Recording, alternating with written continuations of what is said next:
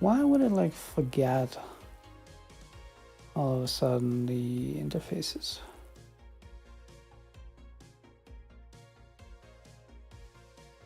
All right, so as I was saying, like when I clicked the like go live button, like I remembered something that I wanted to do and then I immediately forgot it, and now it's on my mind and it's freaking me out.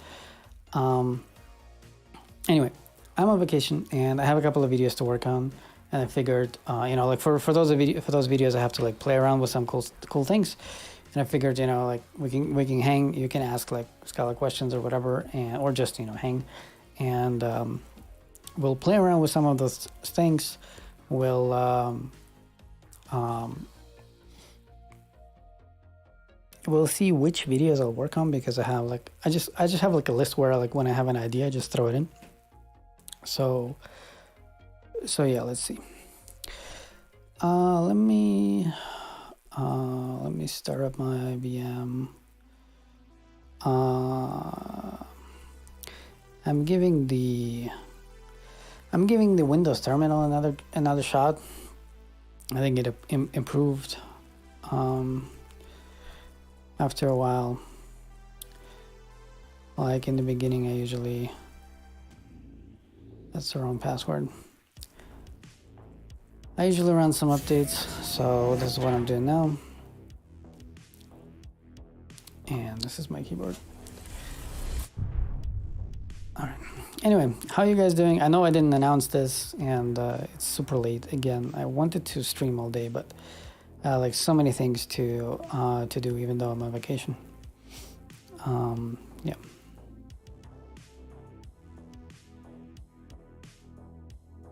Damn it! What was that thing? Check my phone.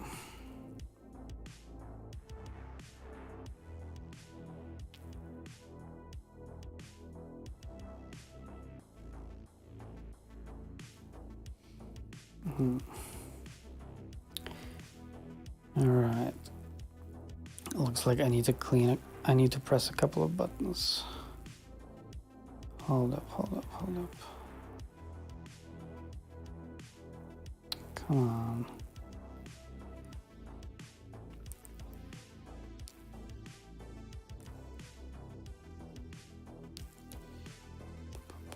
How are you guys doing? Let me know. What's new? Oh, to GitHub CLI.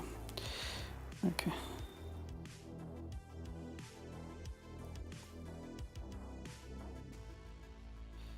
That's not what I wanted.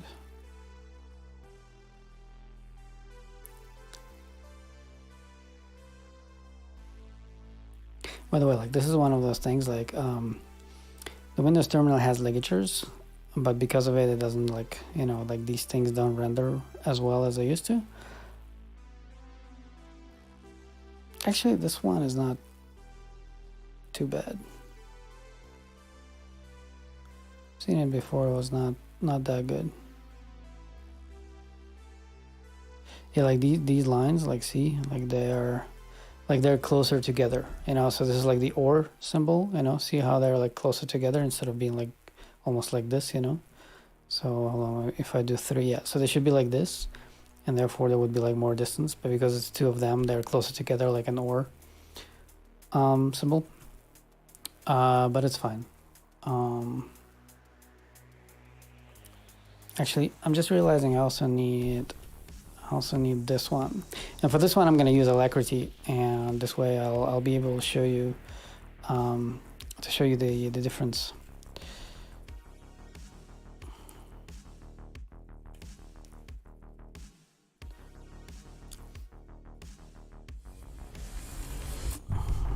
Okay.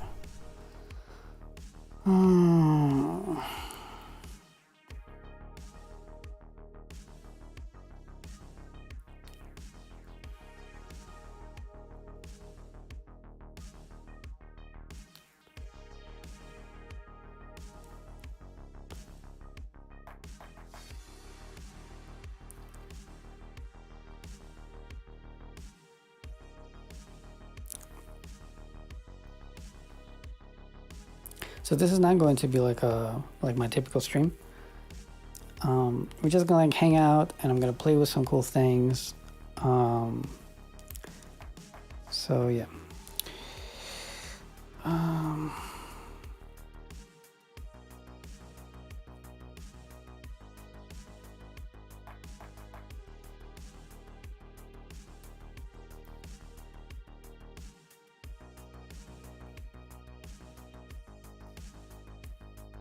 So probably like that. Sorry, like something came up and I really need to finish this real quick.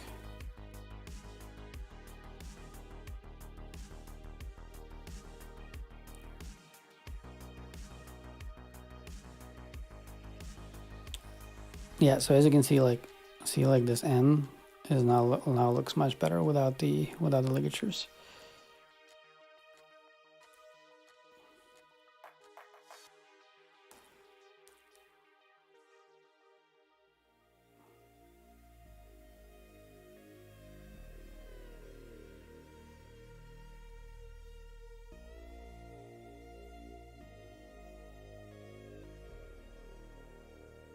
Interesting.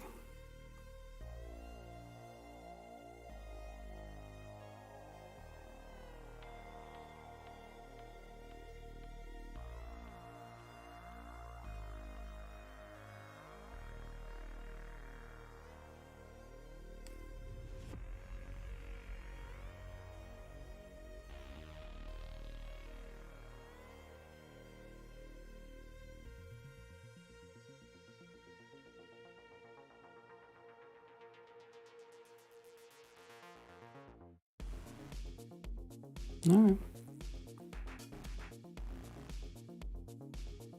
So crazy. I remember when like smartphones came up. I was like, you know, what was it, like 2000, what, like 14 for me when I got my first one, I think. I remember, you know, like saying something like, who needs this thing? Like completely wrong prediction, you know. I was like, I just want to be able to call and write SMS. But yeah, everything changed.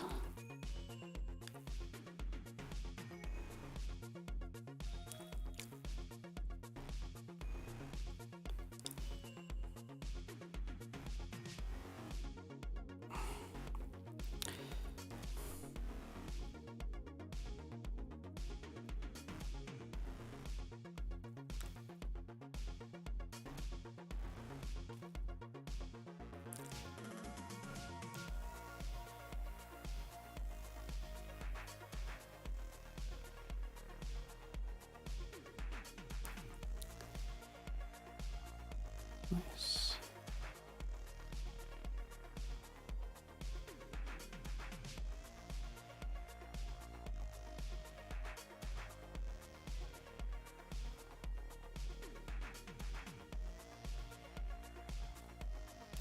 All right.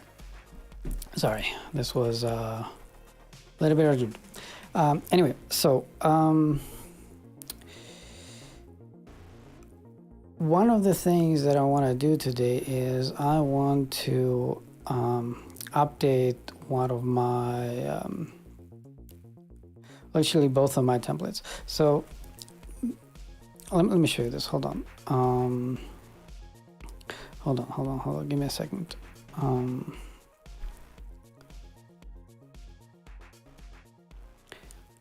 Do this one. All right. So this is like the list of like potential videos that I want to work on. And today, like I think, hold on, sort by priority. Like I want to play with this one. And there's like an optional, what is it? Optional compiler flag that allows like even less, like even fewer braces, I guess. And apparently they're trying to like,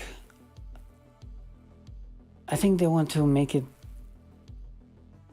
either not experimental anymore in Scala 3.2 or even enable it by default in 3.2. And so I want to play with that. I want to see how I feel about it.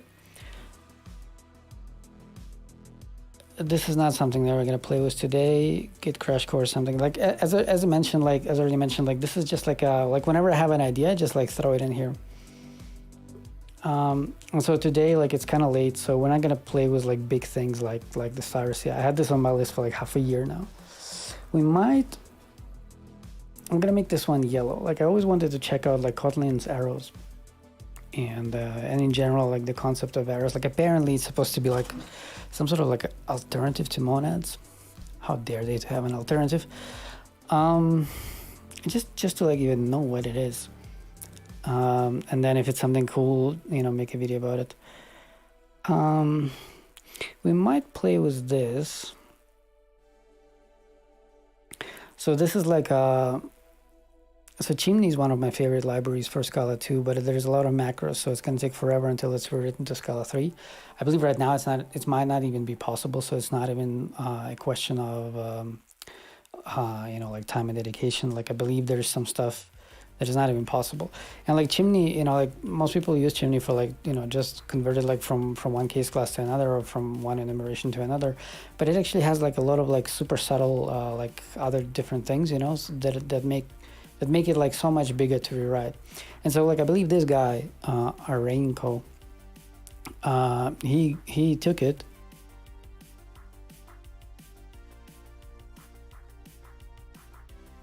Sorry, today was just chilling, right? So he took it and he was like, yo guys, like until, you know, we're gonna rewrite it, like this is like a proof of concept kind of thing. So it's basically like a version of Chimney for Scala 3, but it's like very basic. I think like all it can do is basically like case classes, but like for like this is like 80%. So I might play with it and make a video about it. Like this is a cool thing about SBT caching, but we're not gonna do this today. Again, like this is too big. I think this was something about an HTTP library, so we might like check it out. But like this one, like for sure, okay. Not today. I don't feel like it. Yeah. So I believe this one, but I think it might be like too small. Like I might just make a short out of it. Yeah. So this is the one that I wanted to play. Like this is the first one that we're gonna play with, like the Scala interactive updater. I wanted to get my hands on it for a while now. Yeah, like I might make this video, but obviously there's nothing like to play with today. It's just like I'm gonna do some research and I'm gonna share a couple of like places where I usually look for work. Maybe this one. Like I'm trying to select like fun things for today. I've already played with this. This is like a collection of. So it's a tool, but it's also a collection of like bash functions that like render very beautiful. And I'm a sucker for like CLI tools. Does Play have a future in Scala? In what cases would you pick it for your project? It for sure has a future, especially now that it's supported. Many companies use it. Sorry guys. I obviously don't have any data to support this, but the thing about Scala is that we have a very small group of people who are very loud. And when I say very loud, I don't mean that they're complaining. I mean that they're just like, I don't know, go to conferences, like write blogs and stuff. And like it seems like the whole interest in Scala is about functional programming, but it's not. Like there's a lot of companies out there who are very happy with the Lightband stack, who are very happy with Play. I remember I was at the university at the time. The year was like 2012. Yeah, 2012, which was the last time I touched Play, by the way. And we had a lecture about Scala. Like I already knew Scala at the time, but like I switched to university to do my master's degree. And we had a lecture about Scala. And we had a couple of people there who, you know, who like I became friends with, but they didn't really like Scala. You know, they didn't buy it. Like, you know, they were like, too complicated or whatever.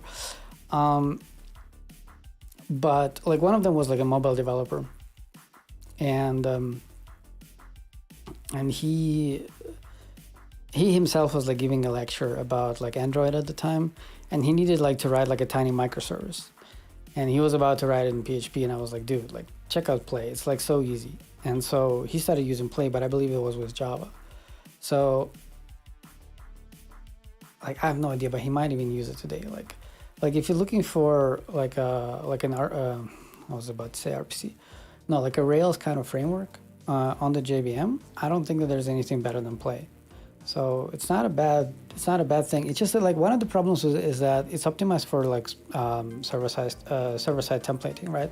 Which is not something that is happening today, right? You know, this is known as I believe it's I don't know if this is a like a widely known thing, but there's like a huge pendulum of web development that like every decade or so swings into the other direction, and this pendulum is between server-side templating and client-side templating, right? So it started like was I don't remember how it started. I think it started like was so we had like mainframes first, like these huge computers. Then they became small, right? And then we started like writing like rich clients. Remember like those what the hell were they called? Like JWT, no, not JWT, AWT, right? And Swing and all of these like UI frameworks like for like big desktop applications, right? So the client became big again, right? And then we went like into the web, right? And then the server became big. It was like the web 1.0, you know, and the client became like small. And now the pendulum swings back again, you know, like there was like web 2.0, right? And so now like where we're doing like a lot of like on front end was React and stuff, and like now the server is becoming like just an HTTP thing. And so Play is kind of like still like the old school thing. Like I haven't done server-side templating since 2018, like 4 years or something, when I left one of my first jobs. Yeah, so this is like, yeah, so like two things, like Play is not functional in terms of functional programming, and it's optimized more for server-side templating. So if you just like need to expose HTTP, Play can obviously do this. What kind of framework would not be able to do this? But at this point, you don't need Play, right? So these two things is something that could be like worrisome. But don't worry about that thing that is like not maintained anymore by Lightpen or something like this. Like I'm not worried about this. So the point is like many companies use it and many companies are happy with it. So if you want to learn it, learn it. It's a cool framework. It's very easy to understand. The documentation, I haven't checked it in 10 years. Documentation is something that can always be improved, but yeah.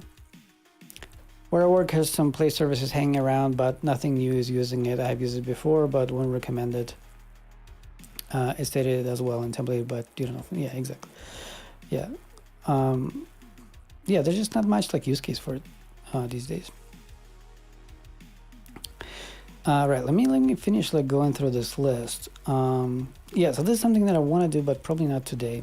I'm also trying to figure out like what kind of videos I'm gonna make during this vacation, and it sounds like I'm on vacation for 2 weeks, but like next week I'm on the beach, yay! And this week like we might also travel here like a little bit on the weekend, so I actually don't have that much time. Oh, thank you. By the way, guys, this is my hairdresser. That's why he's commenting on my hair. Yeah, no gel, it's just water actually, and good lighting, and 12 hours of beauty sleep because I'm on vacation. I have Beaver on the list. Is this like the test rank? I don't remember my own shit. Is this the... What's up, Fernando? How are you doing? Tudo bem? What did I want? Beaver. I think it's the testing, right? Beaver, Disney, streaming, Scala, test. Yeah. Yeah, not today. Not today.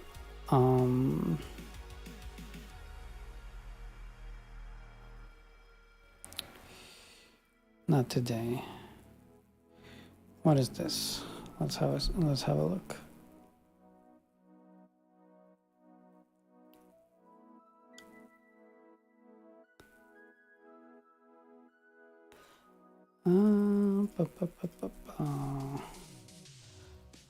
Hold up. So yeah, whenever like something interesting comes up, I'm like, let me check it out later.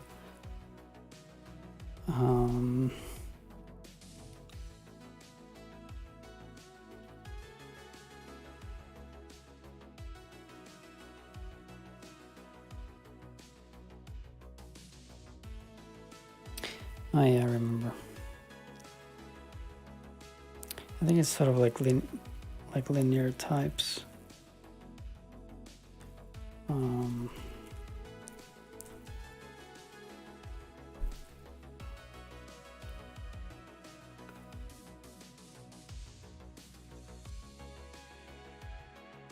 What? No, that's not what I wanted.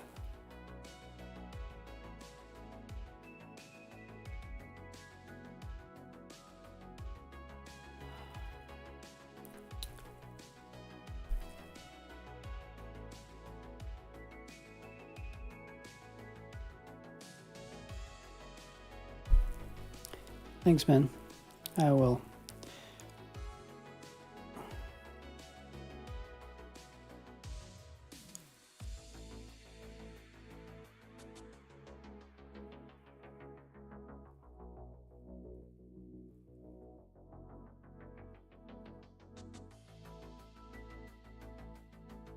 Yeah, I believe that this is what it is, right?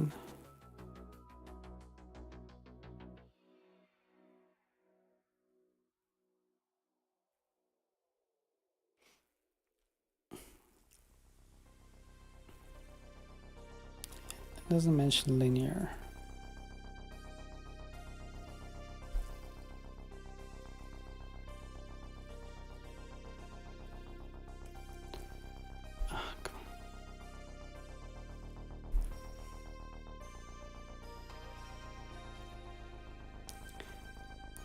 I can always rely on Oleg. Yeah. So the new experiment called kept Checkos on the tweet, but all those features in chapter and decade will struggle for adding someone like an fixed system scala 3. Some similarities with the linear constraints proposal for Haskell and Rust lifetimes. Yeah. I think I'm too tired to check out this today. So not today. Not today. No.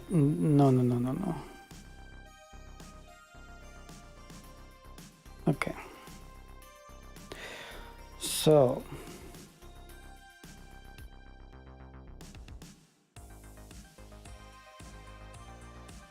Okay, so these could be four of my videos. I just need to check this one out because I think it's too tiny.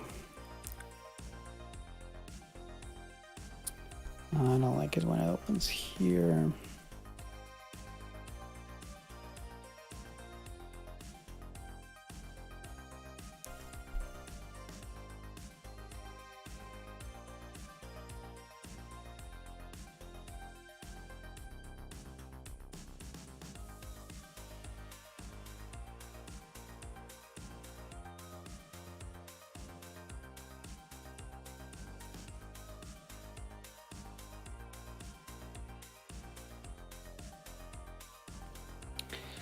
I don't think that there's enough content here for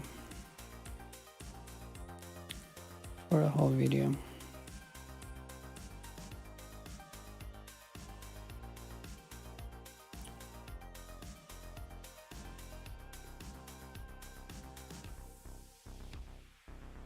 Like I don't see like what's it called? I mean, one of the angles would be is that you don't need implicit conversions anymore, right?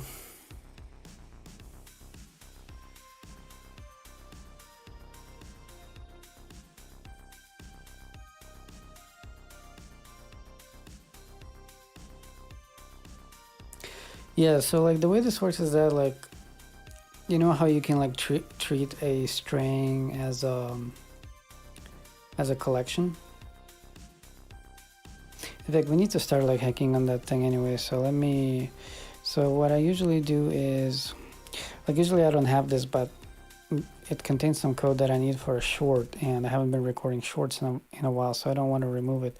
So let me go like this, and I'm gonna call it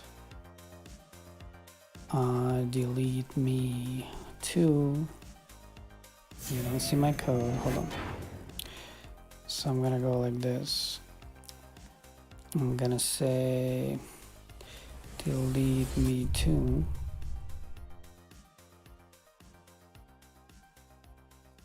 It's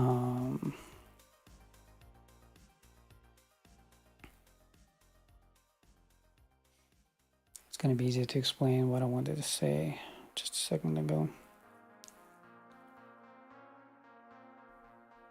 By the way, guys, don't forget to like the stream so that more people stumble on this one. I can never like trust this thing. So like sometimes it says 0, but there's like 5 people watching. Yes, import the build, please.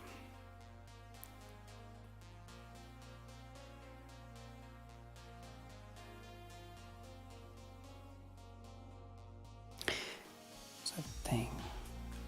Couldn't remember.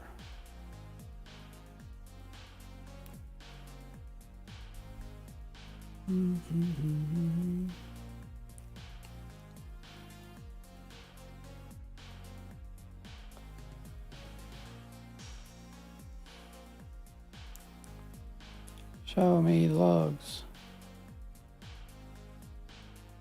Blah, blah, blah, blah, blah, blah. Okay. So I'm waiting for the thing to say like run. There you go. Okay. So like if you have like a string, right, like hello world, then you can do like string for each print line. Oh yeah, so I'm on my space machine, which contains like word remover. So I don't remember if it can be turned off like this. Probably not. Yeah. Okay, whatever. So if you do this, then there's an implicit conversion that converts the string to a collection. So, oh my god, no, just leave me alone. Okay, so as you can see, there's like this augment string, which we might be able to go in. Yeah, so actually this might not be the one that I was thinking about. I might have been thinking about another one, because this is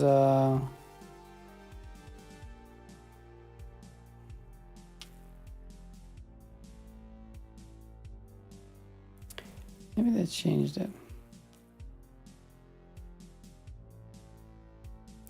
Let me try another one. Let me try to, I don't know, set. Yeah, wrap string. I think this is the one. Oh, come on. Yeah, so this wrap string. Exactly. See how this like extends abstract sequence and index sequence? So we only kind of have this thing because we cannot have exports and extension methods, right? So like a better way to implement this would be to have, I mean, this is Scala 2, right? I need the same thing for Scala 3 anyway, so let's go create it.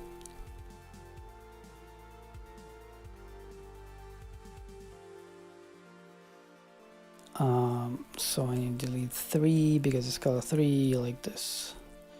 Okay, so delete 3, yeah, this one. So we're gonna open it and we're gonna send it to here. Wait, why do we have one more? Oh yeah, I remember. Okay, so we might have an issue with bloop now. Sometimes it doesn't, because like word remover adds a bunch of Scala compiler flags, and I sometimes have it that bloop doesn't see them, and I need to restart bloop. Let's see.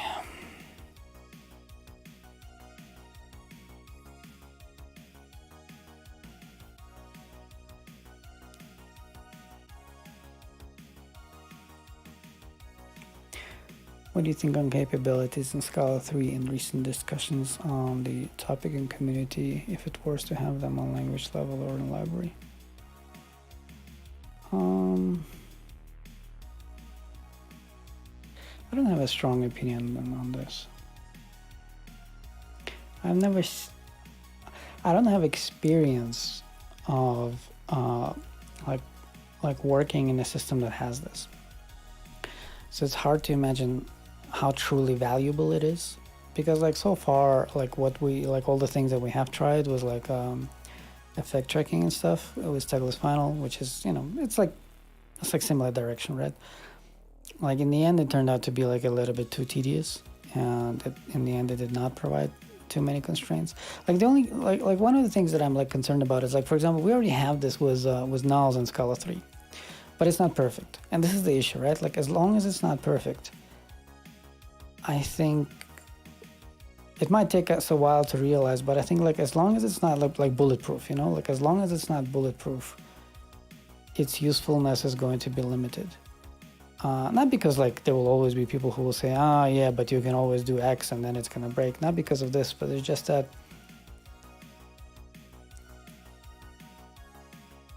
it's gonna have like the same path as effect tracking in Stegless Final, you know? Like for a while it's gonna be like, oh, look how cool, it prevents us from having bugs. But then like once we understand, oh shit, it's not bulletproof, and it actually, you know, we still have like freaking memory leaks and whatever, and then people are just going to say, well, okay, well, in this case, it's actually not worth it. And it just slows the compilation down, and we're going to complain again. About the question, like whether like this should be done in a language or in a library, I don't know. Like I'm thinking it on the spot, right? I think one cool thing about it being libraries then is that it then becomes optional, in a way. Sure, in the compiler it can also be like behind a flag. Like in my opinion, the Scala 3 compiler is already like so much. It's already so complicated. I mean, I don't know how complicated it is. I'm not a compiler guy. I'm just assuming. The Scala 3 compiler is probably like more cleaned up, but still, it's just like flooded and flooded and flooded with bugs. So I assume it's complicated. And obviously they will put more and more, not just like bug fixes, but also research stuff into it, which, you know, is awesome, but people already say that Scala is complicated. Like we already have it like better than most languages out there. Like we're like on par with like Rust. We're even happier than Scala people because we have jobs. It's a mean thing to say, but it's true. Yeah, and Rust, like even though it's like hyping now, I'm sure it has like so many like baby step. What's it called? Baby issues. Because it's a huge effort to not just create a language, but also like to like do like all the tooling around it, like all the libraries around it, build the entire ecosystem. It's like it's crazy, and like most of this stuff is usually unfunded. Like it's a miracle that languages even freaking exist, like Scala, you know, like insanely powerful languages with like, you know, research and thought and stuff. It's crazy how this stuff even exists. The same could be said about like educational content, you know. It's really hard to find a way to monetize it. I just had a call today. Was a potential marketing guy that I will hire, and I told him like I'm really not sure if I'm gonna sell courses, because like on one hand, like everybody says like education should be free, but nobody wants to like offer it for free, right? And I'm constantly like trying to find ways to make it for free. And obviously there's like Patreon and stuff, but I think I'm gonna try to do this like with merch and stuff. I have a couple of really cool ideas, merch and like streaming. Like currently, like my YouTube channel goes through the country of Georgia because I was a digital nomad for a while, but now I'm in Brazil, so I'm in the process of like changing everything to Brazil, and then like some features are not available in Georgia yet. Like for example, right now, like you cannot become a member. You cannot what's it called, like tip me or do like a super thanks or whatever these things are called. But like once I switch it to Brazil, it will be possible. So I'm trying to like all of these stuff. How did I get into this conversation? Anyway, we wanted to do the same thing as we did over here, right? But we just have like val string equals like hello world, right? And we wanted to do like two, I don't know, set. And so over here it's the same deal, right? So it's like a wrap string. Oh, no, just leave me alone. Okay, so Yeah, and like this wrap string. Oh, come on. So maybe it works better in Scala too? Oh no, it works. Okay. So like this wrap string, it's the same collection library as in Scala 2, right? So see like how it like extends abstract sequence and index sequence? So I'm just gonna copy them, right? And I'm gonna go back. I'm just gonna paste them so that I don't forget. Okay. So like by the same token, we also have like top level definitions. So we can go like and say create an extension for strings, right? And inside of it, okay, we don't need this, right? And inside of it, we would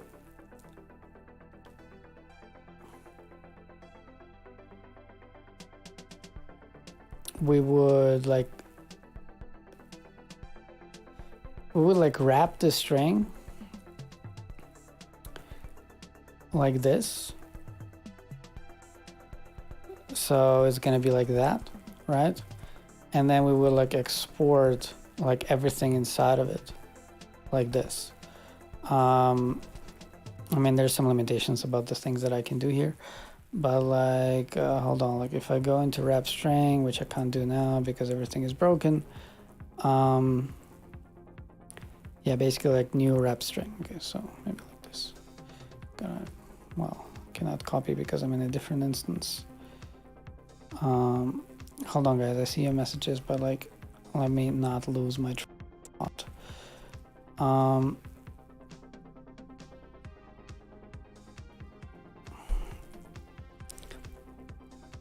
on, can I even have exports? Okay, so it's not even like, I thought it's merged already. Anyway, the point is that you would be able to do something like this, right? So like instead of like having this wrap string, instead of having like this wrap string extend, you know, this abstract sequence and, you know, index sequence, you would just like export the methods inside. So it looks like it's not even freaking working. So there's nothing like to play with, I guess.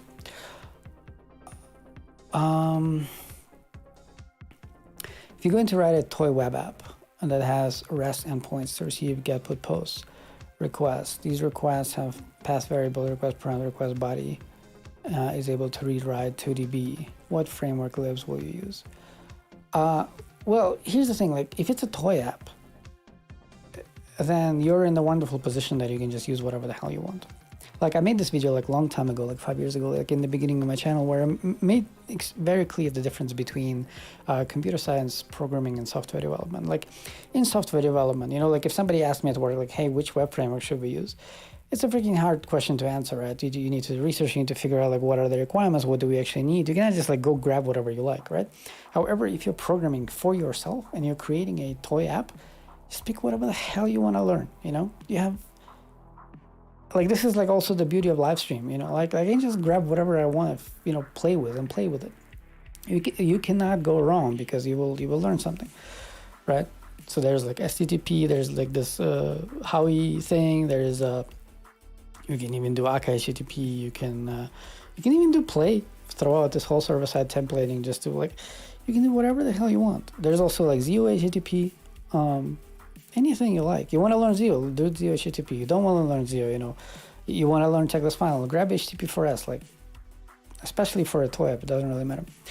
I like to see some standardization of effects API in future versions of Scala standard lib.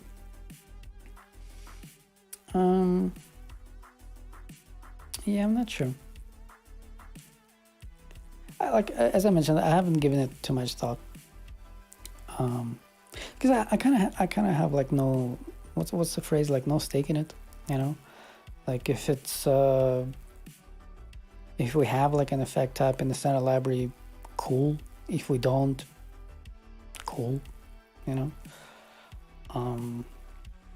I remember like when futures, when futures came around, like Twitter had them, then Akka had them, and then Akka futures like came into the Scala standard library, and it felt like it was a good thing until like the functional programming people came along and were like, yo, future like violates one of the monads laws, we can't use it, it's useless. And then we also wanted to the ability to cancel them, and we can't cancel the features in the standard library. So I'm kind of leaning towards the opposite of what you said, basically. Like, I think it's good to have choices, you know.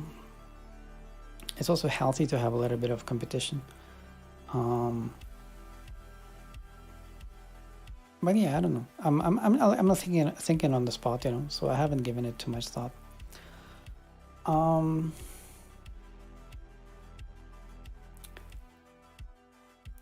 Let me see this thing, like when, because it says that it was like merged, right? Merged on May 2. Oh, it's in 320 RC1. Okay. Yeah. Anyway, it's not enough. It's not enough for a video, right? Because it's basically this, right? So you will be able to do something like this, and then you will be able to do like that, right? So it's going to be like a new wrap string of app, and then you'll be able to like export it, right? And so you don't need, you have like even less need for implicit conversions. Okay.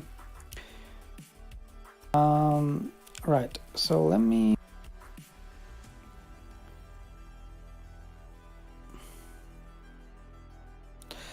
Okay. So this one is going to become. Well, actually, don't need to go there. I can just go like this, and I can say.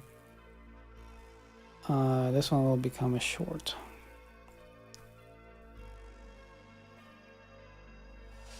Okay. By the way, guys, this app is called TickTick. I find it to be a really good to-do app. It's free, but I got the premium version. It's like $2 a month or something. I think you can get like 1 month free if you go to. Let me actually check it before I type it in. If you go to ticktick.devinsideyou.com, I think I have created a redirect.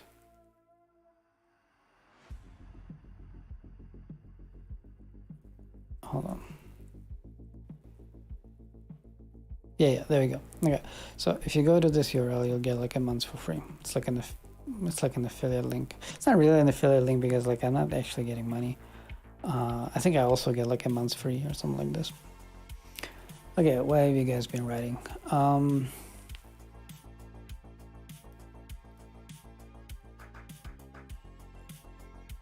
Standardization would only lead to restriction. Teckless panel kind of sucks in app code, but at least lets us interrupt different effect libraries. Yeah, like I also think that it would be a little bit restrictive. But just because researching capability is successful, we will have something even better. Yeah, hopefully. But the thing is that, like, this is what I meant, like, was not being bulletproof. Like, we already have something like this for nulls, you know? Let me actually show you what I mean. Like, I think I mentioned it in some video.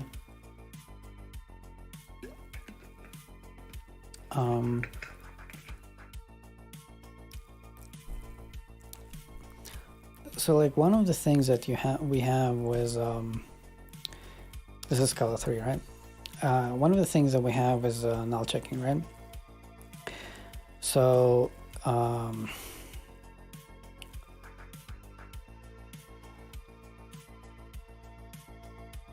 do I even construct the situation?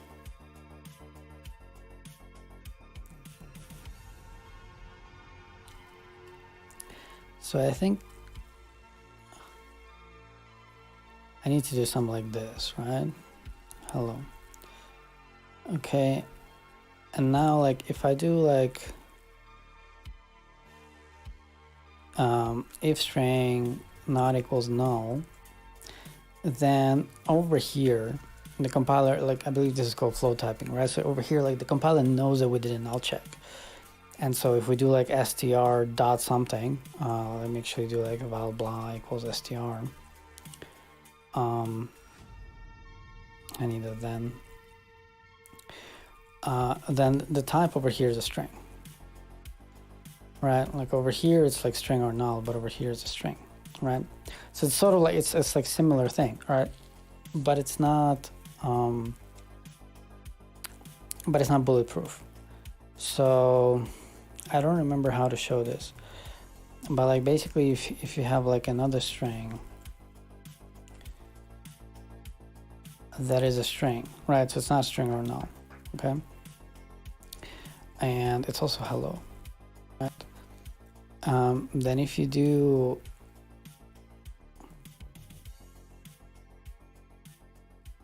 if you do this, something like this, I believe, right?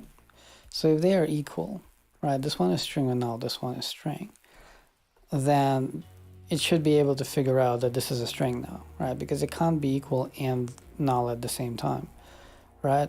But it's not able to figure it out, right? So see, it's like it doesn't know. So the flow type, it's a limitation of flow typing. And I'm pretty sure that like a similar thing is going to happen with this capability.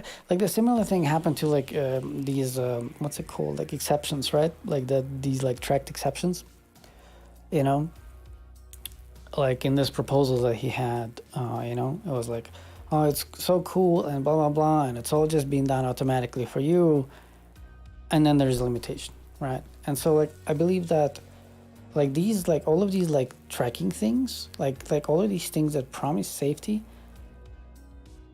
like just like thinking like from a marketing standpoint, they need to be bulletproof. Otherwise there will always be people who will say, oh yeah, but you know, it's not like, it doesn't really protect you if there are loopholes, you know what I mean? So it will always be extremely hard to sell this to people. Obviously, like we're in Scala, we like strong types, we like, you know, refined and all of these things, and it would be super cool if it actually freaking worked, you know, like completely bulletproof, you know, completely bulletproof. Like as soon as we have like a bulletproof way for this, you know, yeah, this can throw thing, exactly. So as soon as we have like this, like a bulletproof way of like one of those things, like this is like a completely different conversation all of a sudden, right? Like it would be very hard to argue against this. Right, like even right now, like this null thing, it's not enabled by default, right? I have it somewhere, explicit nulls, right? And in the beginning, like I saw it like causing issues with Cersei, but this was like, as you can see, like 18 months ago. Oh no, 18 minutes ago. No, sorry. Like this was like long ago when I like did this thing. Yeah, so yeah, like this is my opinion. So what I want to do today, like one of the things that I want to do today is so I have a plugin here which is called SBTI. So I know that there's like some new stuff. Where are we? This is dev inside you, so this is the wrong one. I want to be in this one. Okay, so I know that there is like a new version of Scala FMT. Actually, it's not here. Hold on. There's a new version of Scala Check Shapeless, which is based on Scala Check 16. Okay. So I want to update it, but I don't just want to update it. I also want to play with this tool, okay, which should do this for me. Yeah, exactly. So we should go to delete me too. This one, okay. What is it? What is there? Yeah, remove it. Yeah. So I recently started using Power Level 10K, and I love the fact that it has this. I forgot how it's called. Transient prompt, I believe. Like as you can see over here, you don't see the prompt. Like every time I press enter, it removes the prompt and it only leaves the output of the commands, which I think is super useful. I don't know why we still see this. Should have been removed. Anyway, up to date. Wait. How is it also up to date? Oh man. By the way, this is a new thing in VS Code called sticky scroll. It's not bulletproof, but for simple things like this, no, even for things like this, it's broken. Like, as you can see, things that were in August, June, but we're not. Right. So like, if I scroll, if I scroll one more down, it's gonna be like, oh hey, you're in object dependencies. But it goes like too much, right? So it's very experimental. It doesn't understand like cool things. See, it's like very, very wrong. Anyhow, Scala check, ship. Wait, did I remove it? I removed it. I removed it a long time ago because it was not.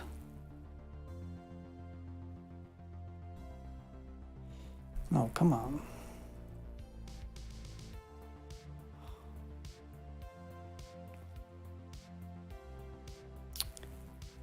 Hold on.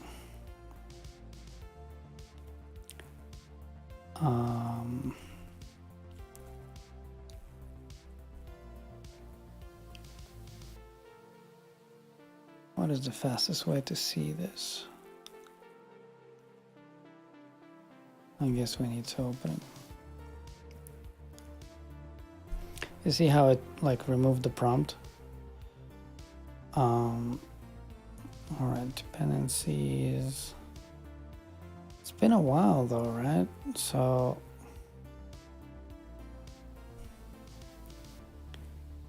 not now.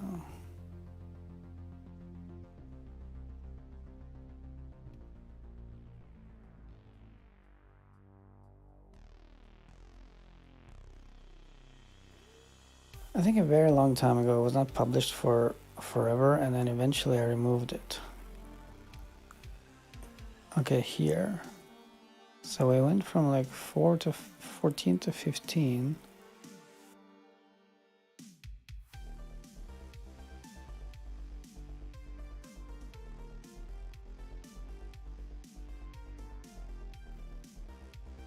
Wait, it's still there? Wait, what's happening? Am I freaking blind? It's right here. So where is it here? Oh, it was hidden behind these, like, behind this sticky crap. All right. It was a nice experiment. All right. So, like, the problem is that it was actually updated to 16. So hold on, where are we? We are in the example. Okay, so if I go like 6 and 6, and in the build find 5, 6, right? And then like this stuff and this stuff is based on the same thing, which is better. No. What is this? That's the thing. Okay. So let's go back. SPT.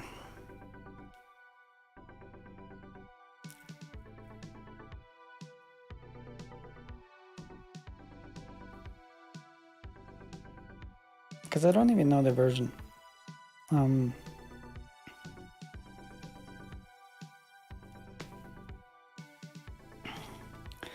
Let me actually see. Oh yeah, it's 131. So let's see if 130 is there.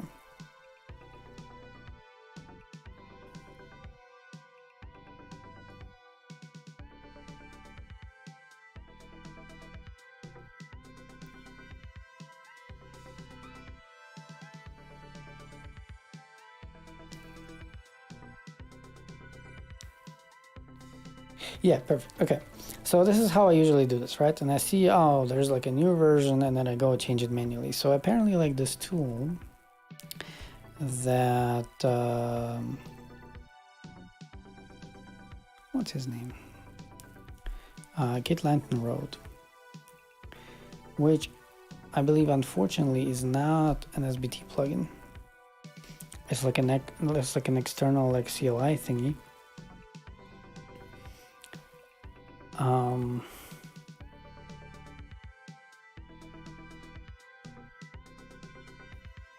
Yeah, I do have grow.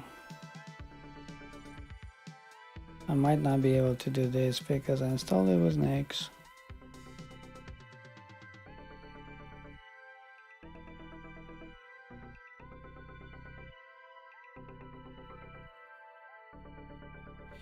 Yeah, so apparently like it can do like an interactive update.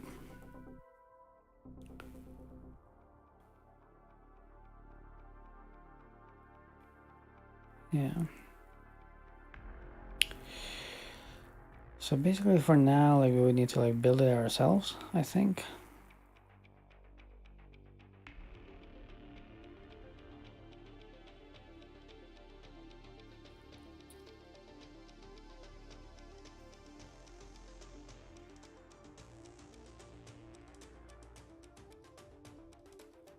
Okay, I'm not using SDK, man.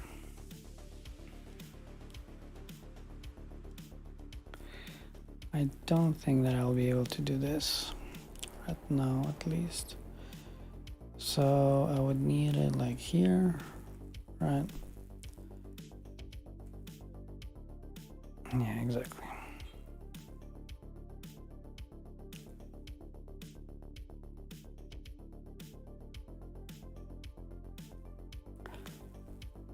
Yeah, I don't think that I will be able to do this even like this. This happens to me so many times that I like have the keyboard on and freaking dox myself.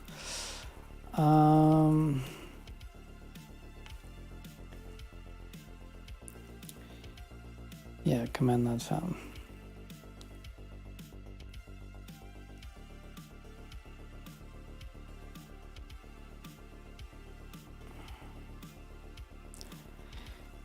Oh, this is annoying. Do I want to mess with the GraalVM now?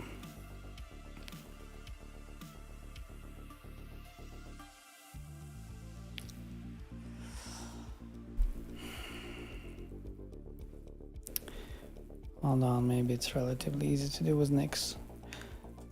When is it ever easy with Nix? Nix GraalVM native image GU.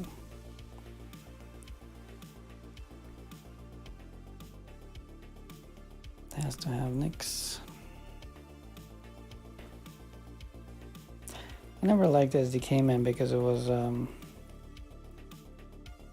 I don't know, I just felt like it was only for Java stuff. I know it's not, but this is how it felt like. It was too specific.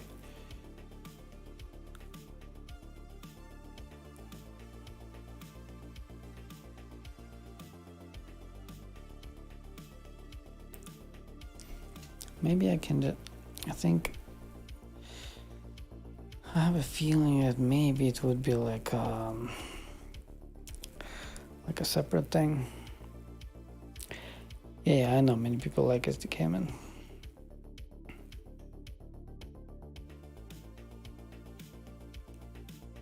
We might use it real quick, just so that I can test this thing, which is annoying. Oh.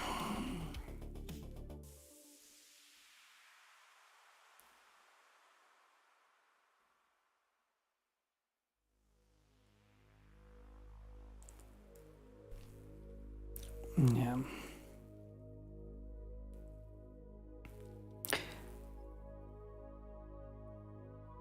I might, hold on.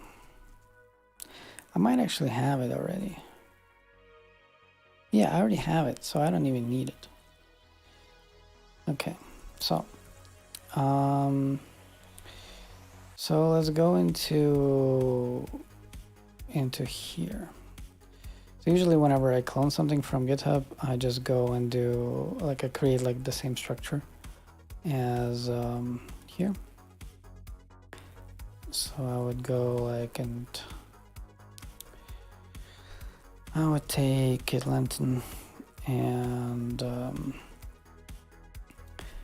now I should be able to just grab it with something like the GitHub CLI, just like throw it in here. Okay, so we need to do like SBT.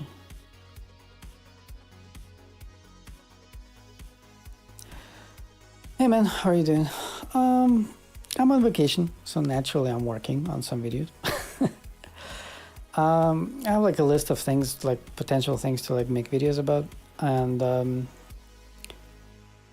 some of them are about tools, like these two, like 1, 2, like 3.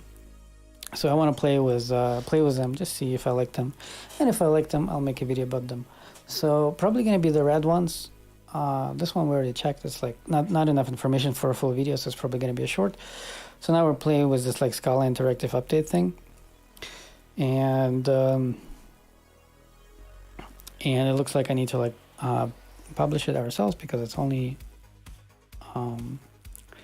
built for Mac. By the way, guys, if you're on Linux, there's also a thing called Linux Brew. It's pretty much the same thing. Works pretty much the same way. I had it installed once. So, in fact, like just like if I decide to, as you can see, it even works on that. So if I decide to make a video about this, I will actually check if this is how we can install it. Like if it would work, and then like most Mac people don't even know that Brew exists on Linux. So yeah, so all we need to do is we need to do this. Right, well I actually already started SBT, so I need to do just this part. Ta-da. No size setting task.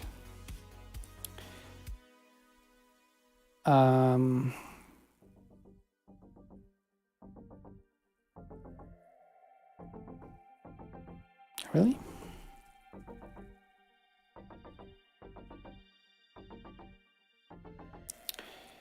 Is this a multi-build? No, it isn't. So why can I not do this?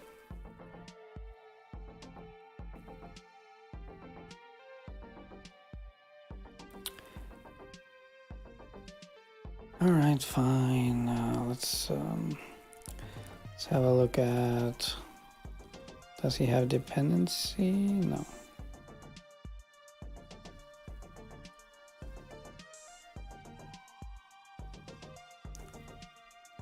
Wow, that's a lot of stuff. I actually need plugins.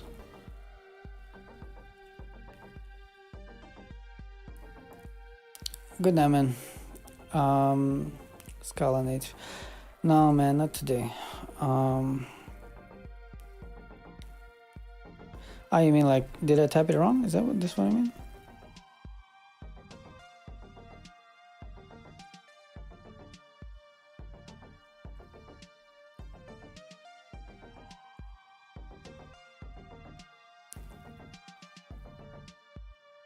Why is this commented out?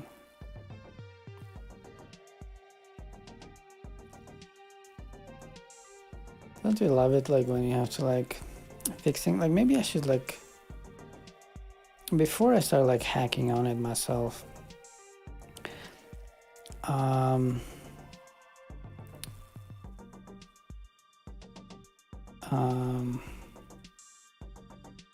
other tags. I don't have this. Like maybe I should not be like doing master. 25 tags. 28 days ago.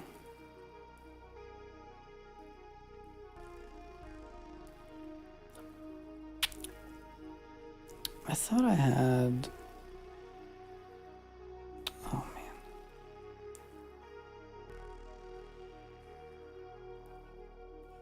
I thought I had an alias for.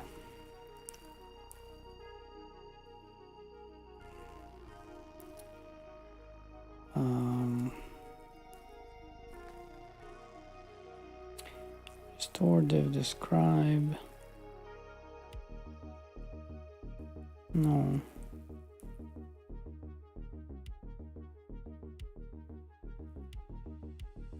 What's it, GTL?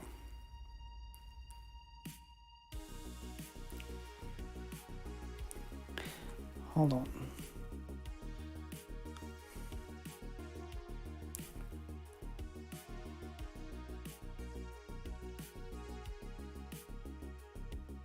Oh shit, this is only local ones. So I don't have them. There are no local.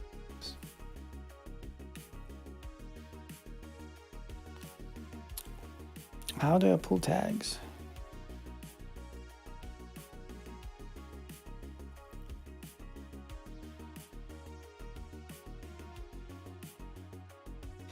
Why am I in this directory? What the hell am I doing? The project is called what? It's called Scala Update. Okay, I'm an idiot. Why are you guys not telling me that I'm an idiot? Okay. There we go. Okay. All right.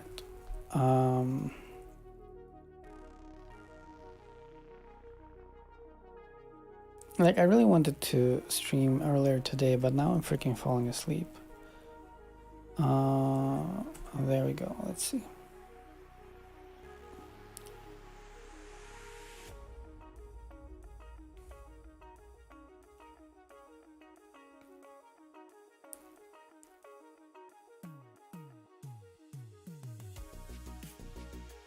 And since I'm falling asleep, I'm not gonna turn my keyboard on because I'm just gonna like keep doxing myself. Anyway, how are you guys doing? How's life?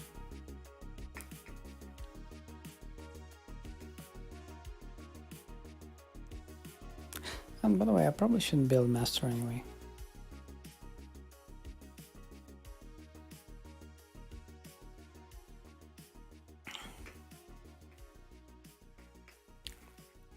Nice. Very happy for you. You're somewhere in Europe, right? I don't remember where you are. So it's late for you. Mm-hmm.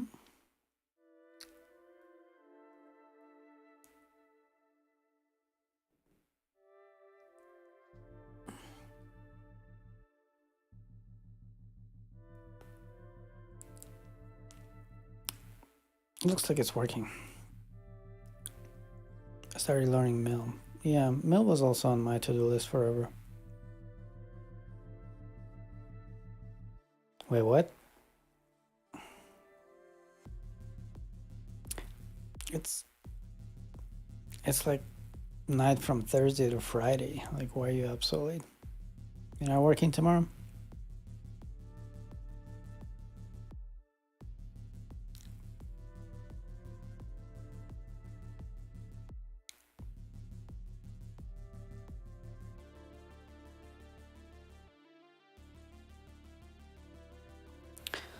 Ah, building native images is annoying.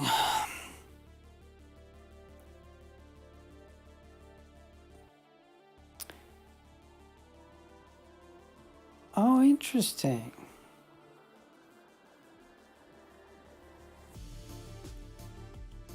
Can you believe that I never knew that this is how it works? I mean, I knew about Shabbat and that it's on Saturday, but it never occurred to me that. So what? Like, so you start working on Sunday? That is so weird.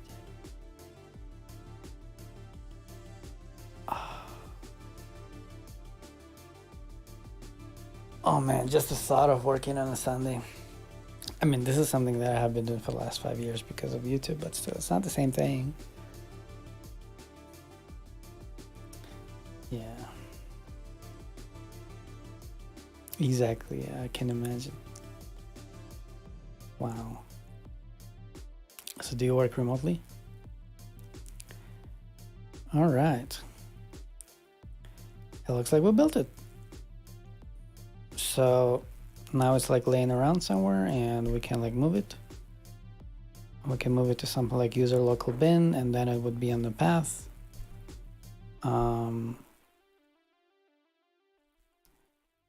User local bin I think is ours. I don't think that we need to.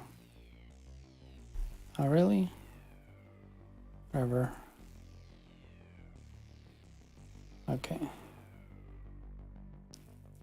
You know, because I just can't grok SBT, especially with most supports out of the box. Yeah.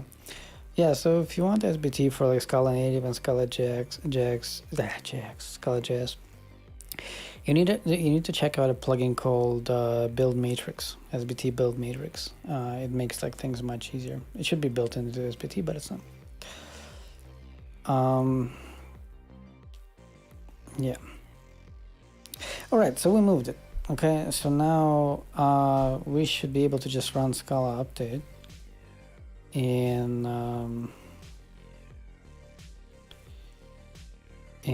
like over here.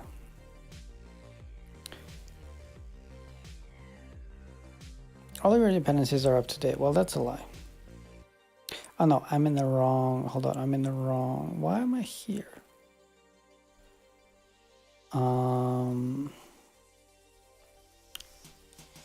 Temps call. Shit.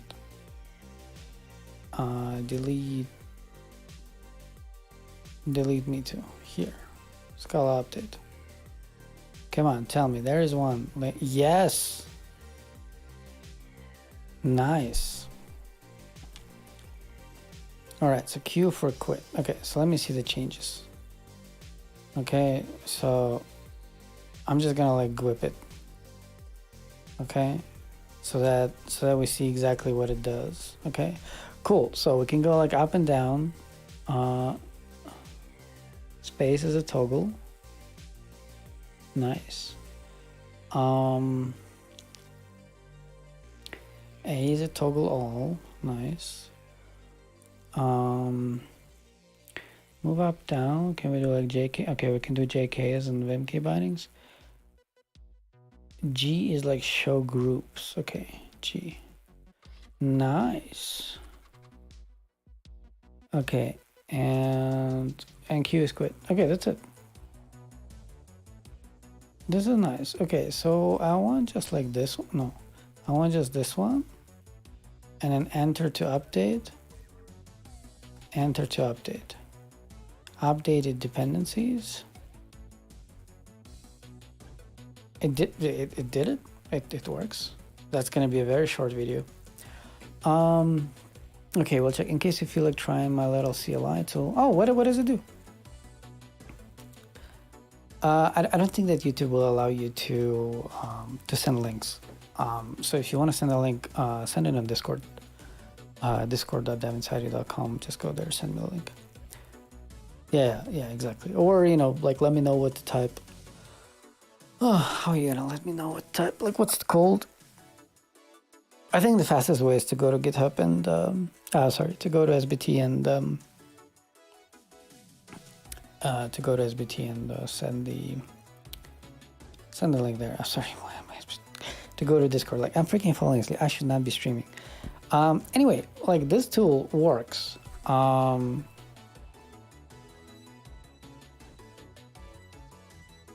And it works really well.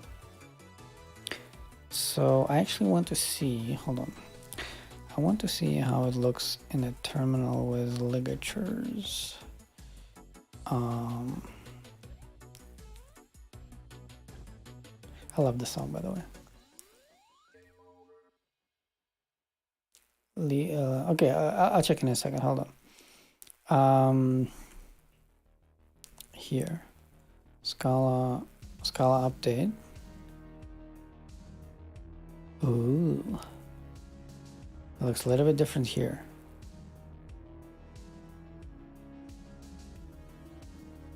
I know it probably looks a little bit different here because of.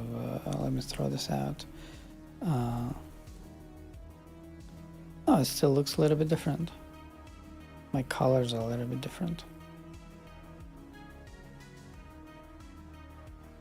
Yeah, that's fine.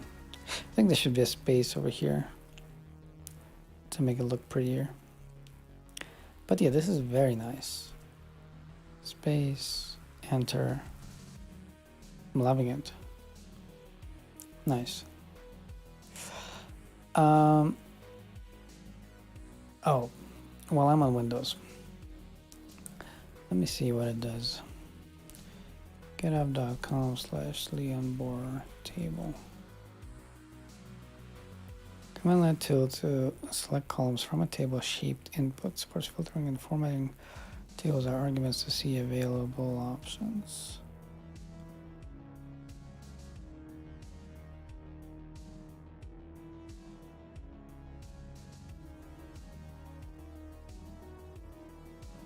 So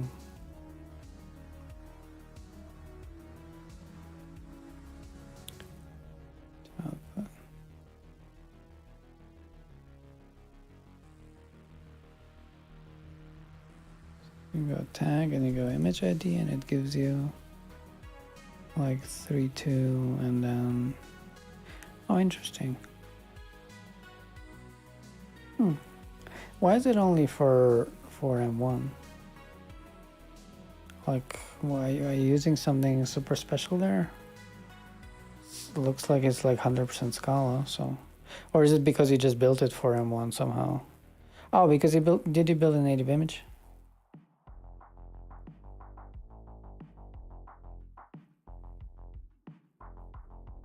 Yeah, I guess you did. Yeah.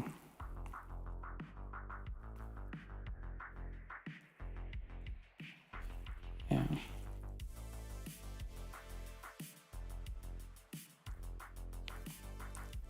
I'm so happy that GitHub now allows to like publish things properly. Like publishing things to Maven has always been such a pain in the ass. So old school. But yeah, it's a cool idea.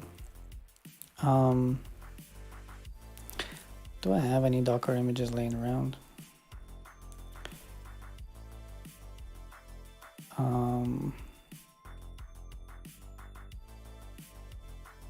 Oh yeah, it's Scala native, yes. Yeah, you mentioned this. Yeah, so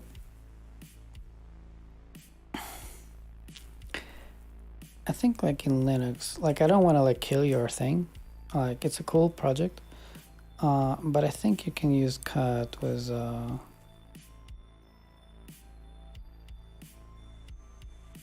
what is it? Is it a tab?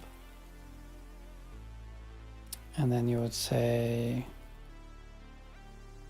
like the second one or something like this. And the limiter must be a single character. This is a single character.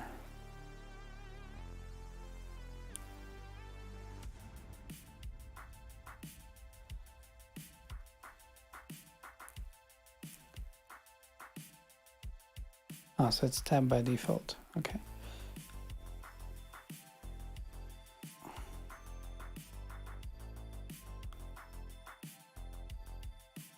Well, I didn't do shit, right?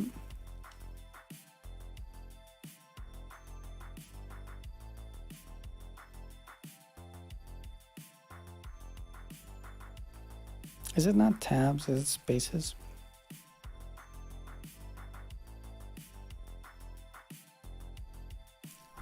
Like what is this? Yeah, it is spaces.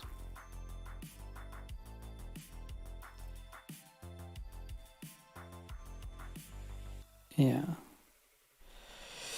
Yeah, it's hard to do like this. Yeah, it's a cool tool.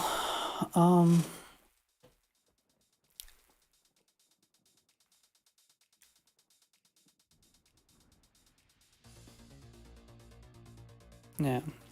Yeah, it's a cool idea. Cool tool. I like it. Finish it, I'll make a video about it. All right, so one of the things that I wanted to check was if it can be installed with brew. Like, first of all, like, let me see, like, it doesn't have any more features, does it?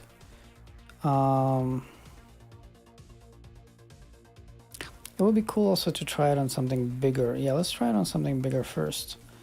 Let me go to, what do I have laying around? Like Zio to do? Yeah, like this would be interesting because this is like a huge multi-build.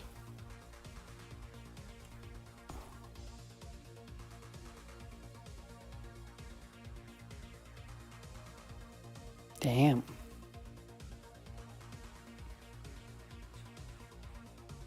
This is interesting. Okay, so let's say that I want like this one, this one.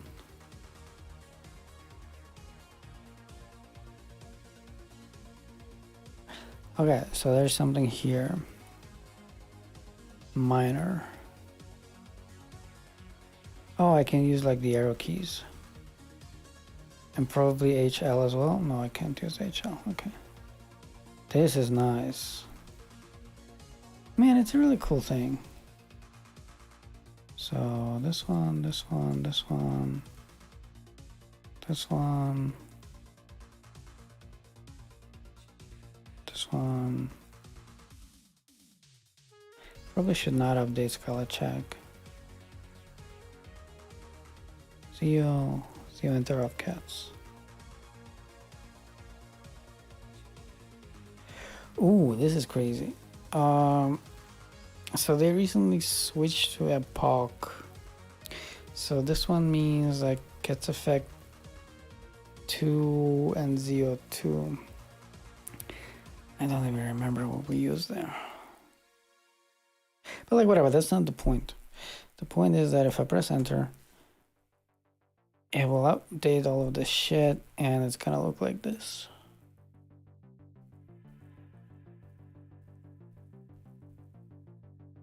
Super nice.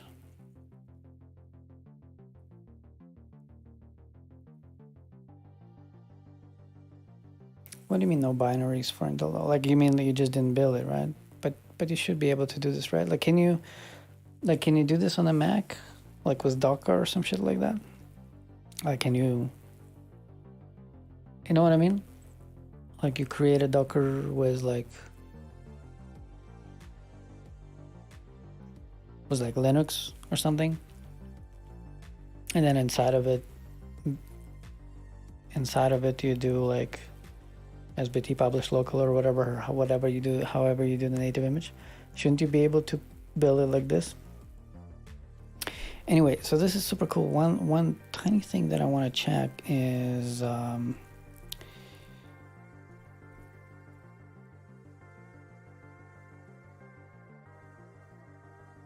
I need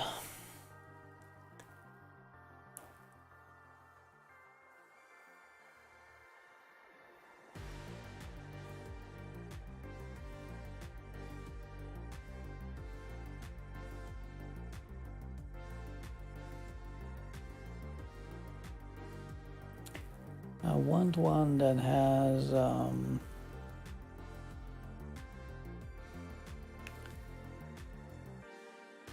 has like a utility method for a bunch of dependencies.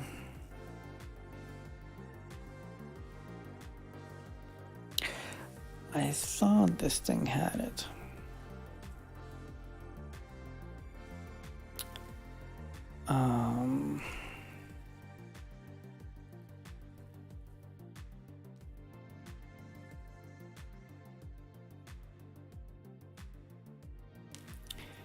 Yeah, like this one. I know, actually like this one. See, like it didn't offer me this one.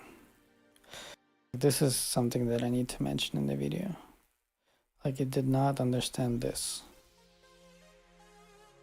Because there's for sure a newer version.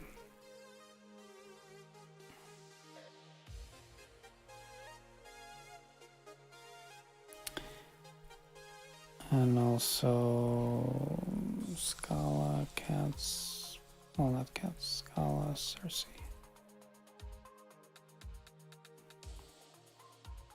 Oh, by the way guys, did you see? That's my video. Nice. GitHub.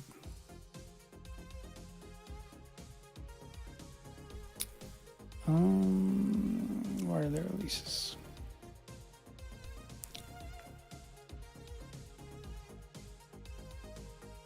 There we go, releases.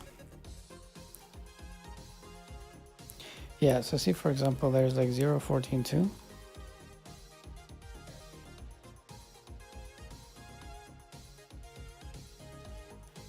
So there's 0.14.2 and it didn't recommend me this, right? It didn't, right?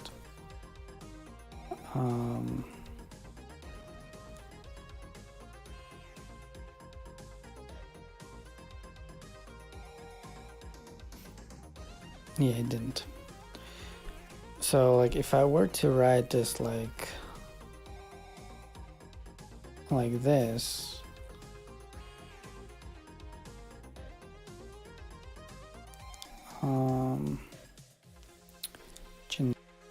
right? So now it will actually understand it.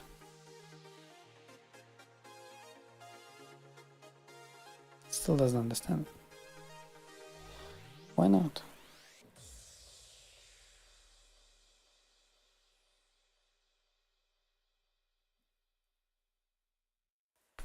There's an interpolation there, maybe because of that.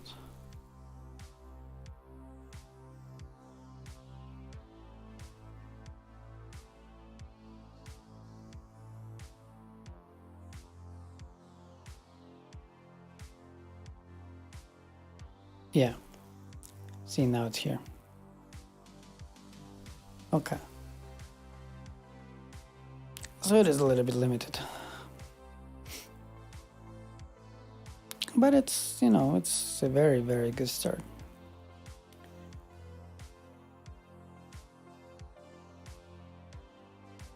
Holy shit. Okay. So this means that I only need to check one thing. Well, actually, let me go and dev content.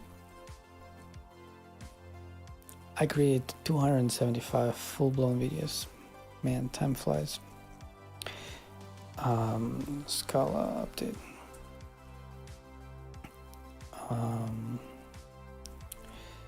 This is gonna be the script.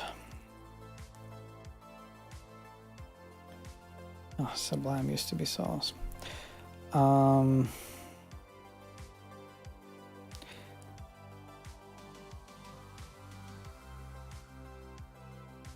So not bulletproof. Need to build yourself. No, it's also for now. And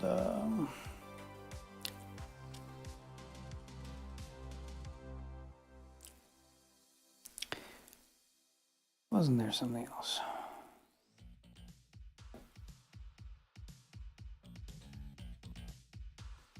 Anyway, we need to see if we can build ourselves.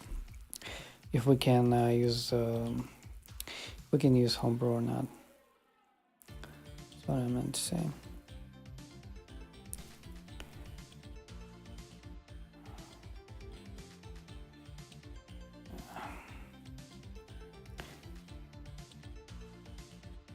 I think my girl just came home. Yeah. Okay.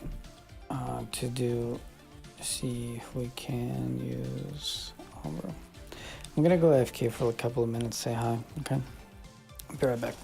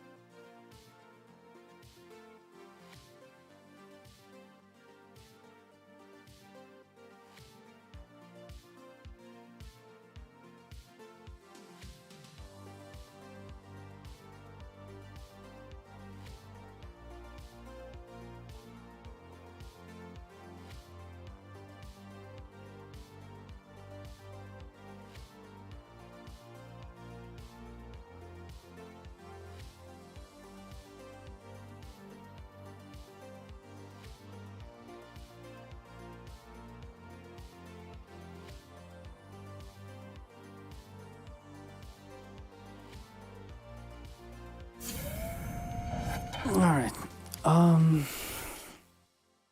So I just want to see if we can use homebrew, okay?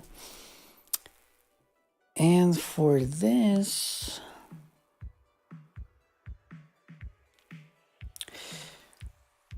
okay, so did we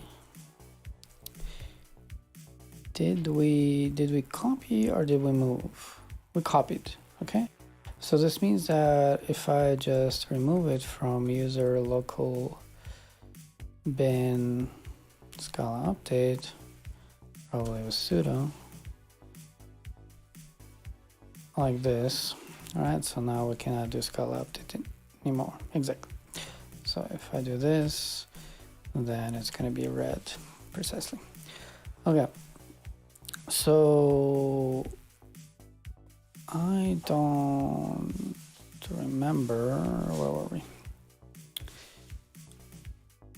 Okay, so like this thing, install, blah. Wow, this is tiny.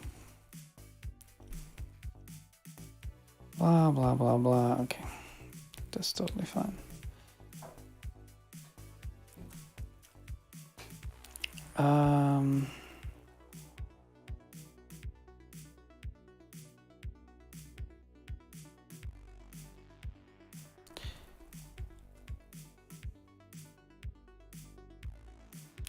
Why is it asking so many questions? It's creating a user. Okay. By the way, I miss ligatures so much. This is Windows Terminal now.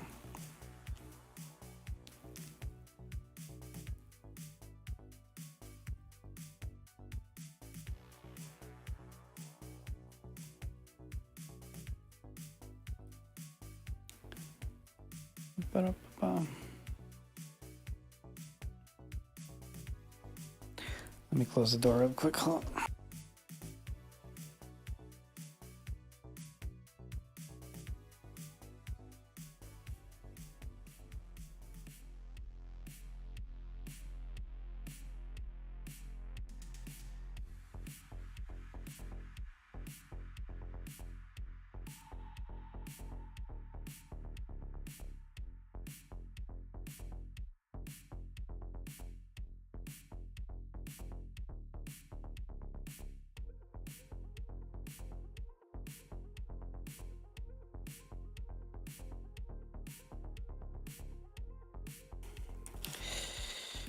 Live streaming is so exciting. Just waiting for tools to be installed.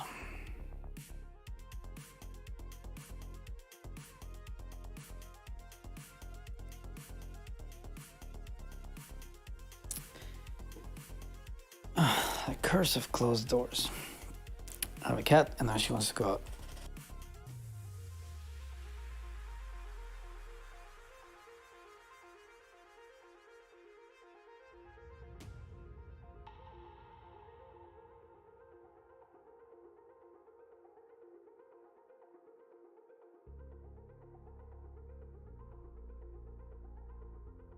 And she doesn't want to go out anymore.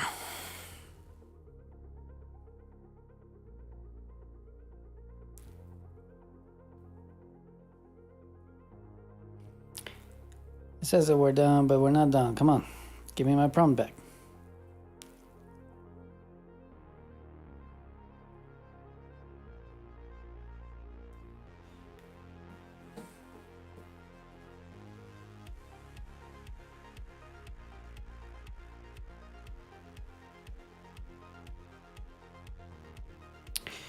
Do you guys like the music?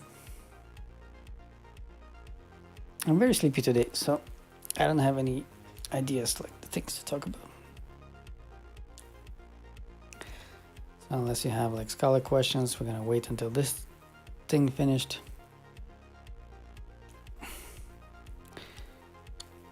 Come on.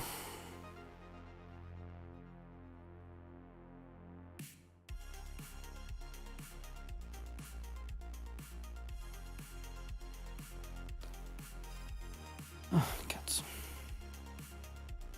Do you think it died? Oh, there we go. Something is happening. Patience.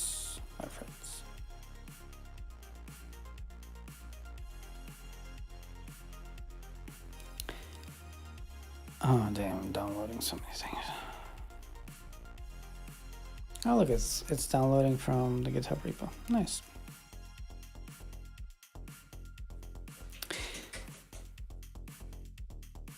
I have another cat who's on the other side of the door. Who wants to go in?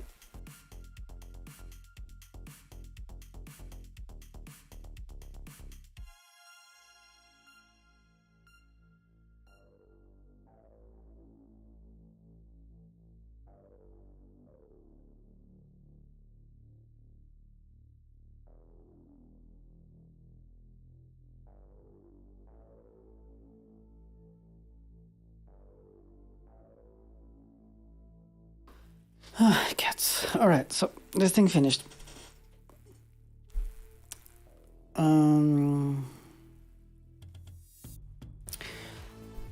Installation successful. It's not even a bad instruction hut.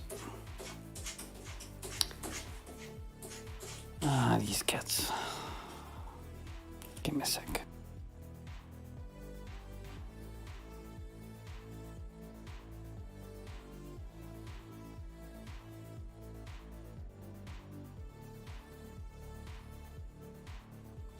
All right, it's actually funny. Like just recently, I still had like homebrew in my my ZSHRC, and then I removed it. So blah blah. C profile. I don't even remember if I use Z profile. I do. But I start Beoble.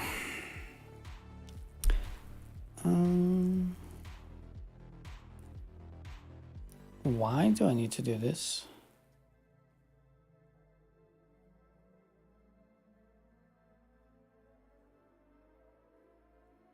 Jesus. All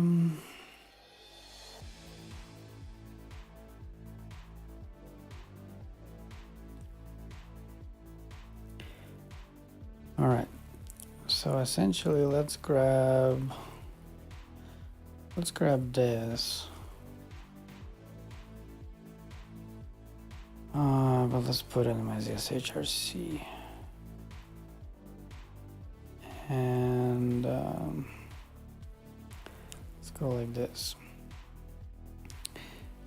So they wanted to have like build essentials, right? I already have it. And they wanted the GCC, right?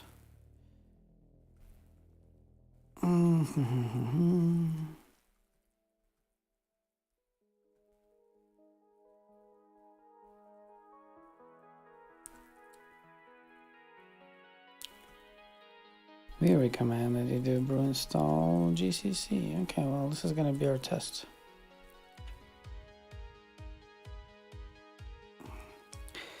Please update your system git or set homebrew git path to a newer version. So it doesn't see my git that is installed by Nix. Right, because my git is 237.1.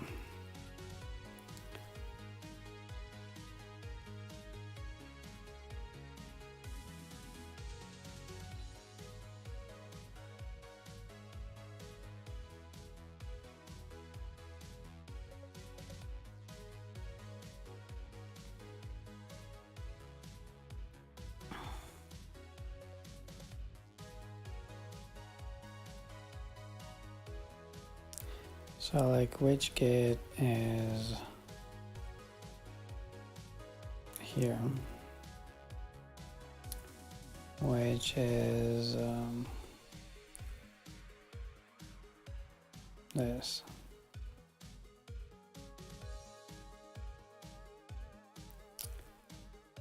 Anyway.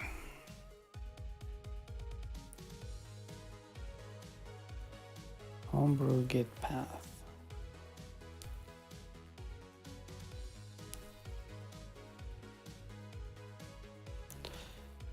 Oh, Jesus.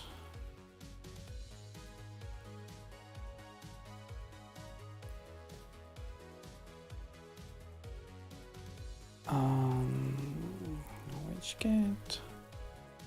And we're just gonna throw this into CSHRC. All right.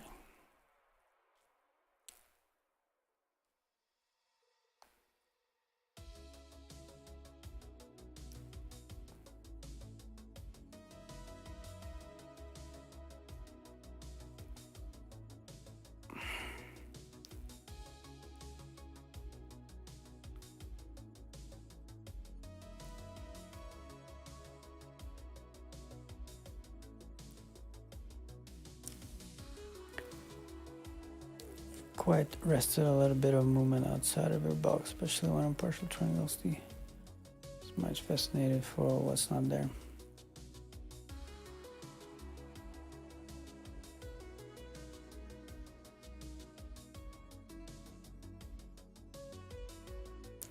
Not sure what you're talking about, Sherry. Also, welcome back. Bloodnut, I'm not sure what you're referring to.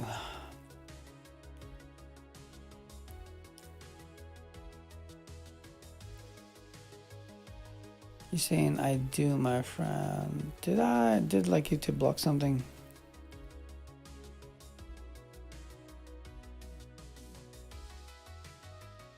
Oh, what a coincidence that my Windows wants to update Git. Like the only reason I have Git installed on Windows is so that VS Code shuts up.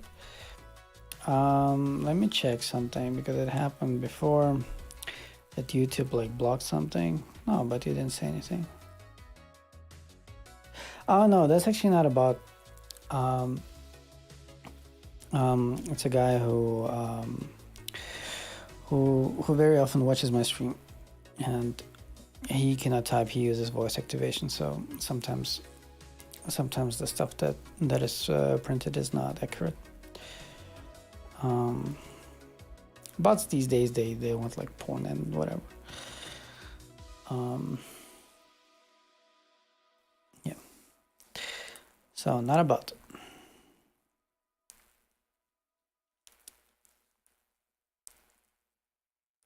Yeah, happens.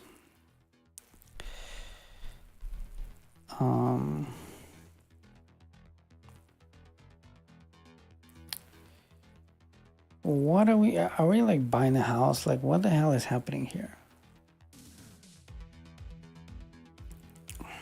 Are we like writing GCC from scratch? Like what is it doing?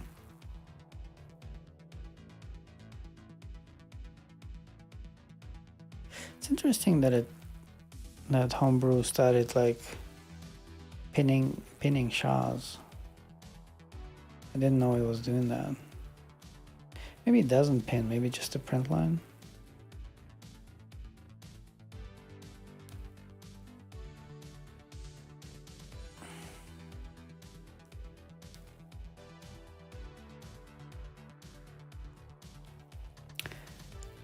Thanks, man, but I'm not like that as much into math as you. So, yeah. Like, reading papers on stream is probably the last thing that I want to do. Like, I'm already almost falling asleep here. Why do people like Homebrew? Like, look at this. Why would I recommend to install GCC and then it spends like hours and hours and hours like installing GCC? Oh, hello, Windows. By the way, guys, I have 600 Mbit down. So the internet speed is not the issue. Oh, did you see what it just do? Did you see this? It just decided to download Git. Freaking why? Is Git part of GCC? Windows thingy. Did it disappear?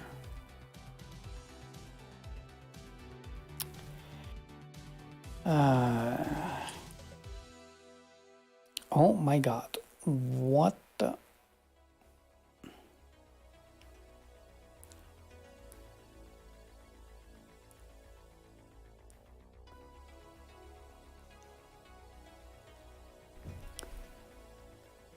Side note, IntelliJ does this highlights packages with available updates. Oh nice. IntelliJ probably does so many things these days. I should check it out. I haven't checked it out in years. Is it still like heavy and clunky? IntelliJ Scala updates.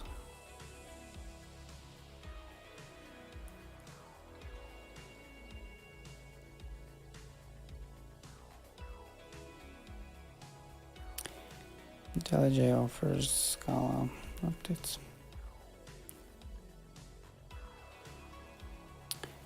You know, debatable. I mean, it's the most like feature rich for sure. How can I find this thing that you're talking about?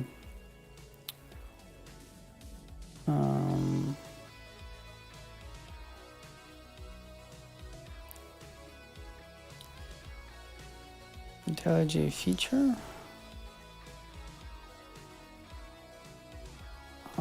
Show Scala updates.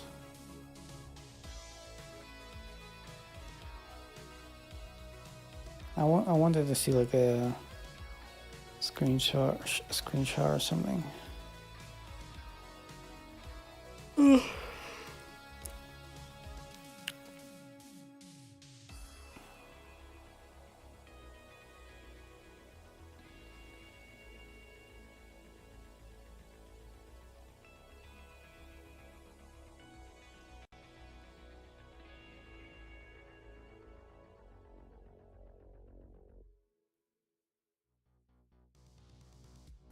That's nice.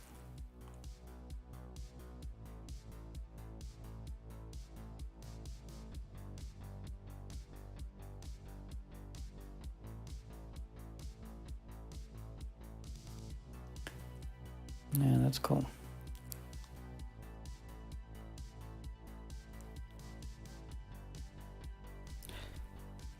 Let me try this. Updates. I think it's this. No, I don't think it's this. Maybe this one.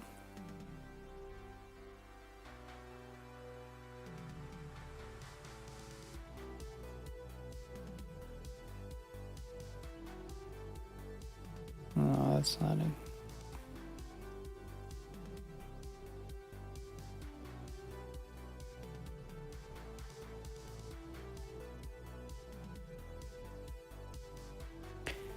Yeah, anyway.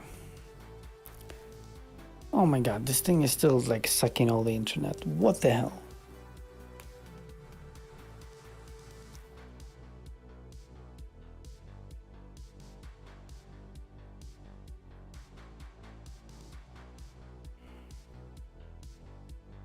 It's much faster to just like build the freaking native image than doing this.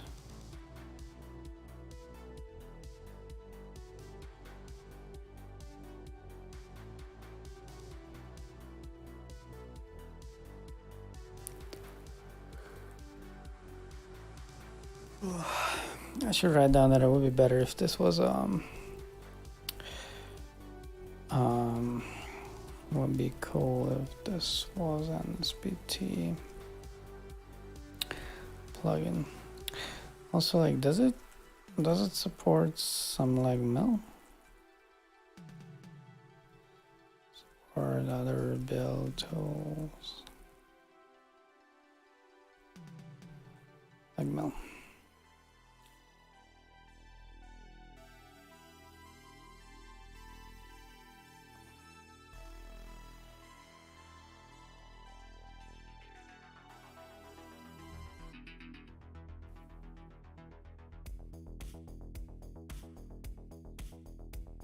Okay, now I kind of lost you, man.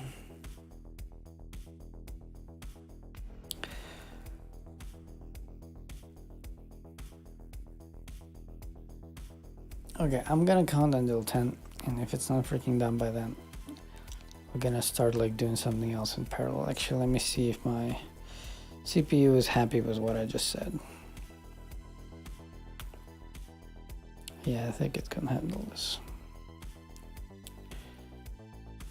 All right, so 1, 2, 3, 4, 5, 6, 7. Well, actually, let's not count until 10. Let's finish like, let's give it like, let's hope that this package is the last one.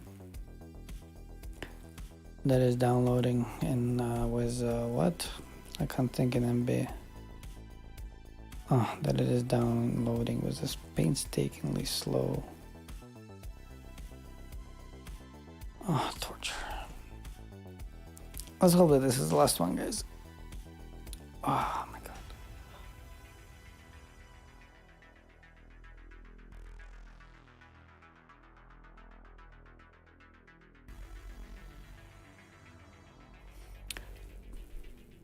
I know what we could do in the meantime.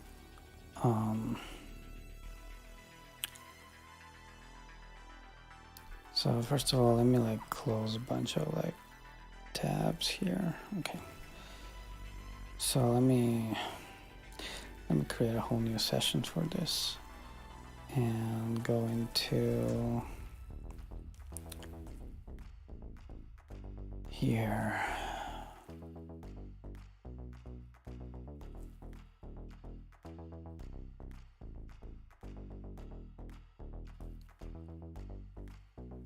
Update version. Okay, hold up.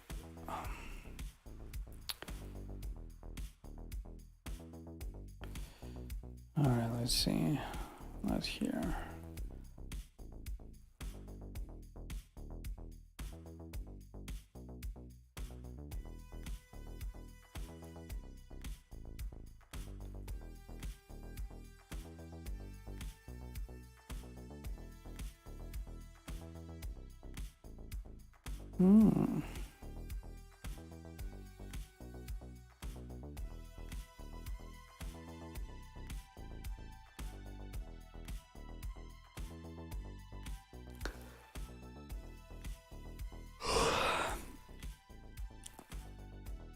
That's cool.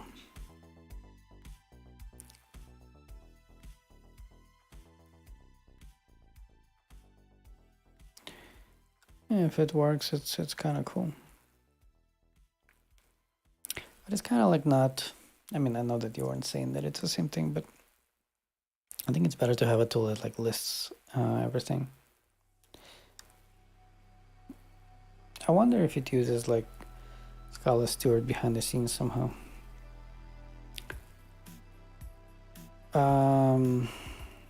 Jesus. Okay. What did I want to do here? I wanted to go to dependencies, right? And go here, find 5R6. Same thing here, find 0R1. And go to build. This one. Find 5R6. Okay. So this is the update that I wanted to do.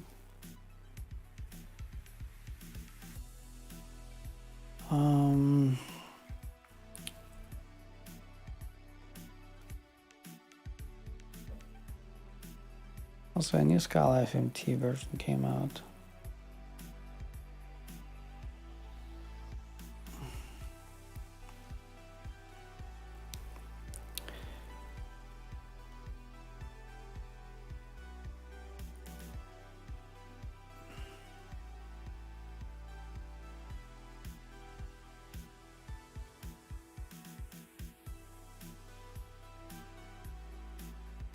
Interesting.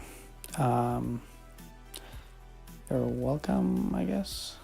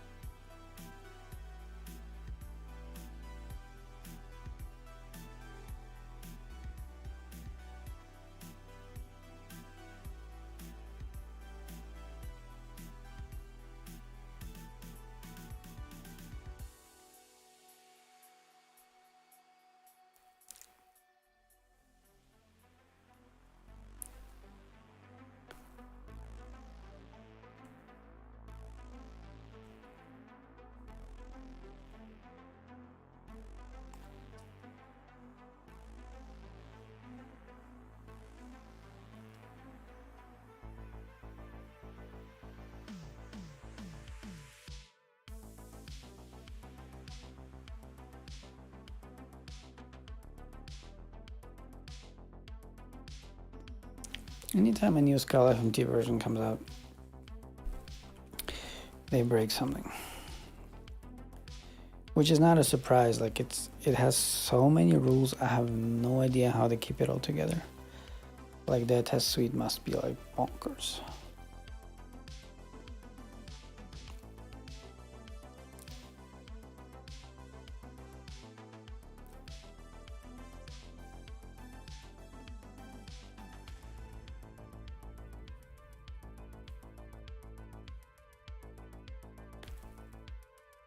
All right. So this is good.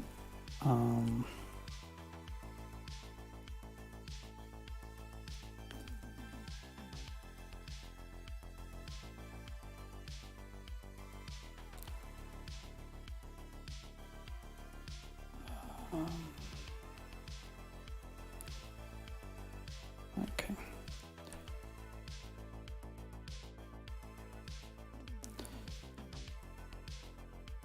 I mean, it's a hello world, but still.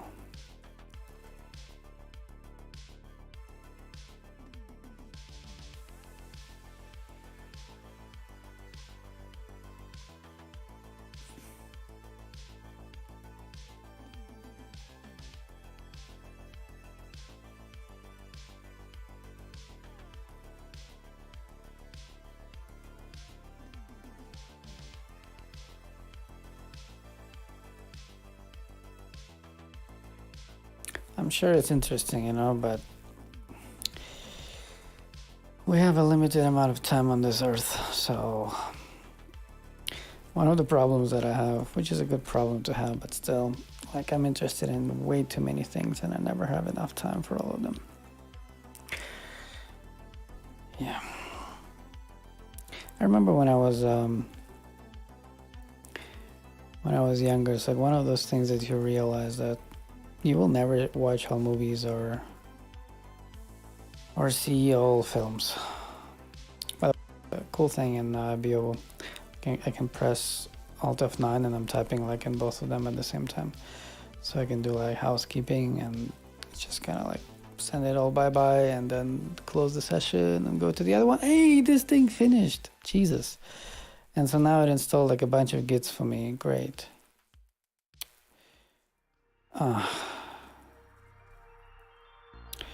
So now which Git is like Homebrew's Git? No, it's not. Hold on. Yeah, it is. Great. I'm uninstalling this shit like right after we finish what I wanted to do like half an hour ago, which is this.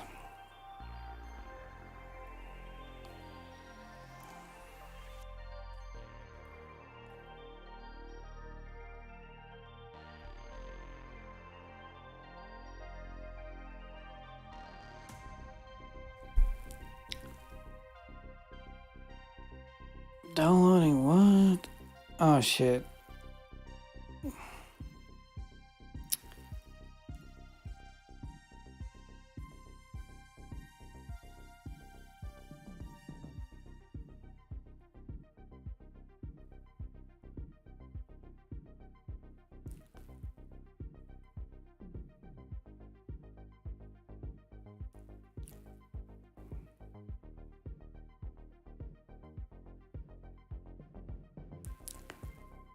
Yeah.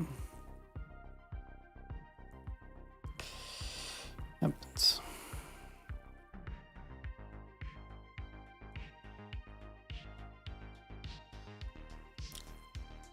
Okay, so it's probably not gonna work, right? But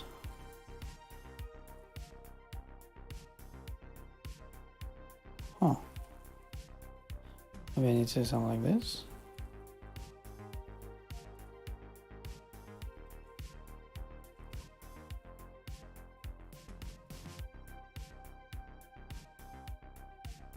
Okay.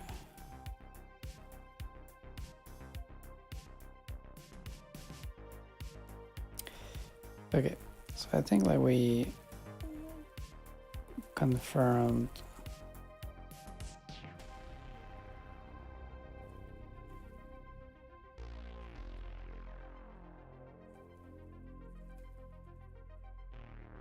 Yeah.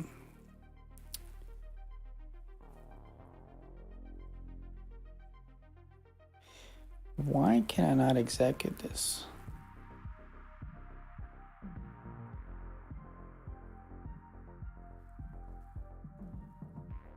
It's mine.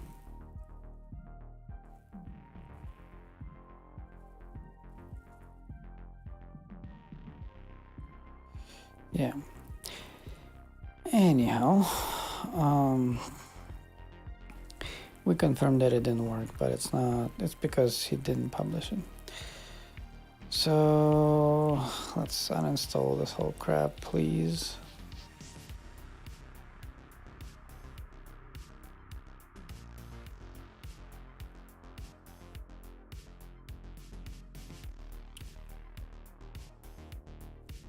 Uninstall Linux Homebrew.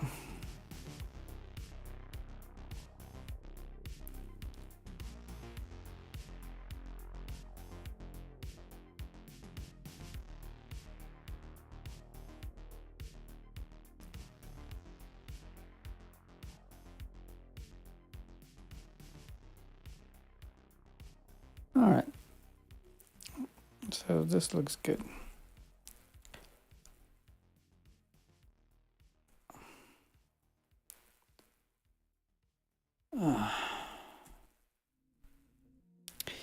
Yes.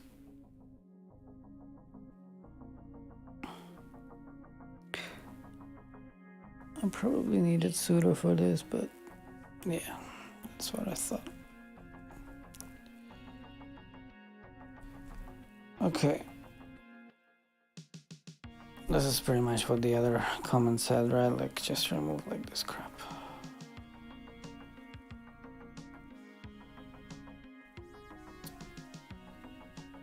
Okay, and my dots, yeah, just go bye-bye. All right, so where git, there you go, which git, ta-da, cool.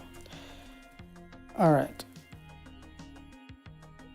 I have like one question left, right? Other build tools, yeah.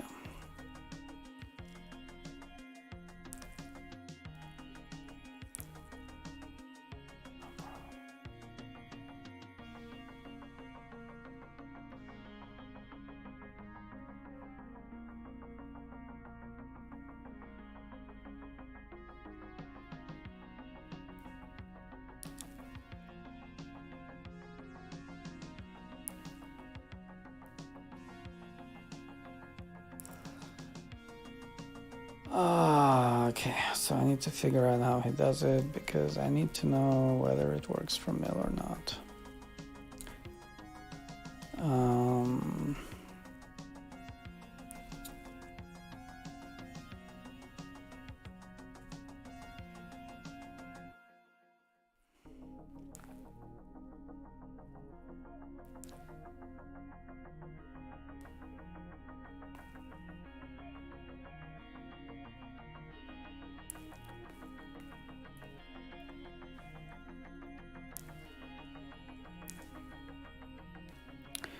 That should be enough if we just look at the dependency parser.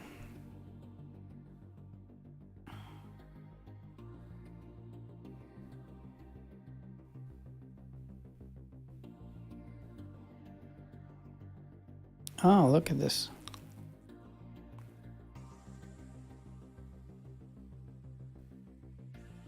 So it might support mill as well.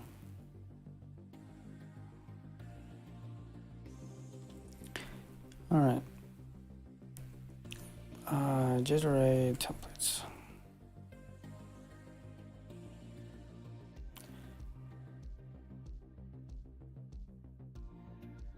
That's new. I did not know this thing existed.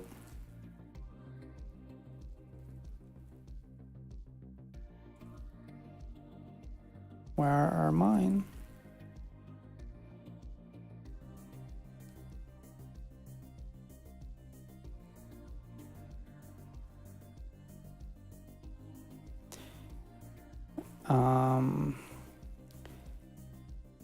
Is this not all of them?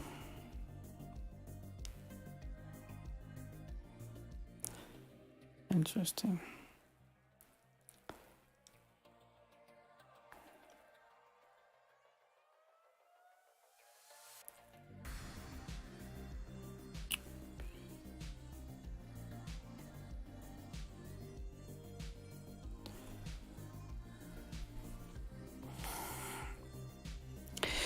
There was like a page somewhere was like a list of all of the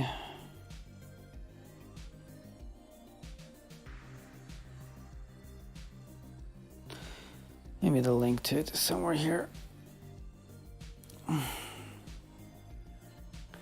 Yeah, good night, guys.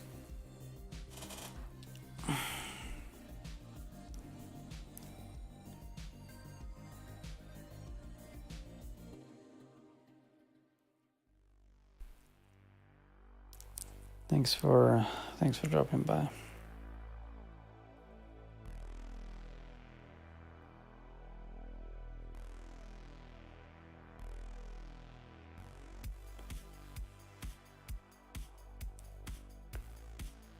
Man, time flies.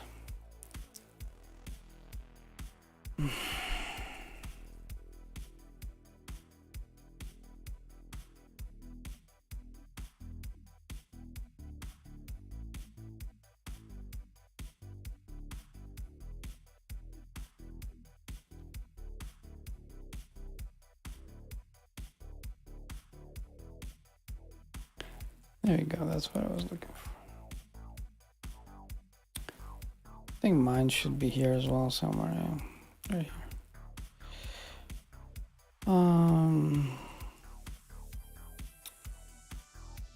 Mail, right? Mail.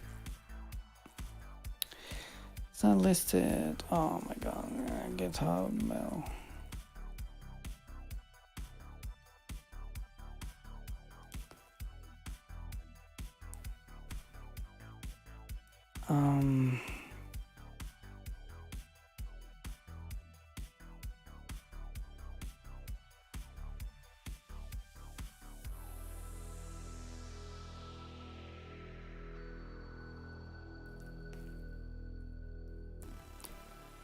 Is mail on Nix?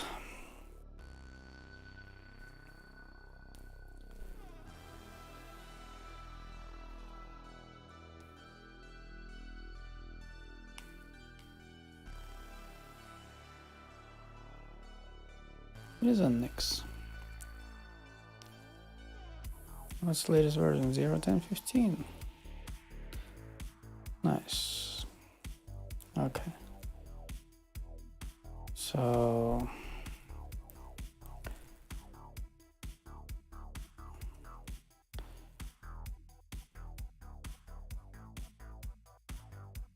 fuck it, let's just install it.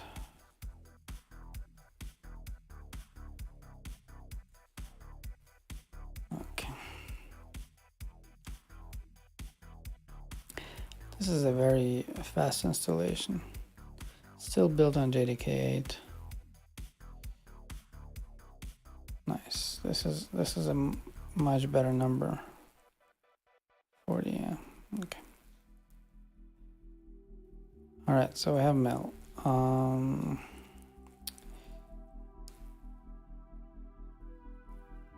Getting started, blah, blah, blah. Give me a template. An example project with this layout here. Example 1. Oh, for real? Like, what is this?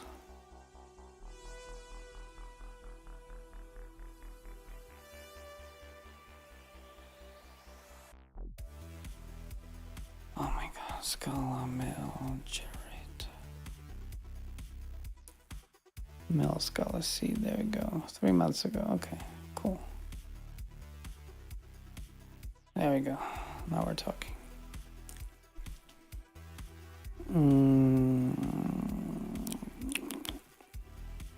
So let's go into temp again, go like this.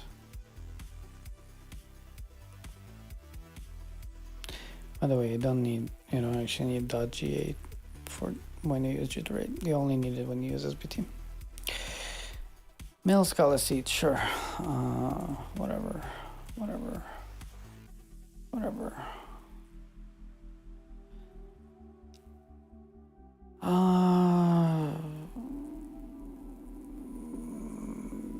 No, let's do this.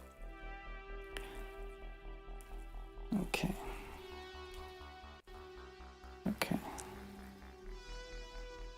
So there's not much there.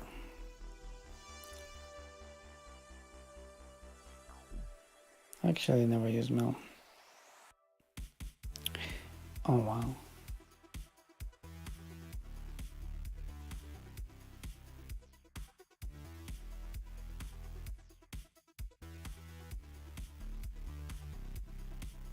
Oh my god.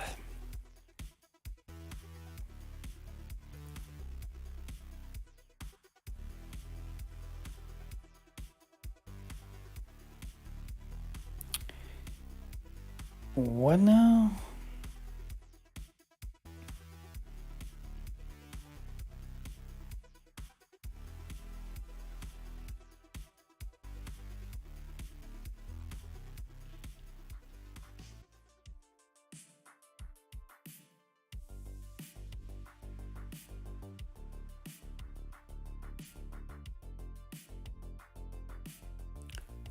What in the world is this?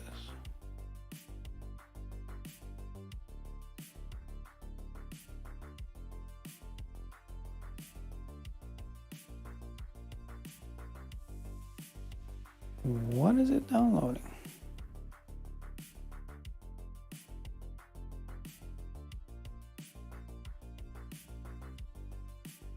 Stop scrolling.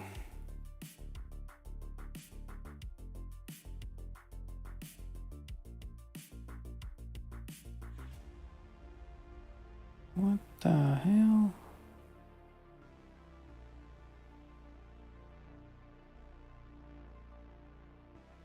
Downloading mail 0105. Why?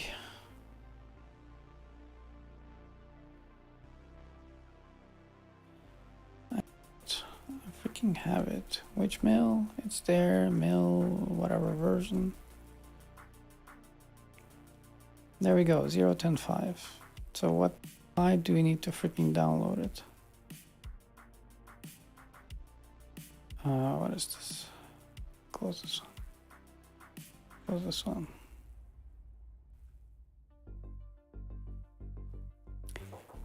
Okay, cancel. Hold on.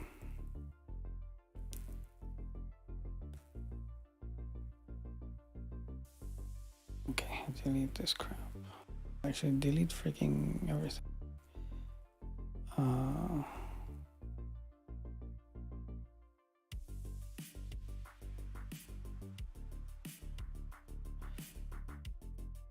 Like, I don't need this.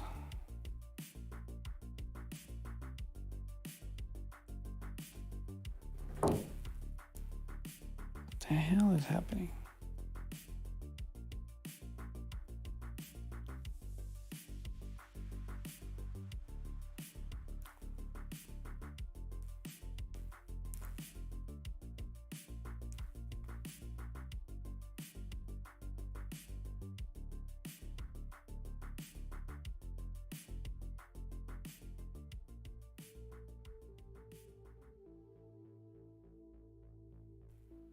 Just delete it. What the hell?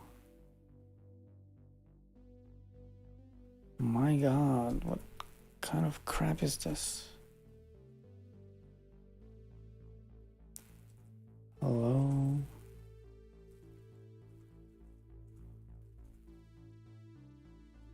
Okay, anyway, I have mail. I should be able to do some like mail run or something like this, right? There we go. So something is freaking working.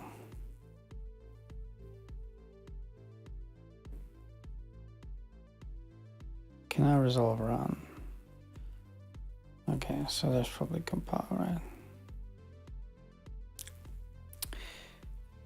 Oh my god.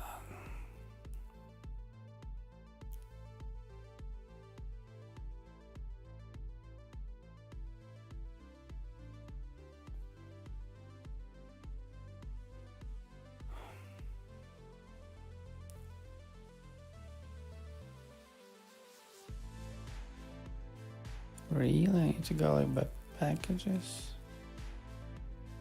Do I need to go like this? Do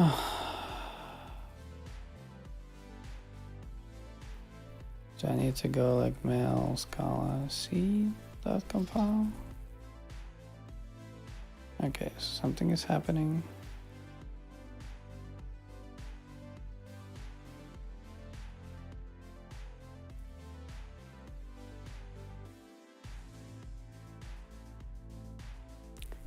so this is probably like the first time.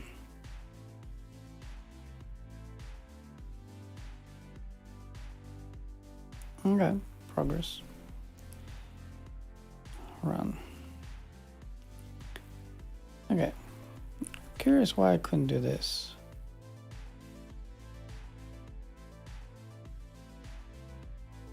Okay, I guess this is how mill works. Okay, so all I need to do now is I need to put some freaking dependency into dot what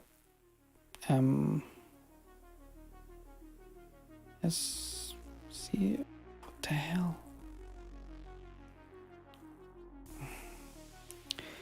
Build a C, right? Okay. Aggregate. So this is like a var arc thing.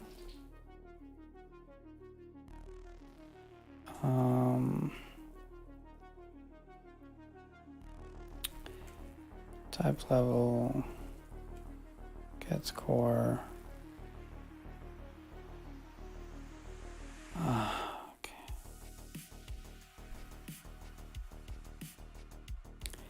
Scala gets.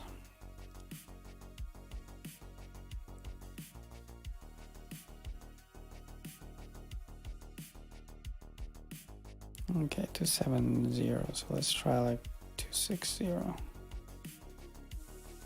2.6.0.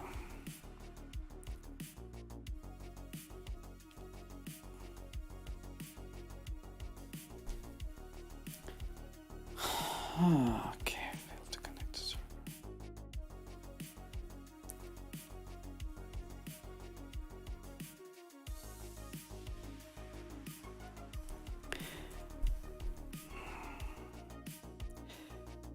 It's like is it like one of those cases where like 6 hours of debugging can save you 5 minutes of reading the documentation? Like what? Is it I messed up the version or what is happening?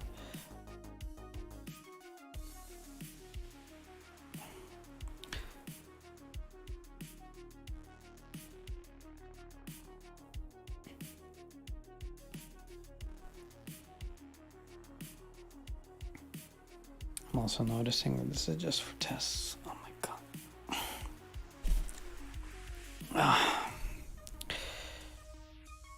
Why can I not have like a proper template for mill?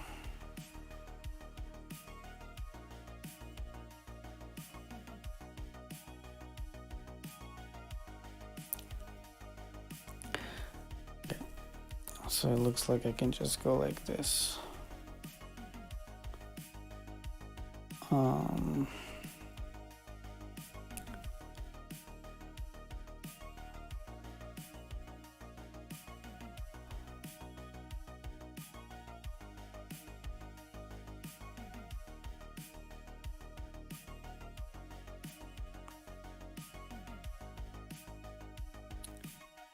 Come on, like what?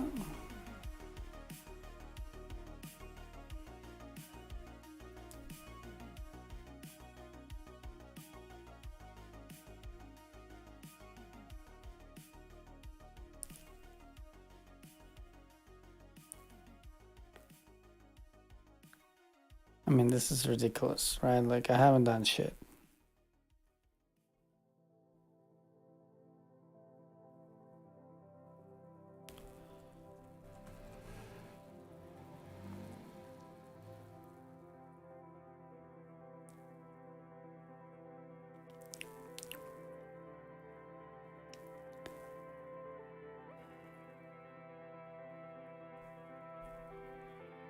Are you serious? Mail failed to connect. Sorry.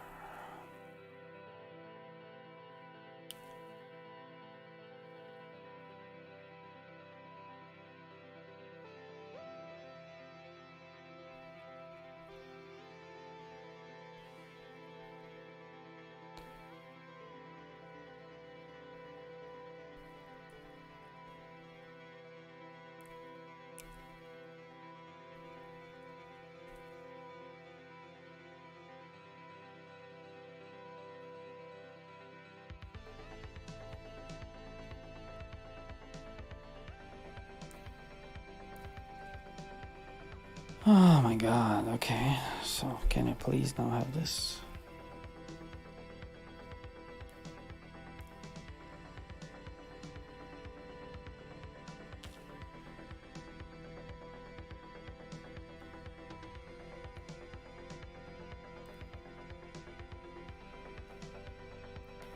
Nice. So now I can find to copy that thing with sudo, and I can do scala update. Nice. So this means that if I go here and I put a 6 in there,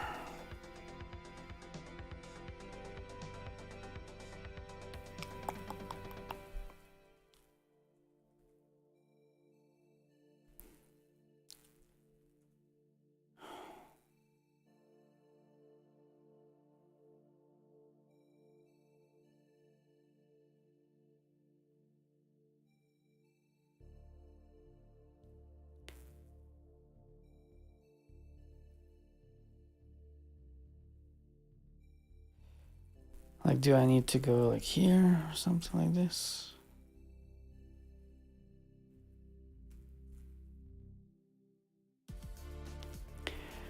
All right, so the conclusion is it doesn't work.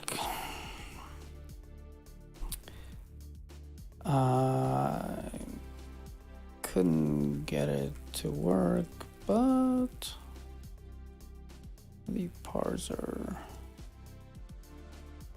should have been able to parse them. All right, so this is enough for me to be able to make a video about this.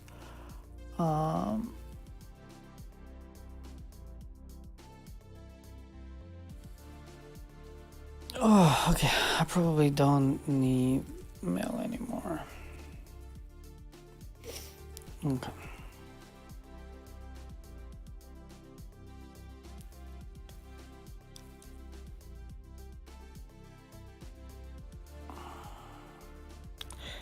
I really wanted to see those fewer braces.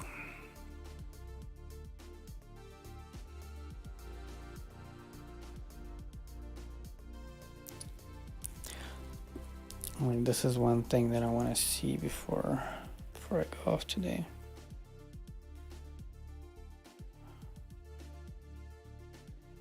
It's not it.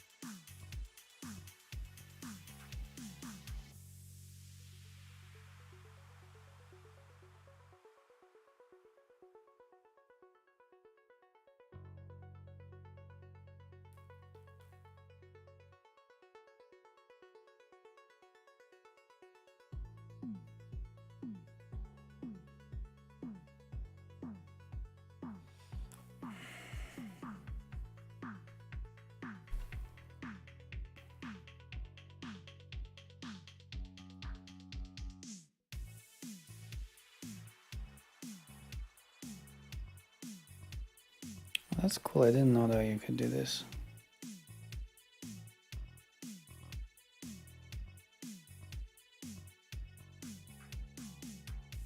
And this is so cool. I totally forgot about this.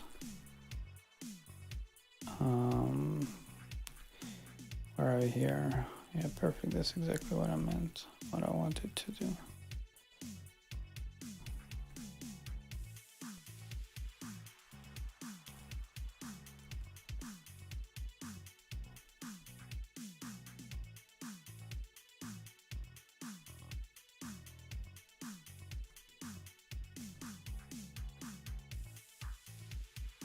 This is nice.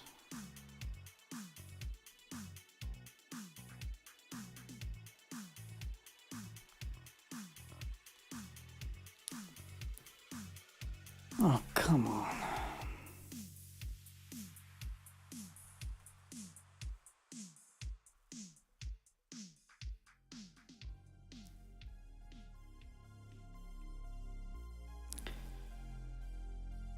For real.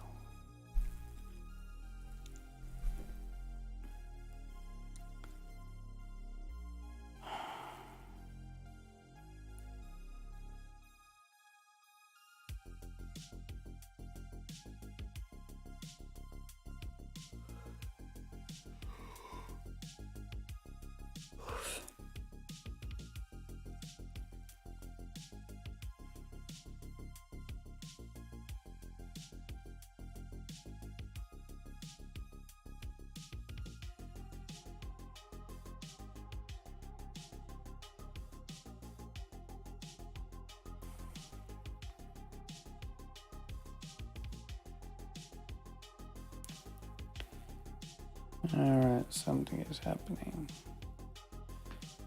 Yay, 014, so it works.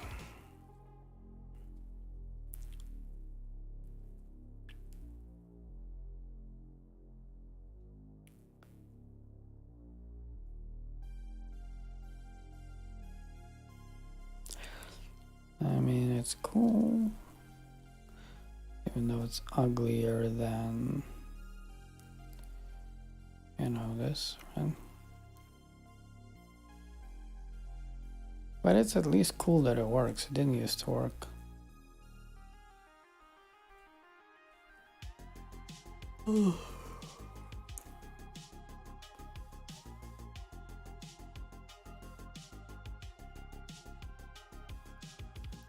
Man, I thought it was merged.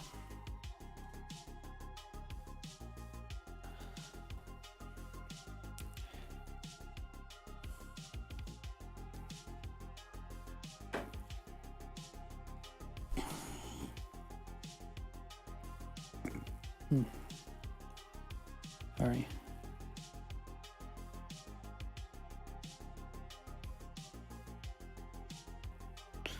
Okay.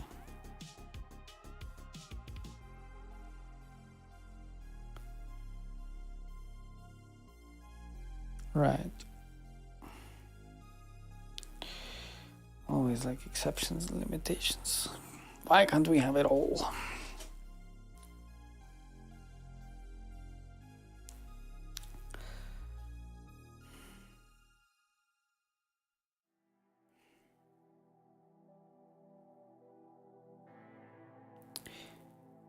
Damn it, I thought this was already merged and stuff.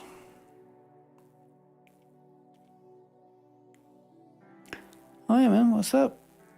Both of you. I'm like falling asleep here. How's the weather in Washington? Washington, D.C. Have you guys seen Tenet or Tenet? This what's his face?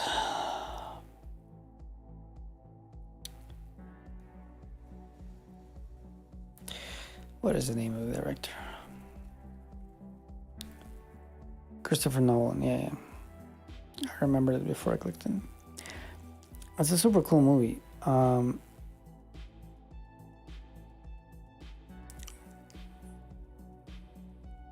Wait, you think it was dull? Man, I thought it's like the greatest movie of freaking all time. I need to watch it like maybe 5 more times to understand it. But like, anyway, I recently realized that like the dude who plays the main character, he's actually the son of Denzel Washington. I didn't know. John David Washington. I didn't know he was Denzel Washington's son.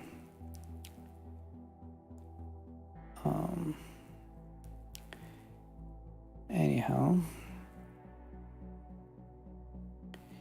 yeah, he did.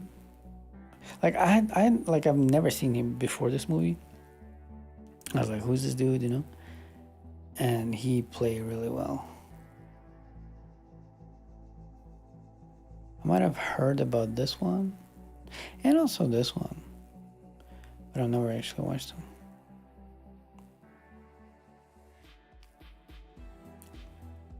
In general, like really cool movie.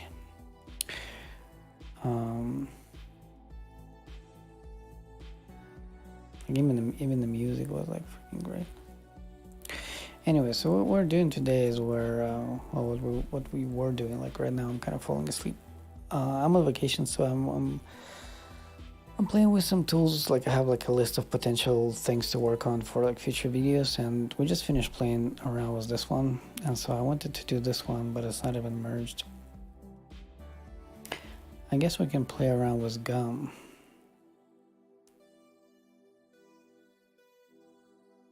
Yeah, I already played around with gum a little bit. Maybe you guys have an idea of what we can build with gum. Have you seen Everything Everywhere All at Once? I have. Like, dude, like, have you seen my latest video? Like, the thumbnail is based on that. Look. Look, this one.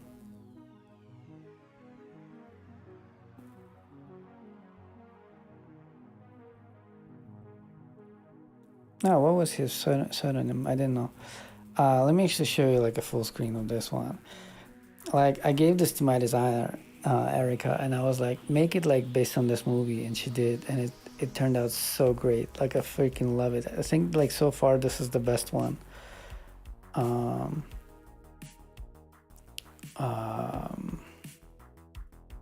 This one, right? It's on my other screen. Hold up. Look at this. Look at this. It's so cool.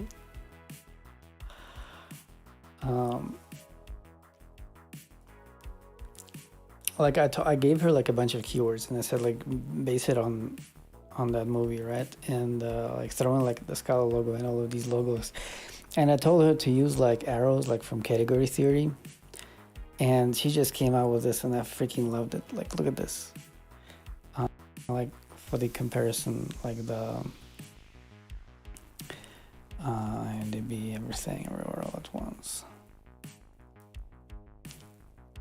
Right, like look at this.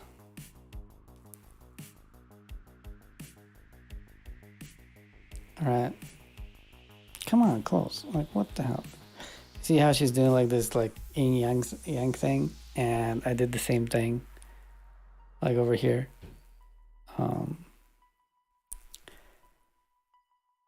See like that thing.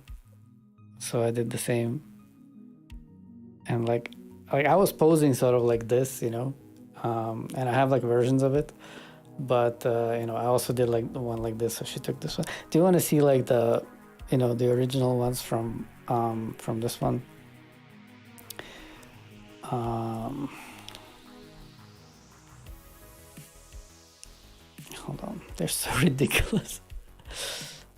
I think it's here, right? Yeah, look. Like I tried, you know, like this one and this one.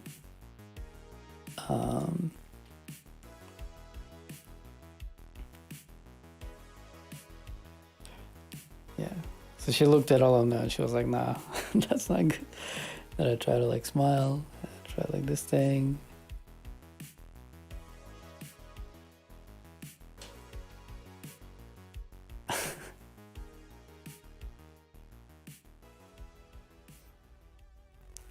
Like I always give her like things like to choose from. Yeah, I think this is the one that she took. Yeah. Yeah. Yeah, it's this one and this one, like where I smile. Yeah. Yeah. Yeah, I don't have an interchangeable lens, you know. I was basically like not zoomed in, and therefore it's like it has this what's it called? Like a fisheye thing. Like I'm filming on a point and shoot camera. It's the Sony RX5.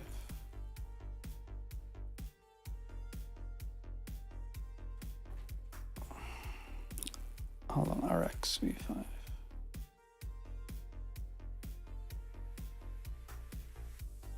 Maybe not RX 100. RX 100 is 5. This one. Yeah. So this is what I'm shooting on. So when it's not zoomed in, then it has like this fisheye view.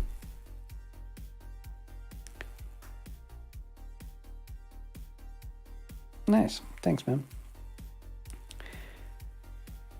All right, so let's play a little bit with gum. So gum is not a scala thing. Let's actually close everything else.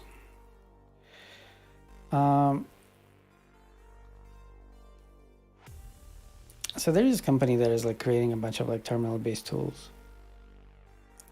and gum is like you install it like as a tool, but behind it is essentially sort of like a bunch of like bash functions. Like it allows you to like select things, search through things like with FZF. Like it has like confirmations and things like this. So if I wanted to make a video about it, we would need to build like something cool. Like in the README, they build conventional commits thingy. It lets you to like choose like one of these. Do you have any ideas what we could like build with this? Like basically a tiny CLI. Like what is like something that is like sort of like repetitive that we sometimes do.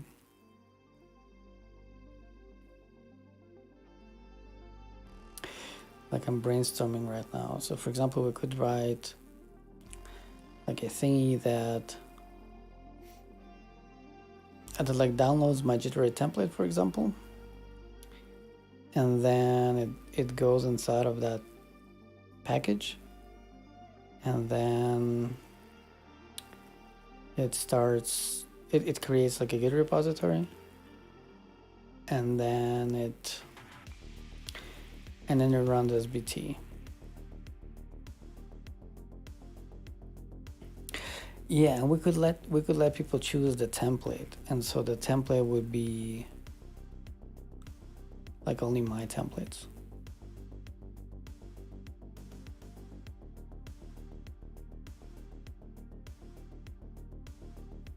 Yeah, how about that? Do you have better ideas, guys?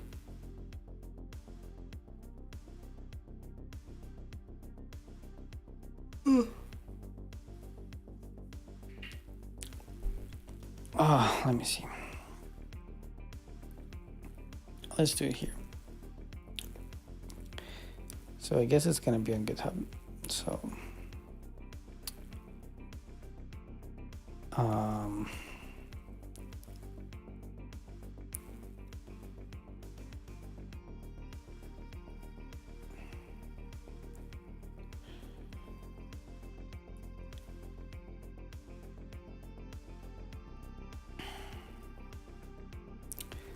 so let's call it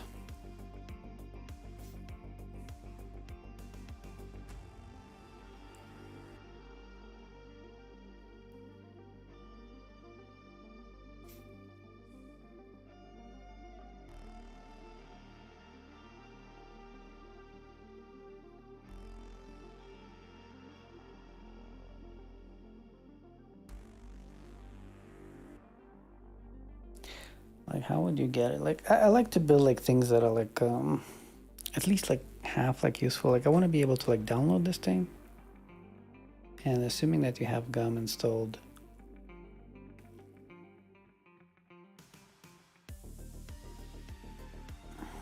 You would just like run it.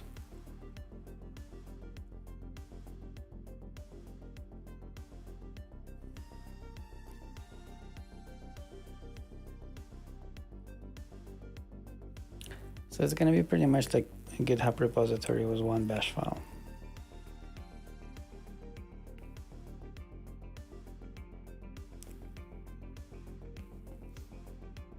So you would git clone it.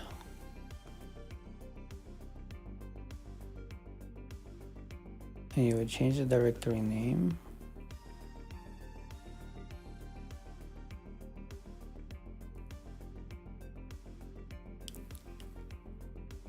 To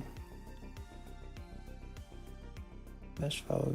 Okay, so you're not gonna git clone it, you're just gonna like wget it.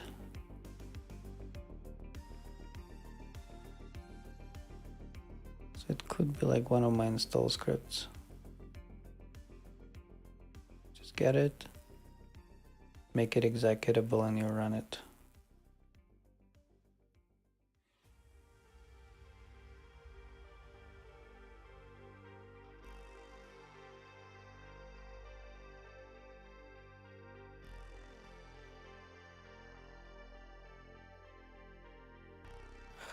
Something like this. Okay, so I think I have like an alias for new install repo.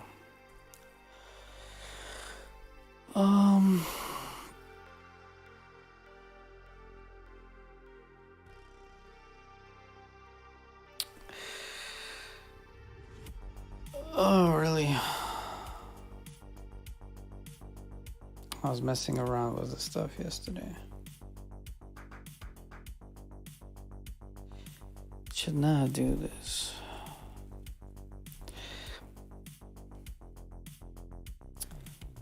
Hold on.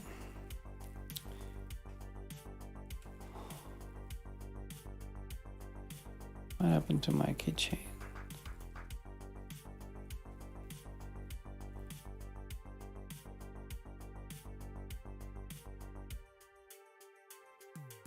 Why is my keychain locked?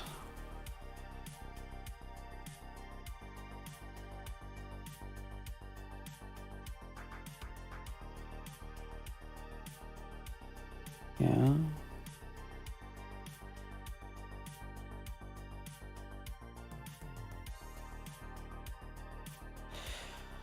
Oh, so this is a private repo, but still, why is it locked?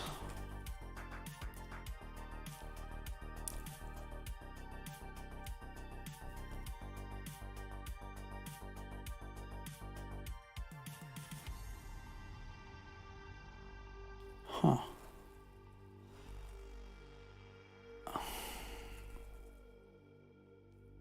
Right. So this is going to be a tool that we're going to call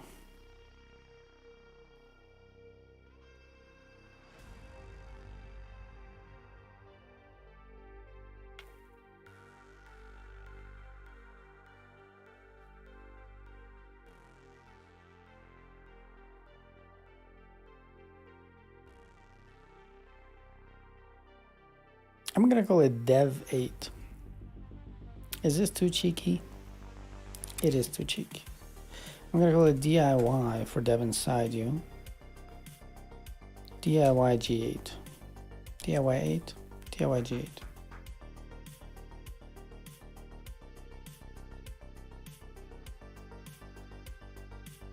Yeah.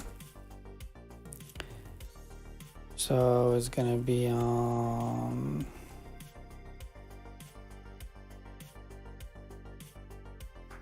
DIY G8.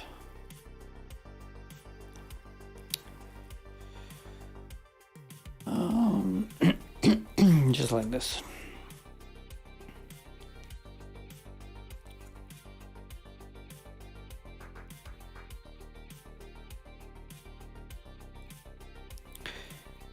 Okay, so do I have gum? I don't.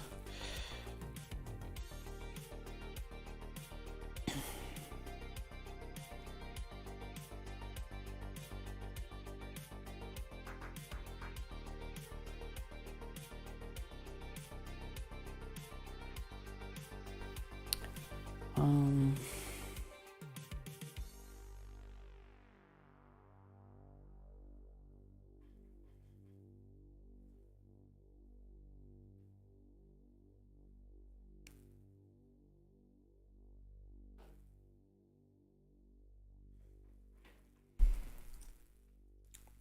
okay, so there's like this thing here. Let's see, so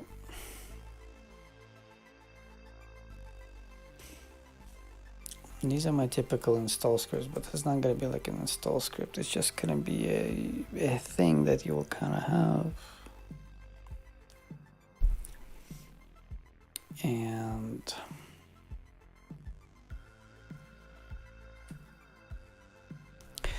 so what I want to have is I want to have a list of my repos. Okay, so we're gonna call it like DIY repos. No, DIY G8 templates equals, and we're just gonna go like choose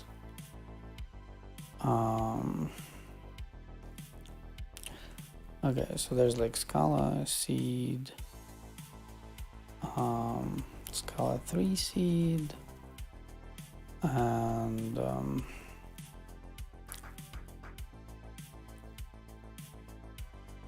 think it's called cat. Yeah.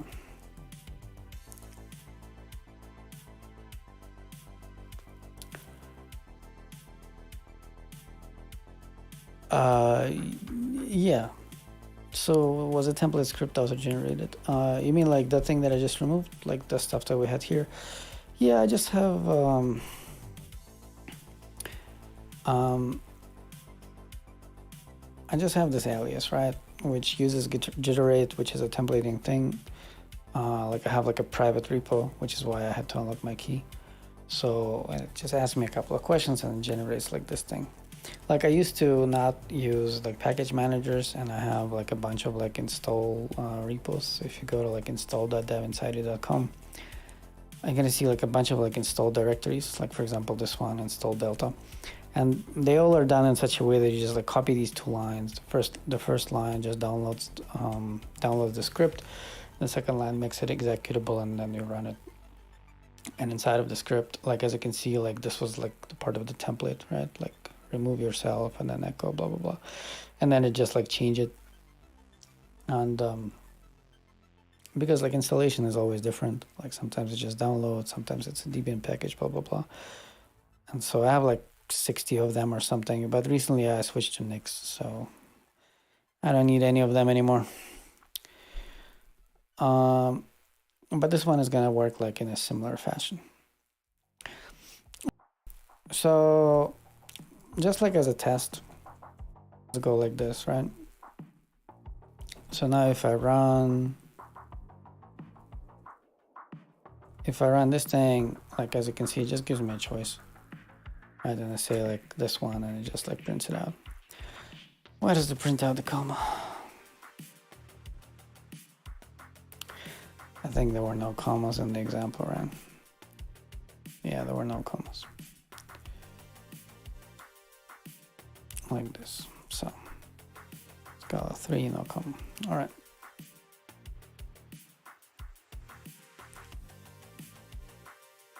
I don't know what skeletons are. You mean it's sort of like an auto-completion template?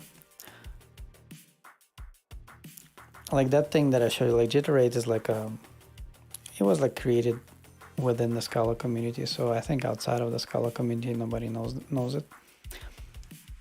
So I have a couple of my jitterate templates, like these scala seed, scala 3 seed and stuff. So what I'm creating now is like just playing around with this gum tool. So like the way I imagine is like you would download the script, and assuming that you have like gum installed,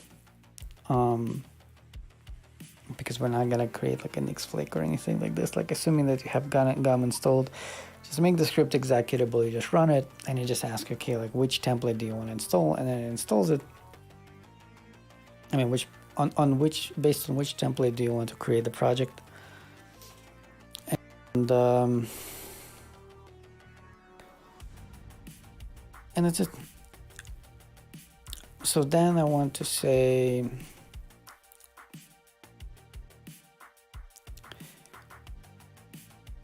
okay, so there's what?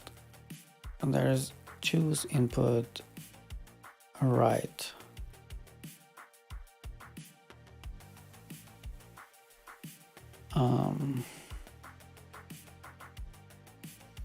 Probably this.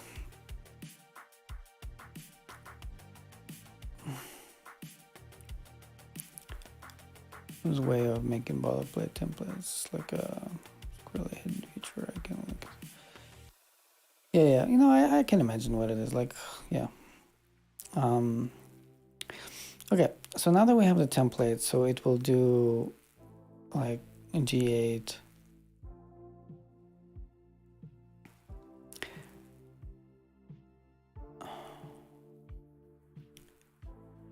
No, okay. Let's make it a little bit fancy. So we're gonna say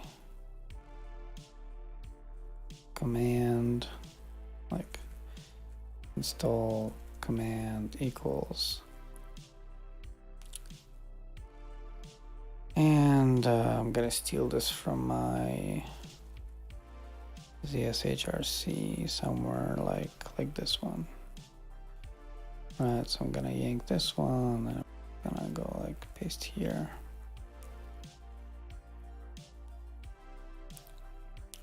So if there's 8, then G8 dev inside you slash, and now we're gonna do like DIY G8 plate. It should be template, right? Like this.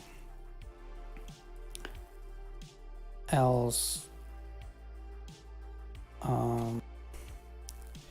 just gonna assume that people have SPT installed because blah blah blah. G8, okay, and let's also do like this just in case, like this, right?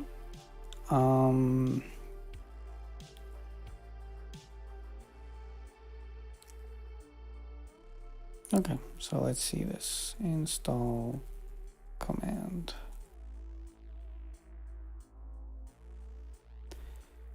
All right.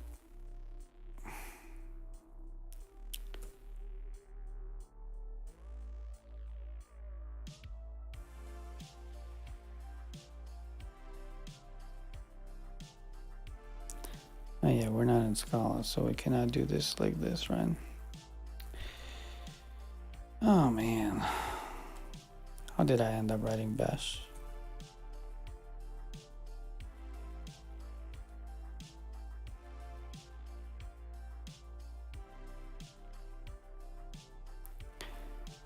All right, so cs uninstall G8, and now it's this. Nice.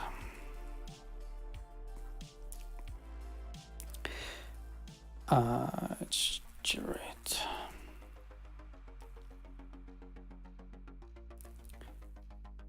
Okay, so and now I run it again, and it's like, yeah, cool.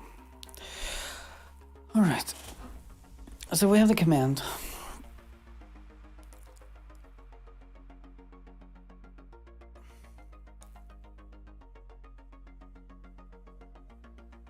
So I guess now we will run the command.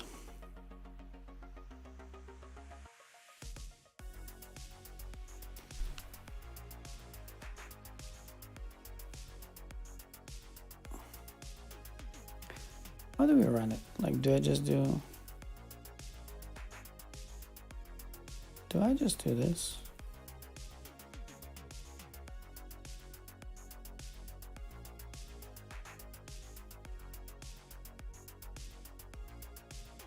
Yeah, I do. Okay. So,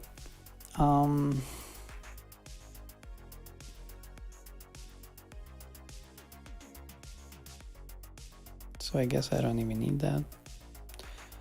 right? I can just go like this.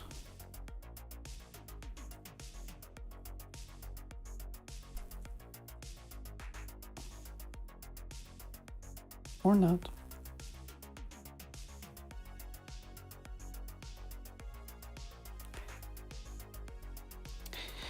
I sometimes hate my curiosity. I guess we can do this, right? Maybe not. I don't even know the difference. I'm just like doing something silly.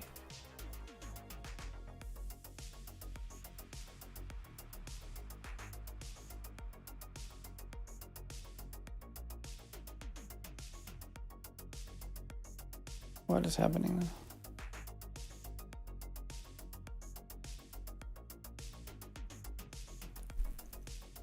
Okay. Don't care anymore. Like this. It works like this, so we're gonna do it like this. Okay. So now it's gonna install it. Then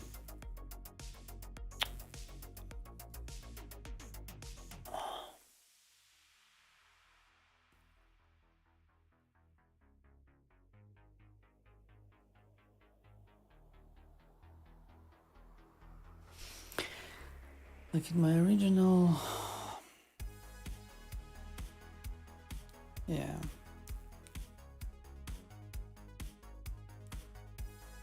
Like in my original idea, I thought that, it would like install this thing.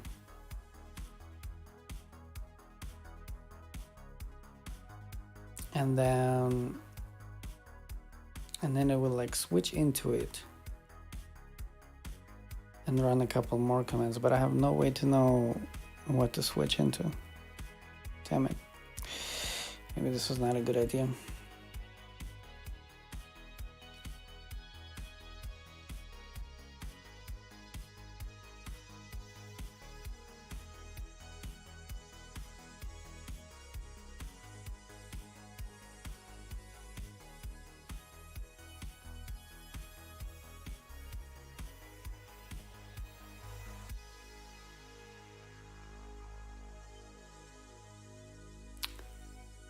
I mean, I could like list the directories in the current folder and say like, yeah, whatever. It's just an example, right? So now we're going to say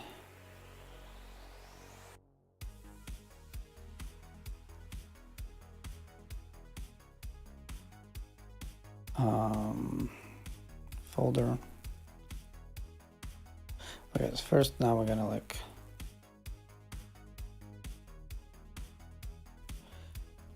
echo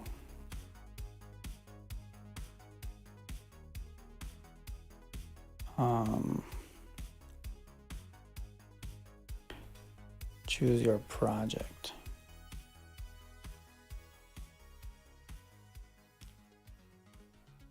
In fact, we probably should have done like this, like choose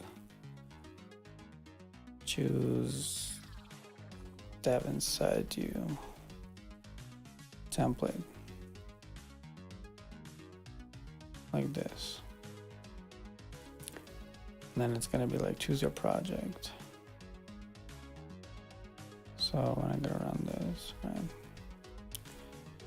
Blah, exactly. So choose your project and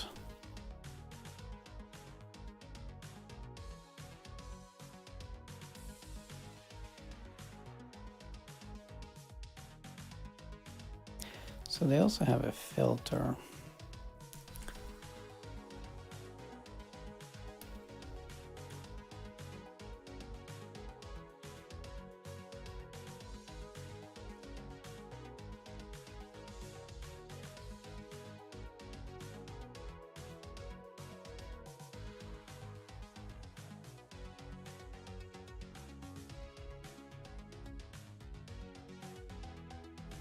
Oh shit, hold on. What's the default limit? Okay, default is 1.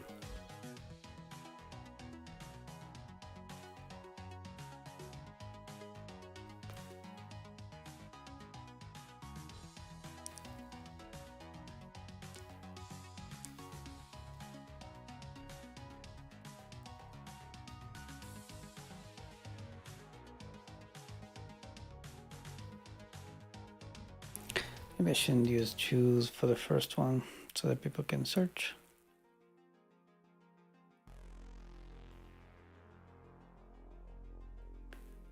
And doesn't the filter have a limit?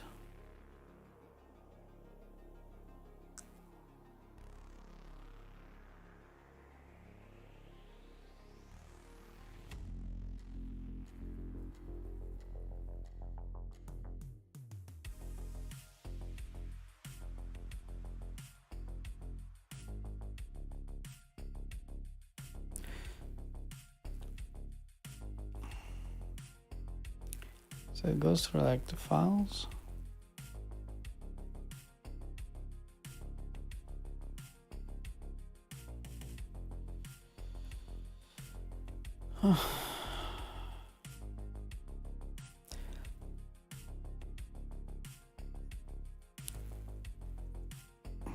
That's the file, so I need the folders.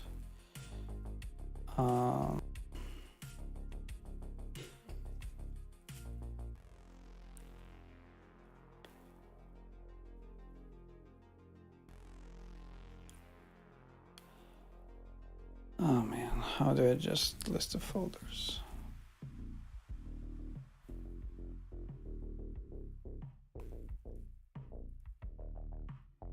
Just -D.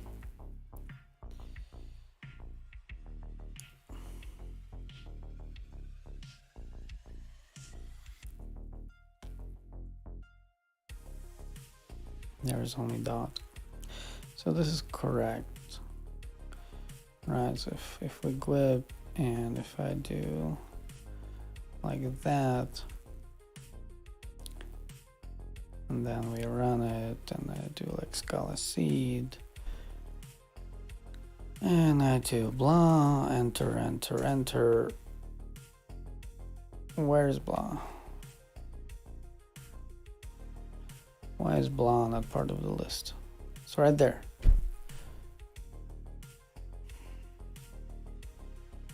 Oh, that's fine.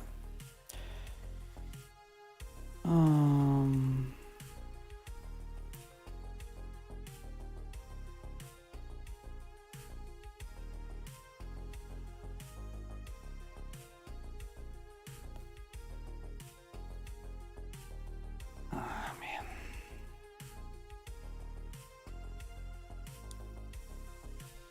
Alas, only directories.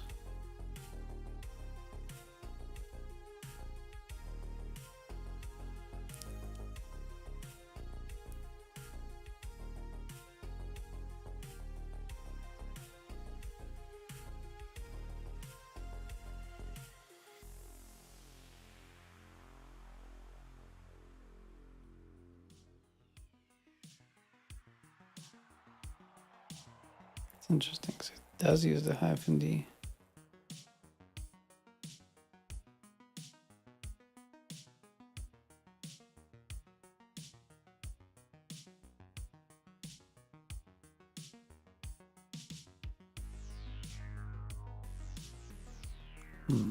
So why do you need both? Like,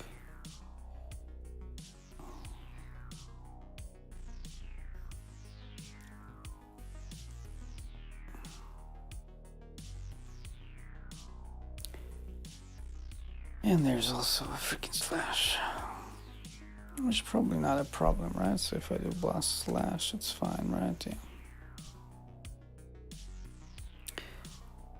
What happens if I just do that?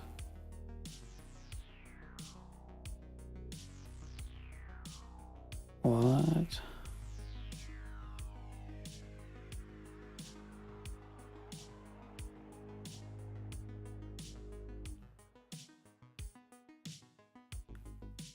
Oh.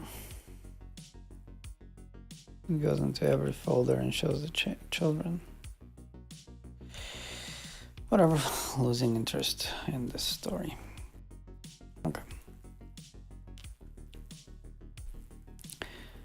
So this means if we do this and we go like this, it's gonna be like choose one of the templates, and I'm gonna be like Scala 3 seed. And then, by the way, let's also have echo. Wait for it. Actually, they have, I saw that they have like spinners. Yeah.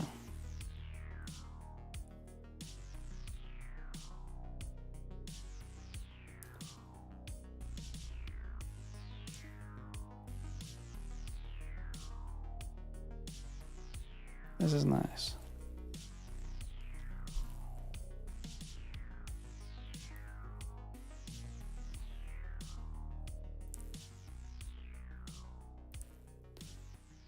Wait for it. And instead of this, I'm gonna have that.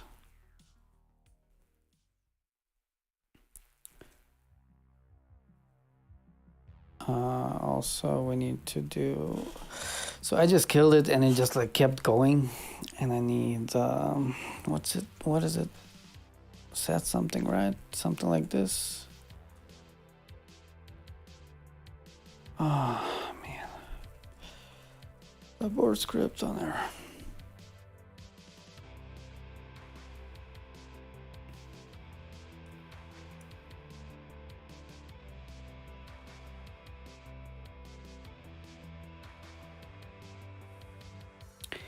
Exits on error. That's good. Yeah, this is good enough.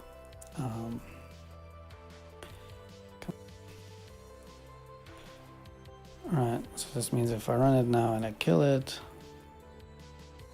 Okay, I don't want the. I think it was the axe, right, that showed everything. Like this one. Yeah, so if I kill it, it just dies. Perfect. All right, so what did I want? I wanted to do like Scala 3 seed, and then it's like, wait for it. Oh, and it doesn't do shit. What? Why did it not?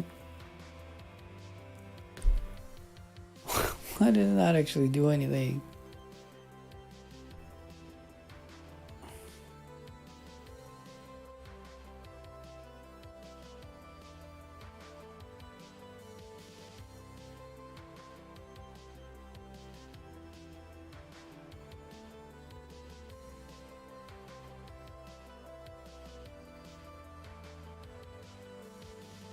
Why?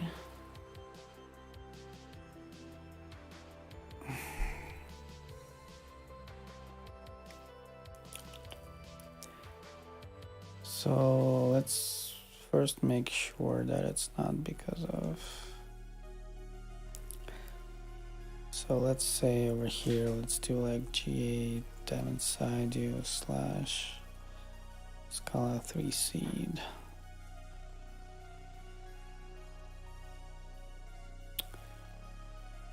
Oh, this is unfortunate.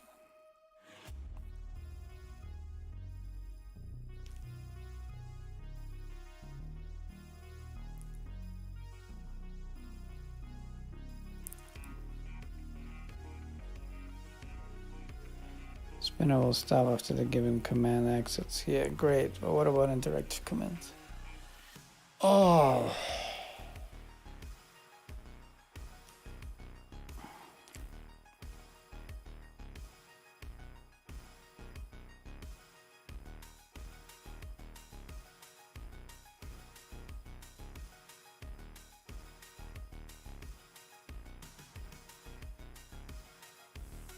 This would have been so cool. Alright, so this shit doesn't work.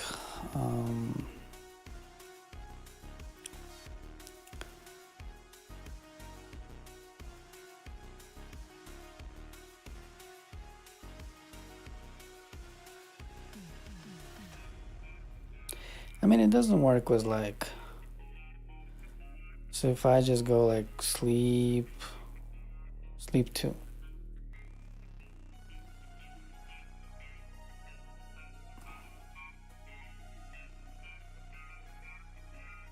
Yeah, that doesn't help because it's just like,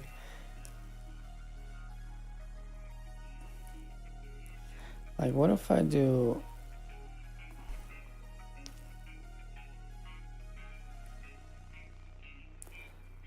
what if I do some hacky thing like this?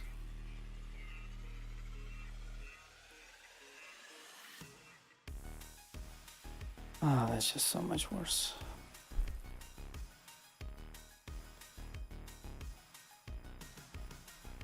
Okay, so this is garbage. Wait for it. All right, so Scala 3 seed, wait for it. And now it's here, and now we call it blah.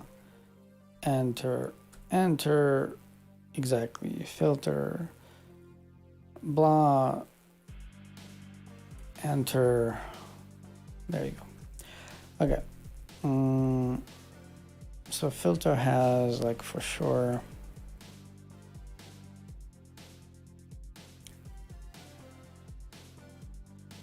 placeholder, right?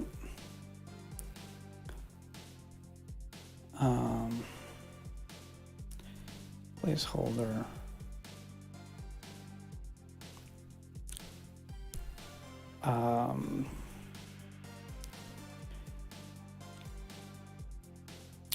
Select your project. This. And then we're going to like cd into folder. Like this. All right. Actually, let me keep blah. All right. So it's gonna be like this. So now we go like here. Playground is fine. And now it's like this, and I go like playground. And it didn't do it.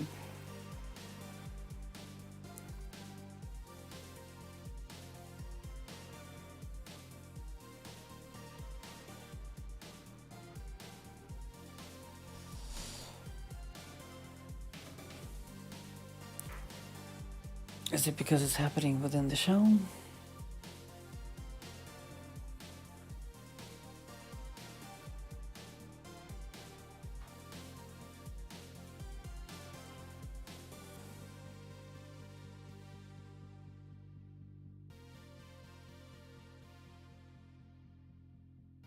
Yeah, probably. But it's okay. So now I want to do confirm with something like this.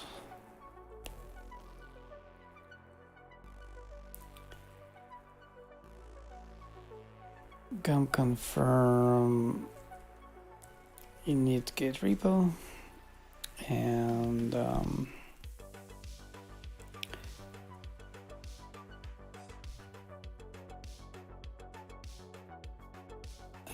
we're gonna say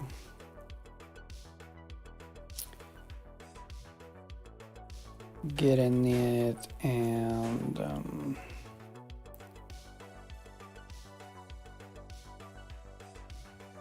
git add dot and git commit initial commit. All right. Why is this white? Has this always been white? All right, so let's go. Scala seed. New thingy. Let's go like new thingy. Okay, init git repo. Let's say no. Okay. So this means that in new thingy, it's not a git repo. Nice. So let's remove new thingy, and now let's run through this thing again. So let's go with like scala 3 seed. And we're gonna go with new thingy again. Go with new thingy. Yes. Yay. So new thingy. There we go.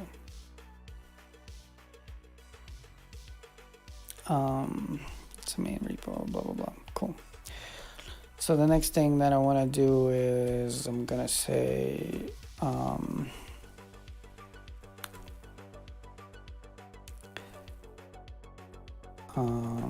start SBT and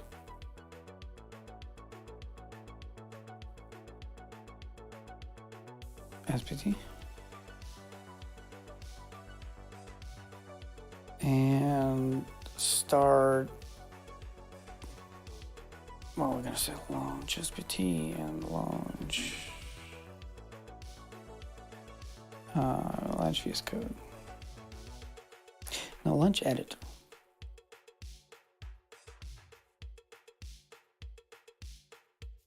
Maybe we can run away with editor.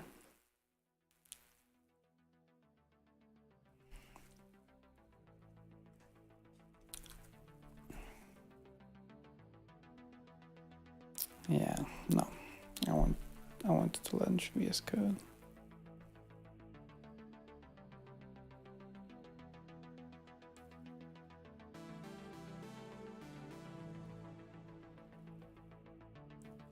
How do you even spell VS Code, like in a short, like this? VS Code. I guess like this. VSC.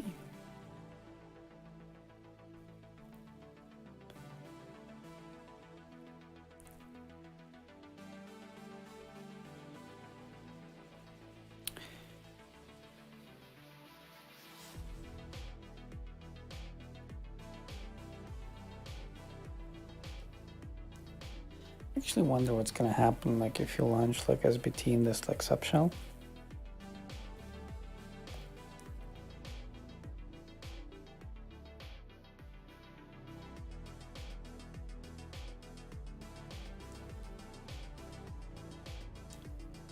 So what's gonna happen to the, like if we go like this,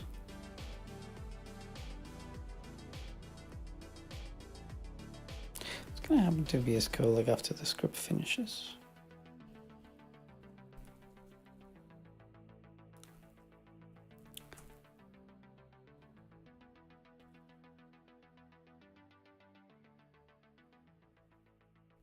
Blah blah blah blah.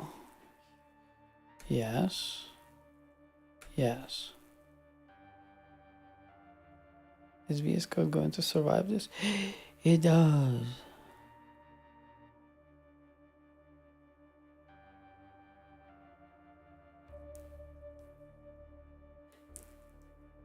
Nice. What if we launch SBT?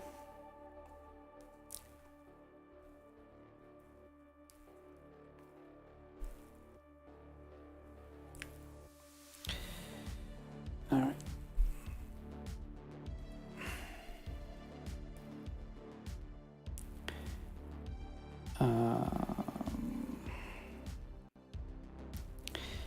SBT test. Test. Yes.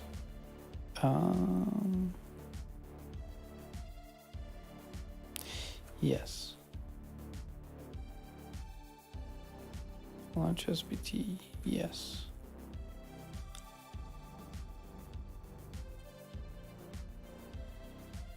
Because SBT is gonna make you like stuck in this thing.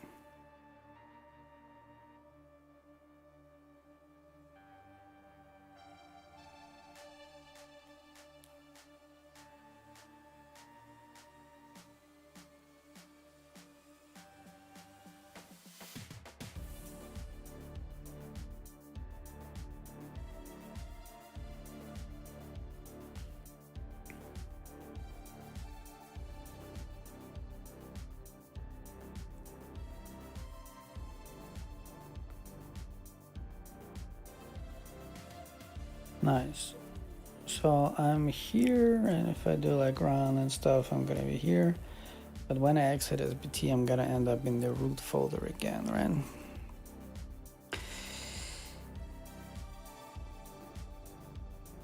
It's not too bad.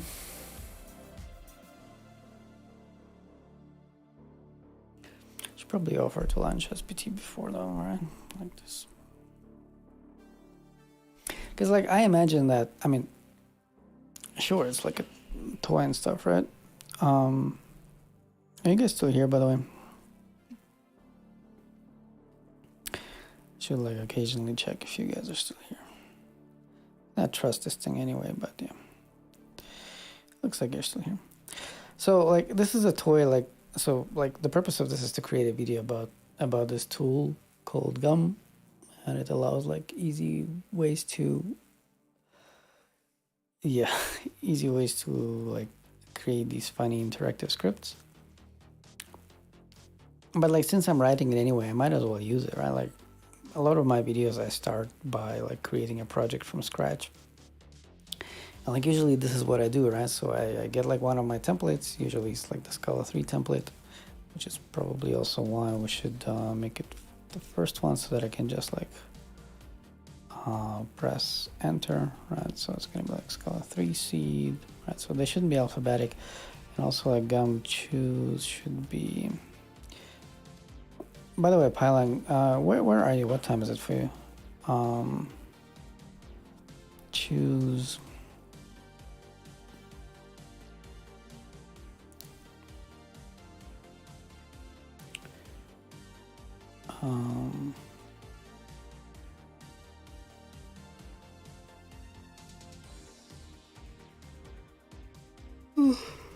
Jesus. What did I even want? Oh yeah, I wanted the default.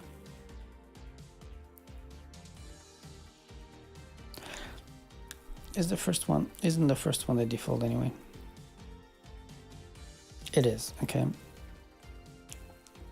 So nice, so I'm gonna go like this. And I'm gonna say like my awesome project. And yes, yes. So I'm gonna be like my awesome project. Init repo. Launch SBT no. Launch VS Code yes. And that's it. And it's gonna finish. All right.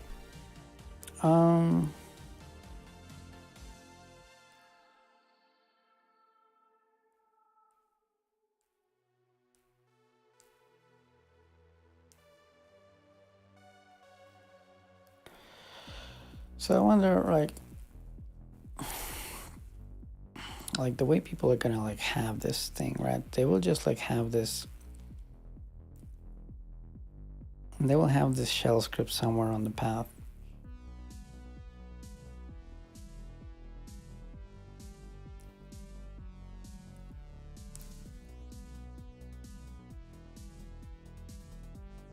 Let's see.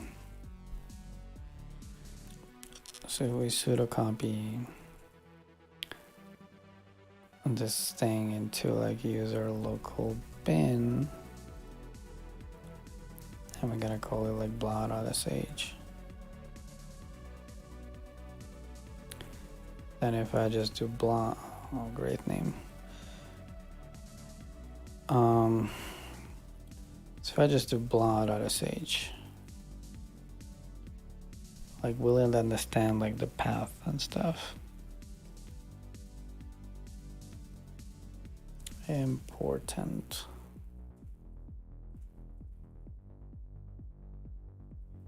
It is here. Yes, no, yes. I should have said no actually. It works. Okay, great. So user local bin.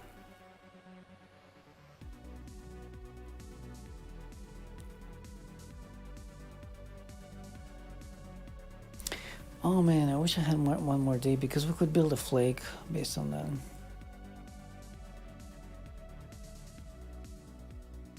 Because you need gum, you need G8 or SBT.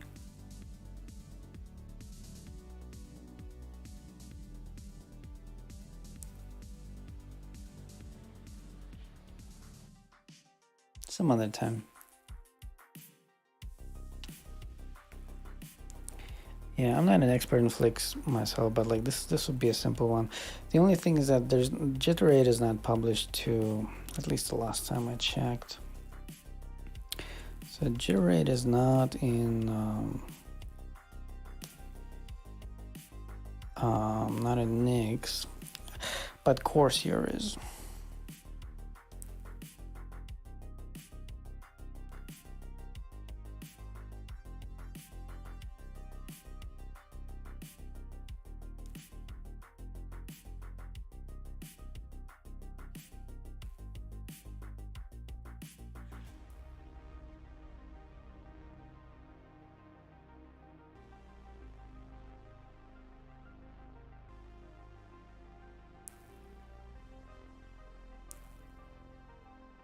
Yeah, probably also not no G8. Yeah.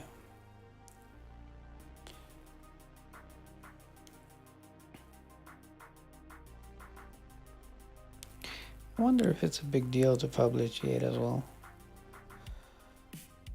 Obviously, we're not gonna do this anytime soon.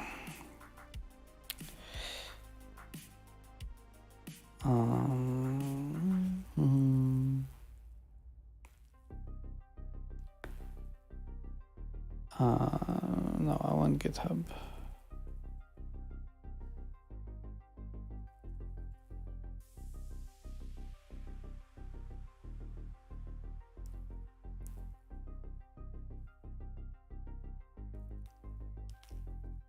It's 100% Scala.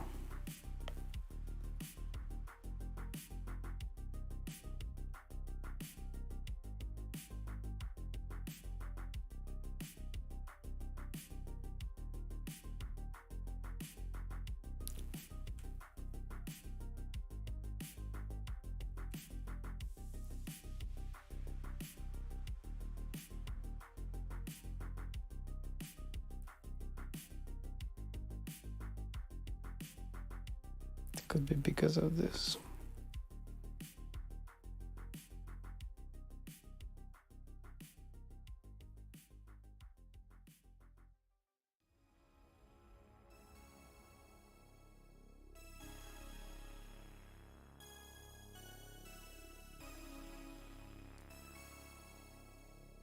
Oh man.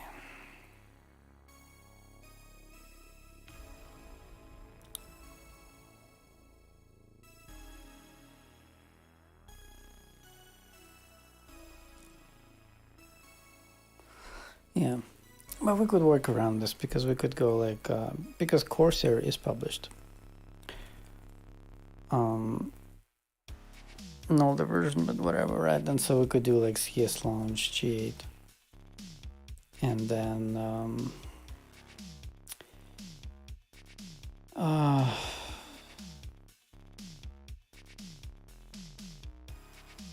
right. So we would do like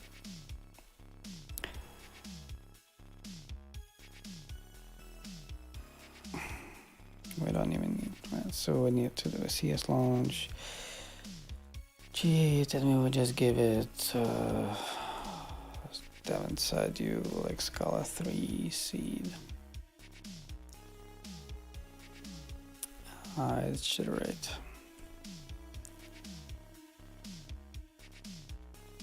Yeah. Right. So this would be like not really a big deal to do. Like this part would be like slightly different.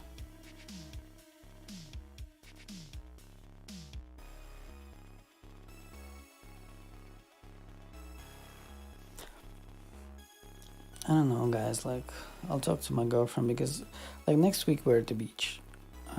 Like, this weekend, I think we're gonna travel.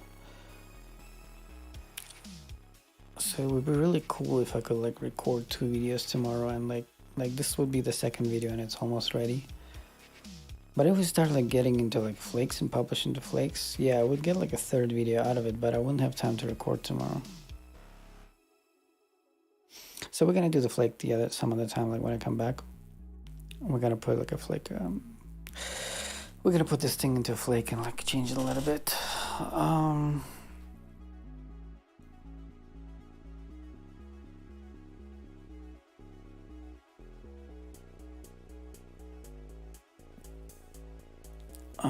Yeah. We would change like this part a little bit probably.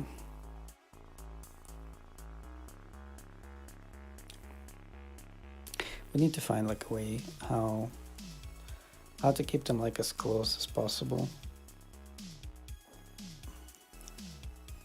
Like for example, over here we could do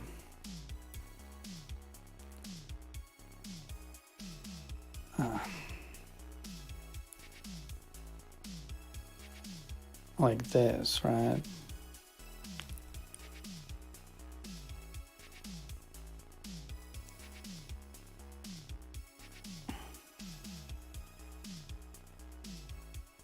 Right.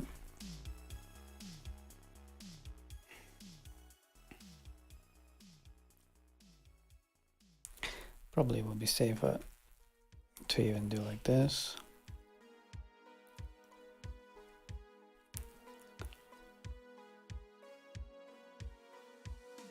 And then like else.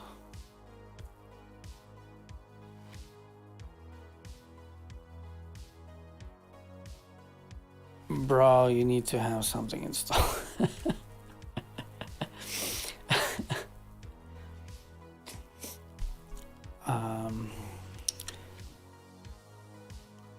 You need one of those for this script. No. Install one of those for this to work. Generate course here or SPT. Right, like this is probably like the better way to do that, like the safer, and also like exit one or something like this, right? Where one would be like, you're a total idiot, you don't have anything about Scala, why are you running this thing in the first place?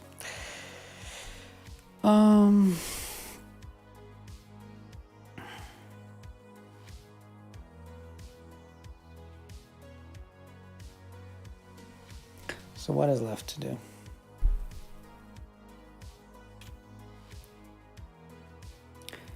Nothing, right?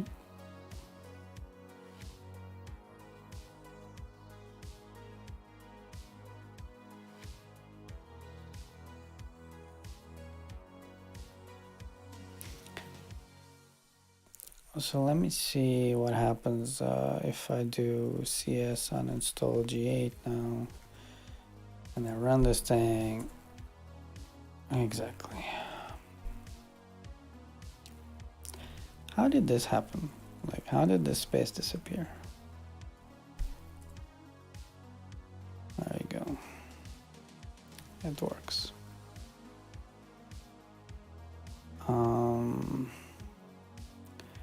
I gotta try the other one.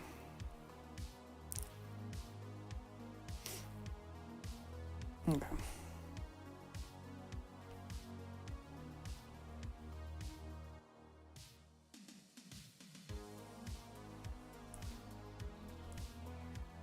Install one of these. Just like this, install one of these. So one of these and try again. How is this happening?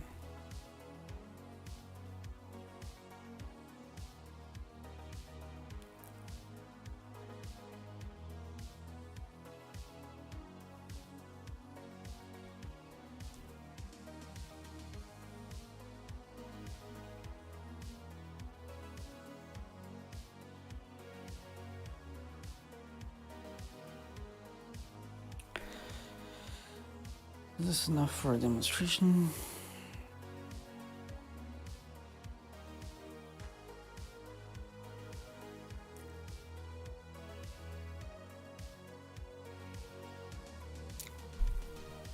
Actually, I think we didn't use the placeholder for gum-choose, right?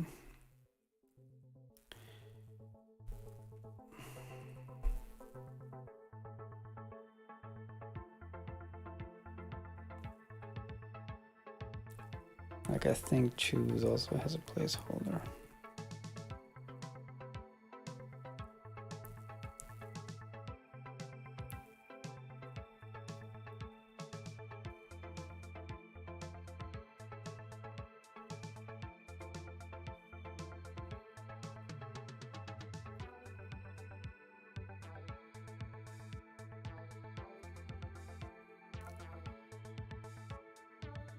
Maybe it doesn't.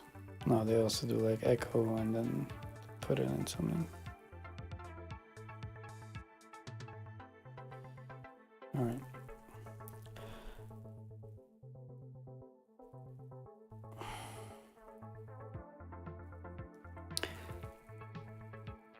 Okay, so I guess we don't need this because we do like project and we do like select a project.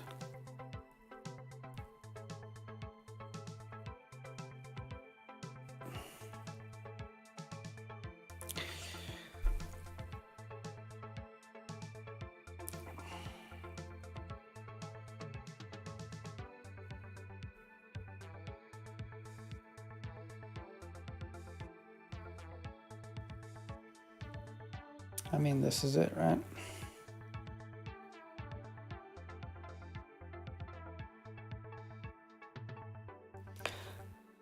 Okay, so now let's have a look at everything else that is like laying around here and maybe rename this thing.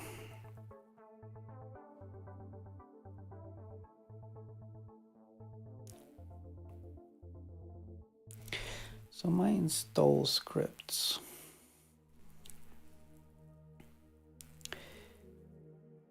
They actually can move these things, right? So this is probably what we should do is, so hold on, around like important and my awesome new thingy and playground and SPT test, right?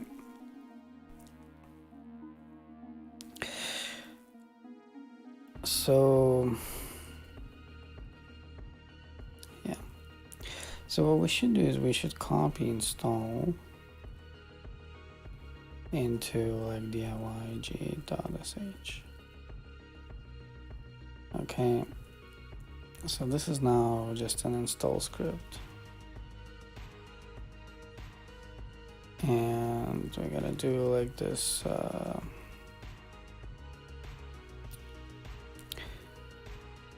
now I need to just want to keep things consistent. I don't know, let's do install, I don't know, something for Scala.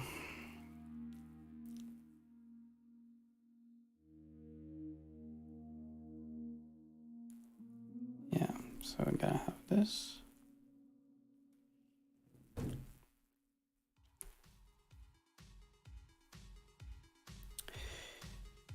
Remove yourself, and then we're going to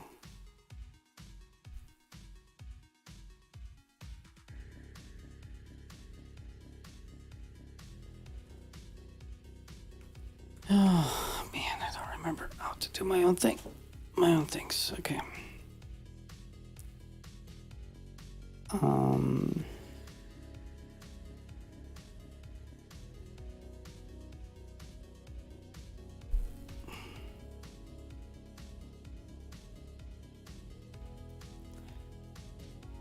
Yes, it's like this.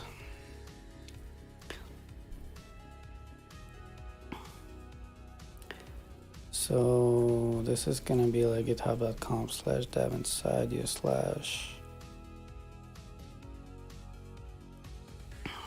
DIYG8 slash DIYG8. I'm not even gonna call it .sh, it's just gonna be like this.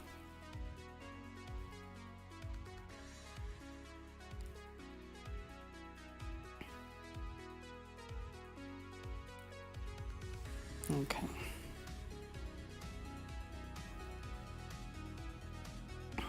So like this.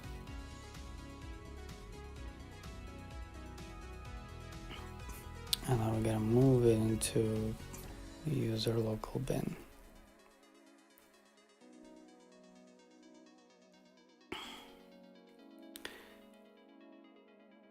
And now we're gonna echo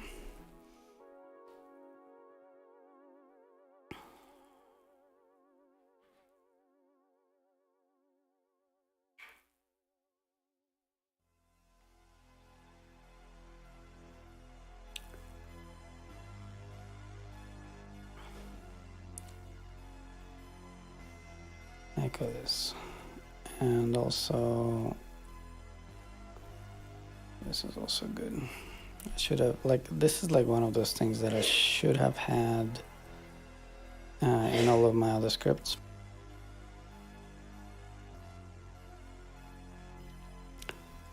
So that it fails. DIYG to user local bin, and then DIYG8 is now on the path.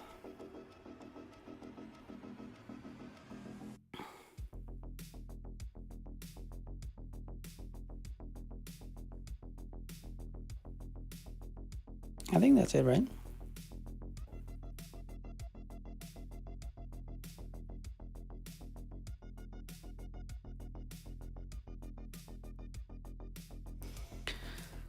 What do you guys think? I think this is it.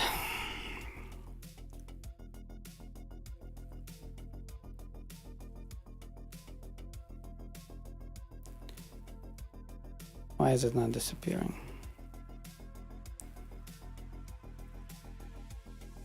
Because it's open in VS Code.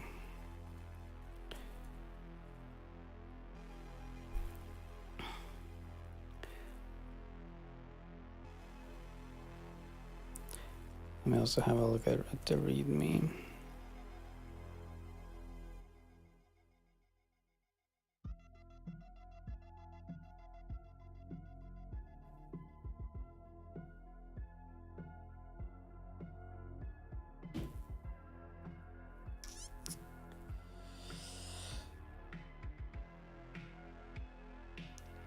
Oh, this could be a problem.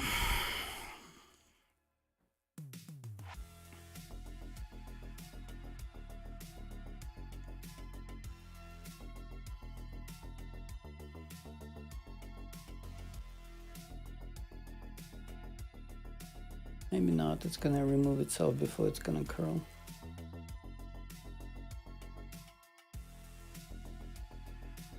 Yeah, I think it's gonna be fine. I think it's gonna be fine.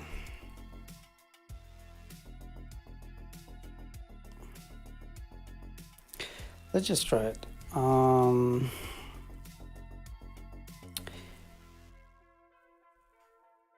So this alias will create the repo if it was a repo. Okay, so it's not a repo.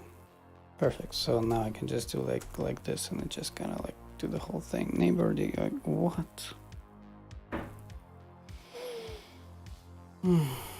Are you serious?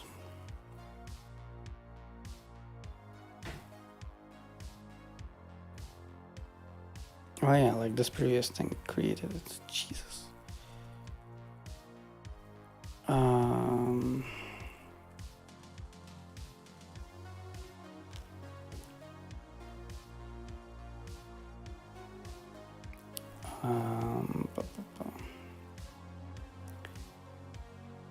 had one job.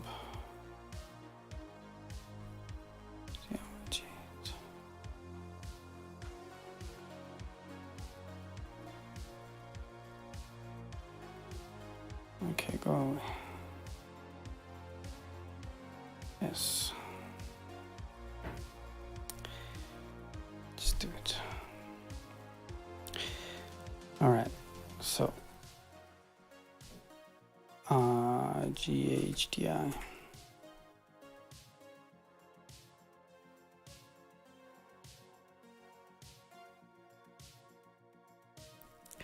All right, so this is it. So let's take it and hold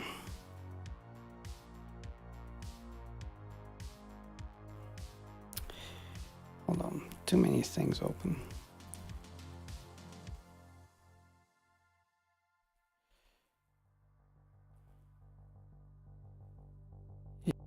So we were here all the time in dev inside you. So let's go to space.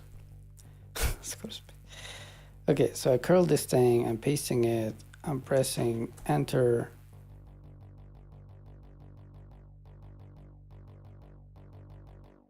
Ah, great.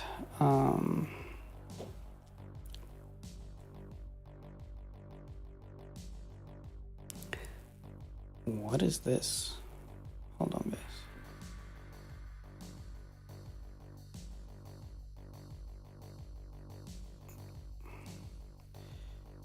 All right. I don't need these. Why do I even have this stuff?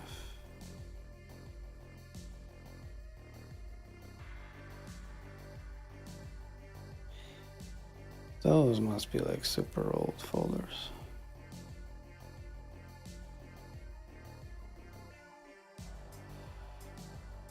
All right, so paste again. Can we do this? We can.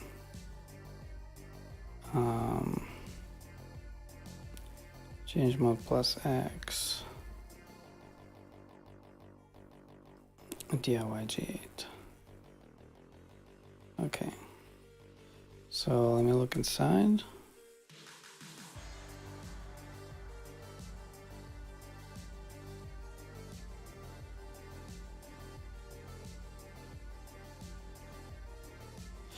Oh, okay.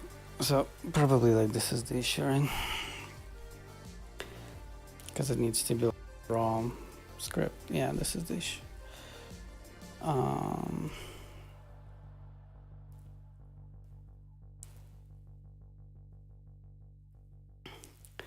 We need this. So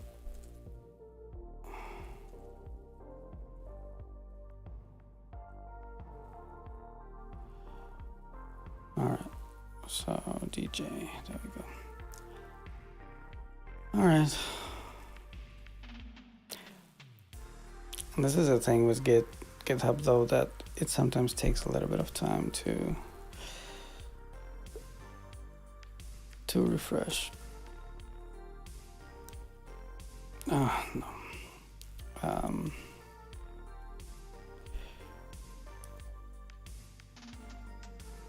Mouse, wake up. There you go.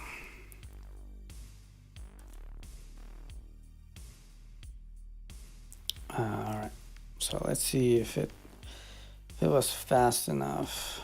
Enter. Probably didn't refresh yet. Let's do this part manually. So let's curl it. Change mode plus X. Open it in Vim. Yeah, so as you can see, like GitHub like cached didn't refresh this thing yet. So what was it? This one, raw. So let's look at this. Okay, and so now if we, how do I run it with dot slash? I want to just do it like exactly the same way as my code does it. Yeah, dot slash.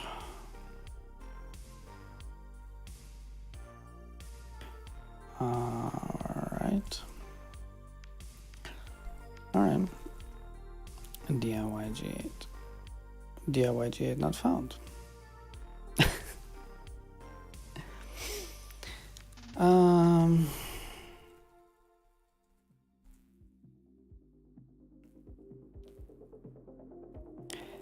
Okay, I forgot to make it executable, and also it doesn't belong to root. Okay.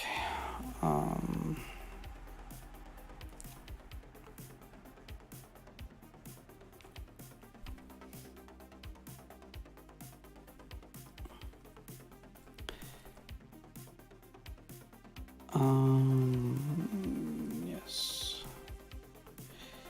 Change order.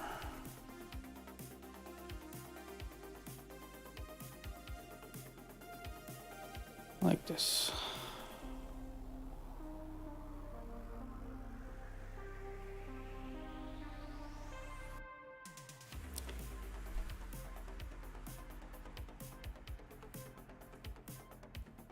Okay, so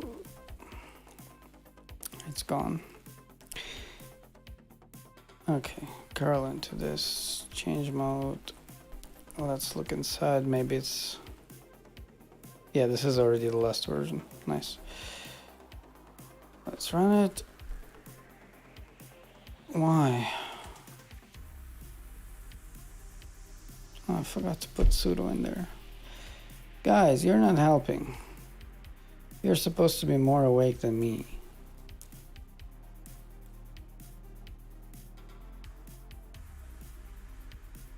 Technically, we don't need sudo for this one.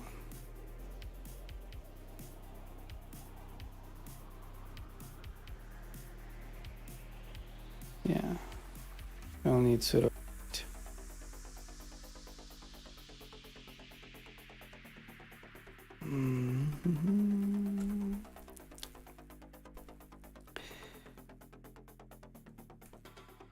All right, so again,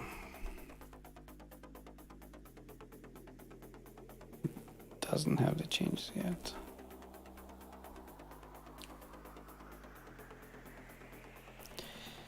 So, yes, like this, like that. Yay! Nice.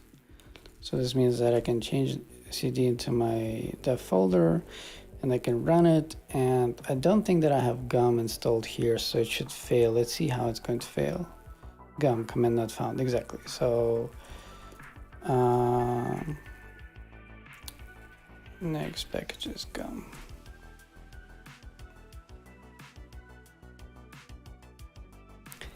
DIY G8. Yay! Scala 3 seed. Wait for it. So it's gonna be delete me. Yes, yes.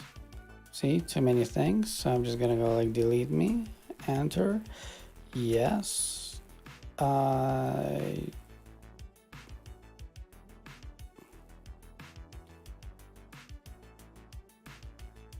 No. Yes. I just realized that if we say yes to SBT, and then we could sit inside of SBT for like an hour, and then when it finishes, it will ask about VS Code.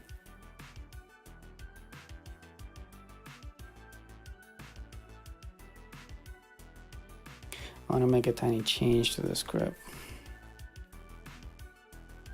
But anyway, it worked, right?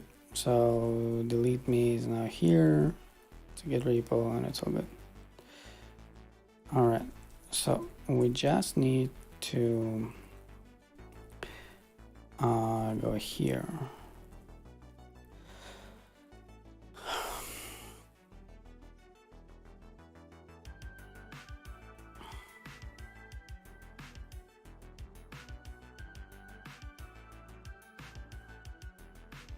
So if we say yes to SBT,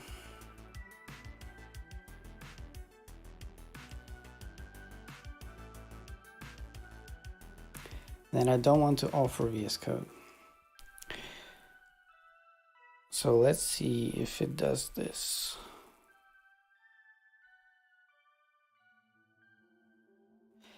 How does precedence work in Bash?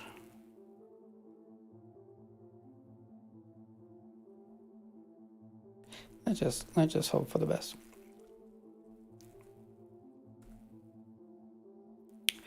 No, this is not what I wanted. No. Oh. Damn it.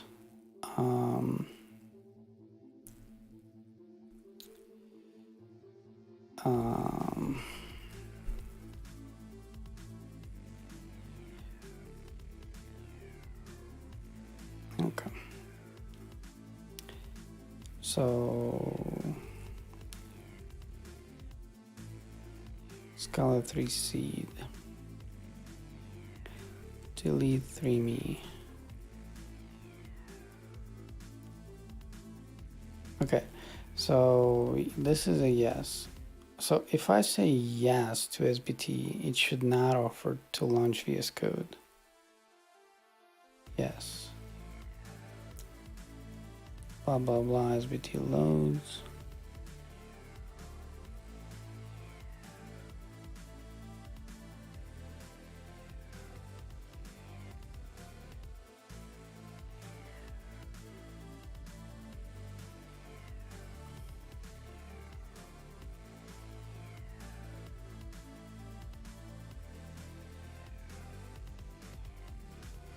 And I go out. Oh, no.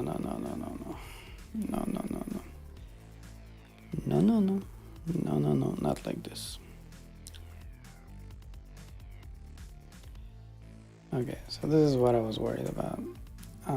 Okay, we need to read up on Bash precedence. Yeah.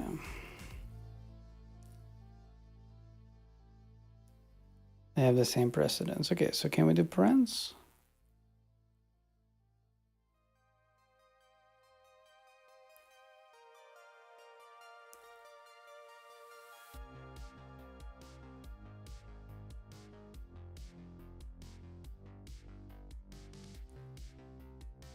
Anyway, I think we can do parens, right? It would be crazy to undo freaking parens. Like here, right?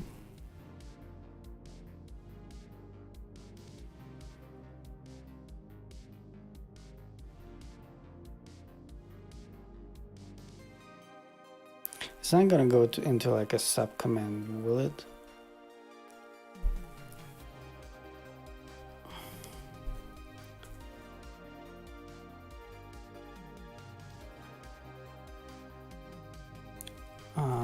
Delete 3 me.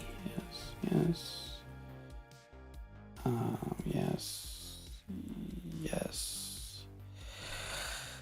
Yes.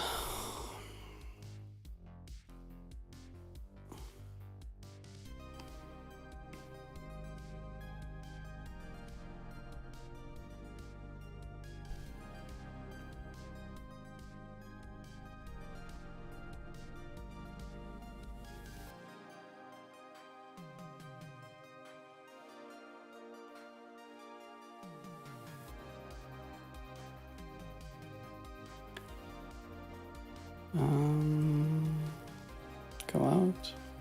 Nice. It didn't offer to launch VS Code. So this means that if we remove it and we run through this thing again,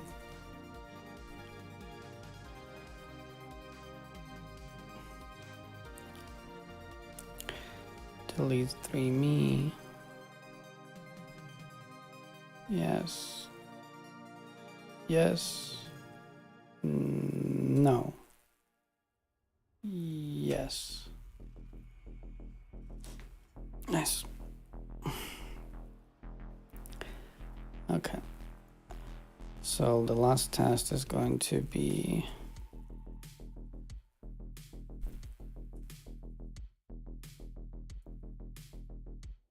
delete 3 me. Yes. No. No. Cool. Okay. One last tiny test is going to be the other template. Cat.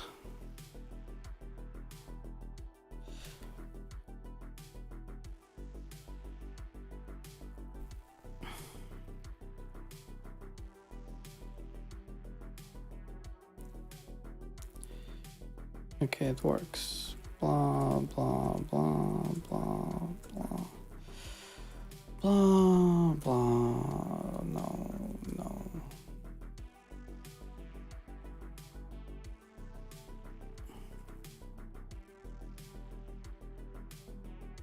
Nice.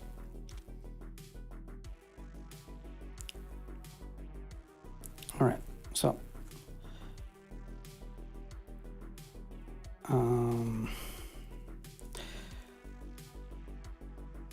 the last thing that I would want to have is like this fucking spinner. Like, what is up with a spinner?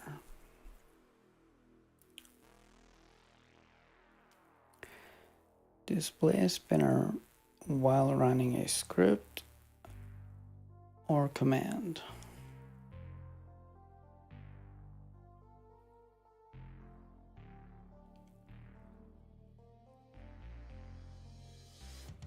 But then it's gonna swallow the whole output. I don't think it's gonna work. Oh.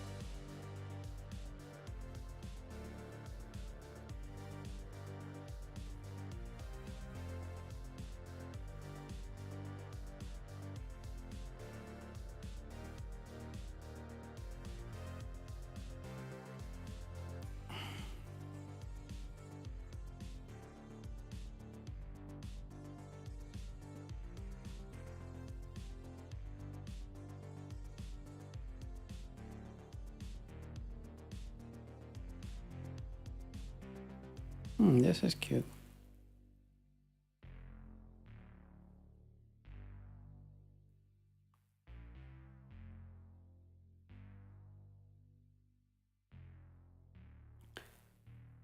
Yeah. All right, so I guess we can now do this spinner, but just out of curiosity, I want to see other spinners.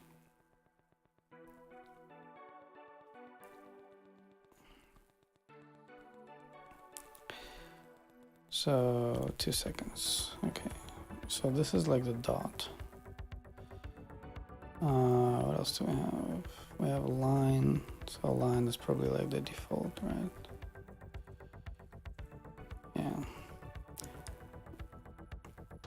Mini dot.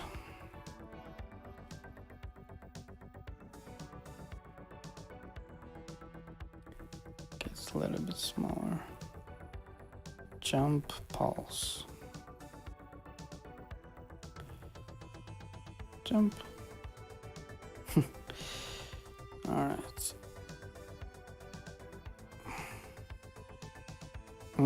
That's cool. Points, globe, moon. Points. Ooh. They're also cool. Wow.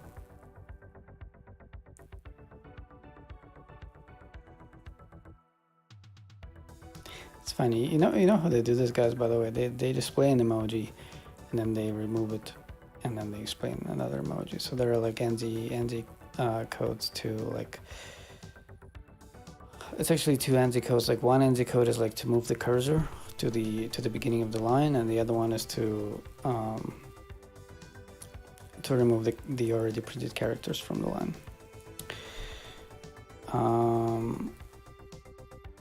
Monkey, meat, or hamburger. Oh wow. That one's actually cool.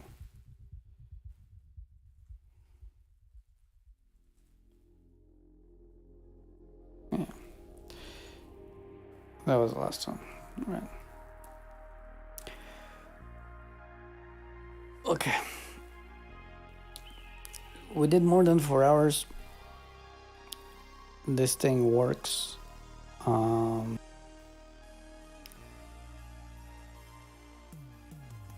Which means that we can also run through the installer one last time.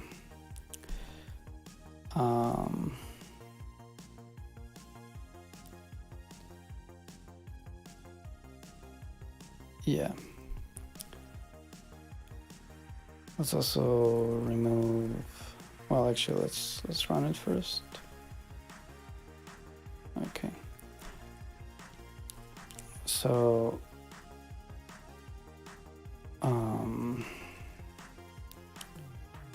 user local bin DIY G8 and go like this, and it's on the path, and there's no like stuff laying around, and we can run it. Ta-da! Yeah, cool. So it works and it's done, and I'm also freaking done. So I just need to go content video. So this is gonna be like 277, and it's gonna be gum.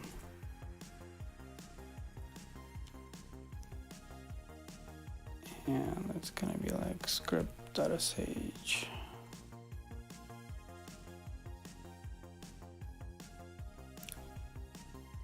And I'm just gonna like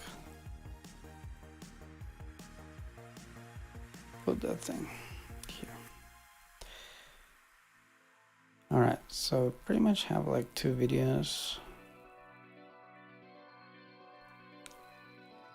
So yeah, by the way, like this thing is gonna work for you guys as well now, right? Like assuming that you have like gum installed and at least something that smells like Scala, you know, either G8 or Corsair or SPT. And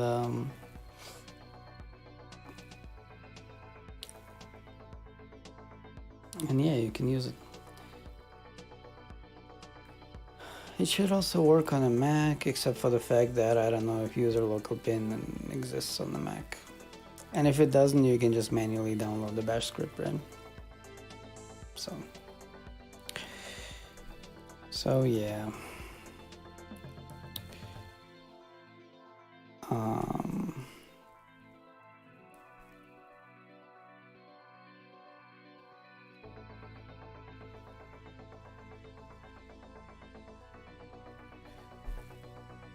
All right.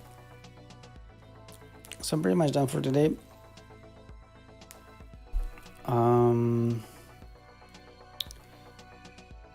Do you guys have any questions? I don't think that we can rate anybody.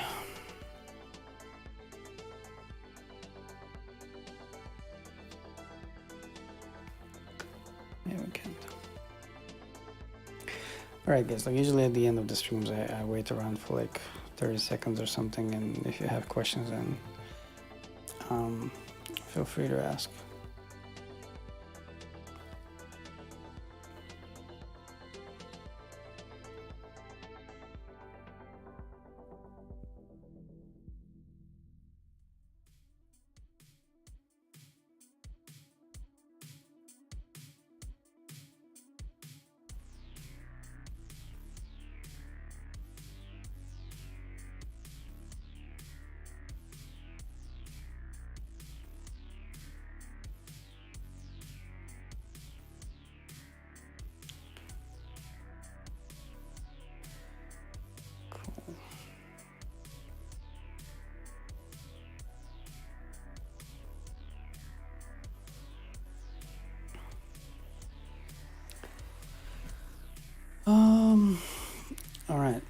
Yeah, man. See you soon.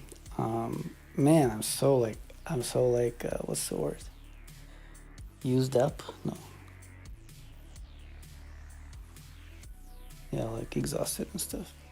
All right, I'm gonna go before I say something ridiculously stupid. All right, peace, guys.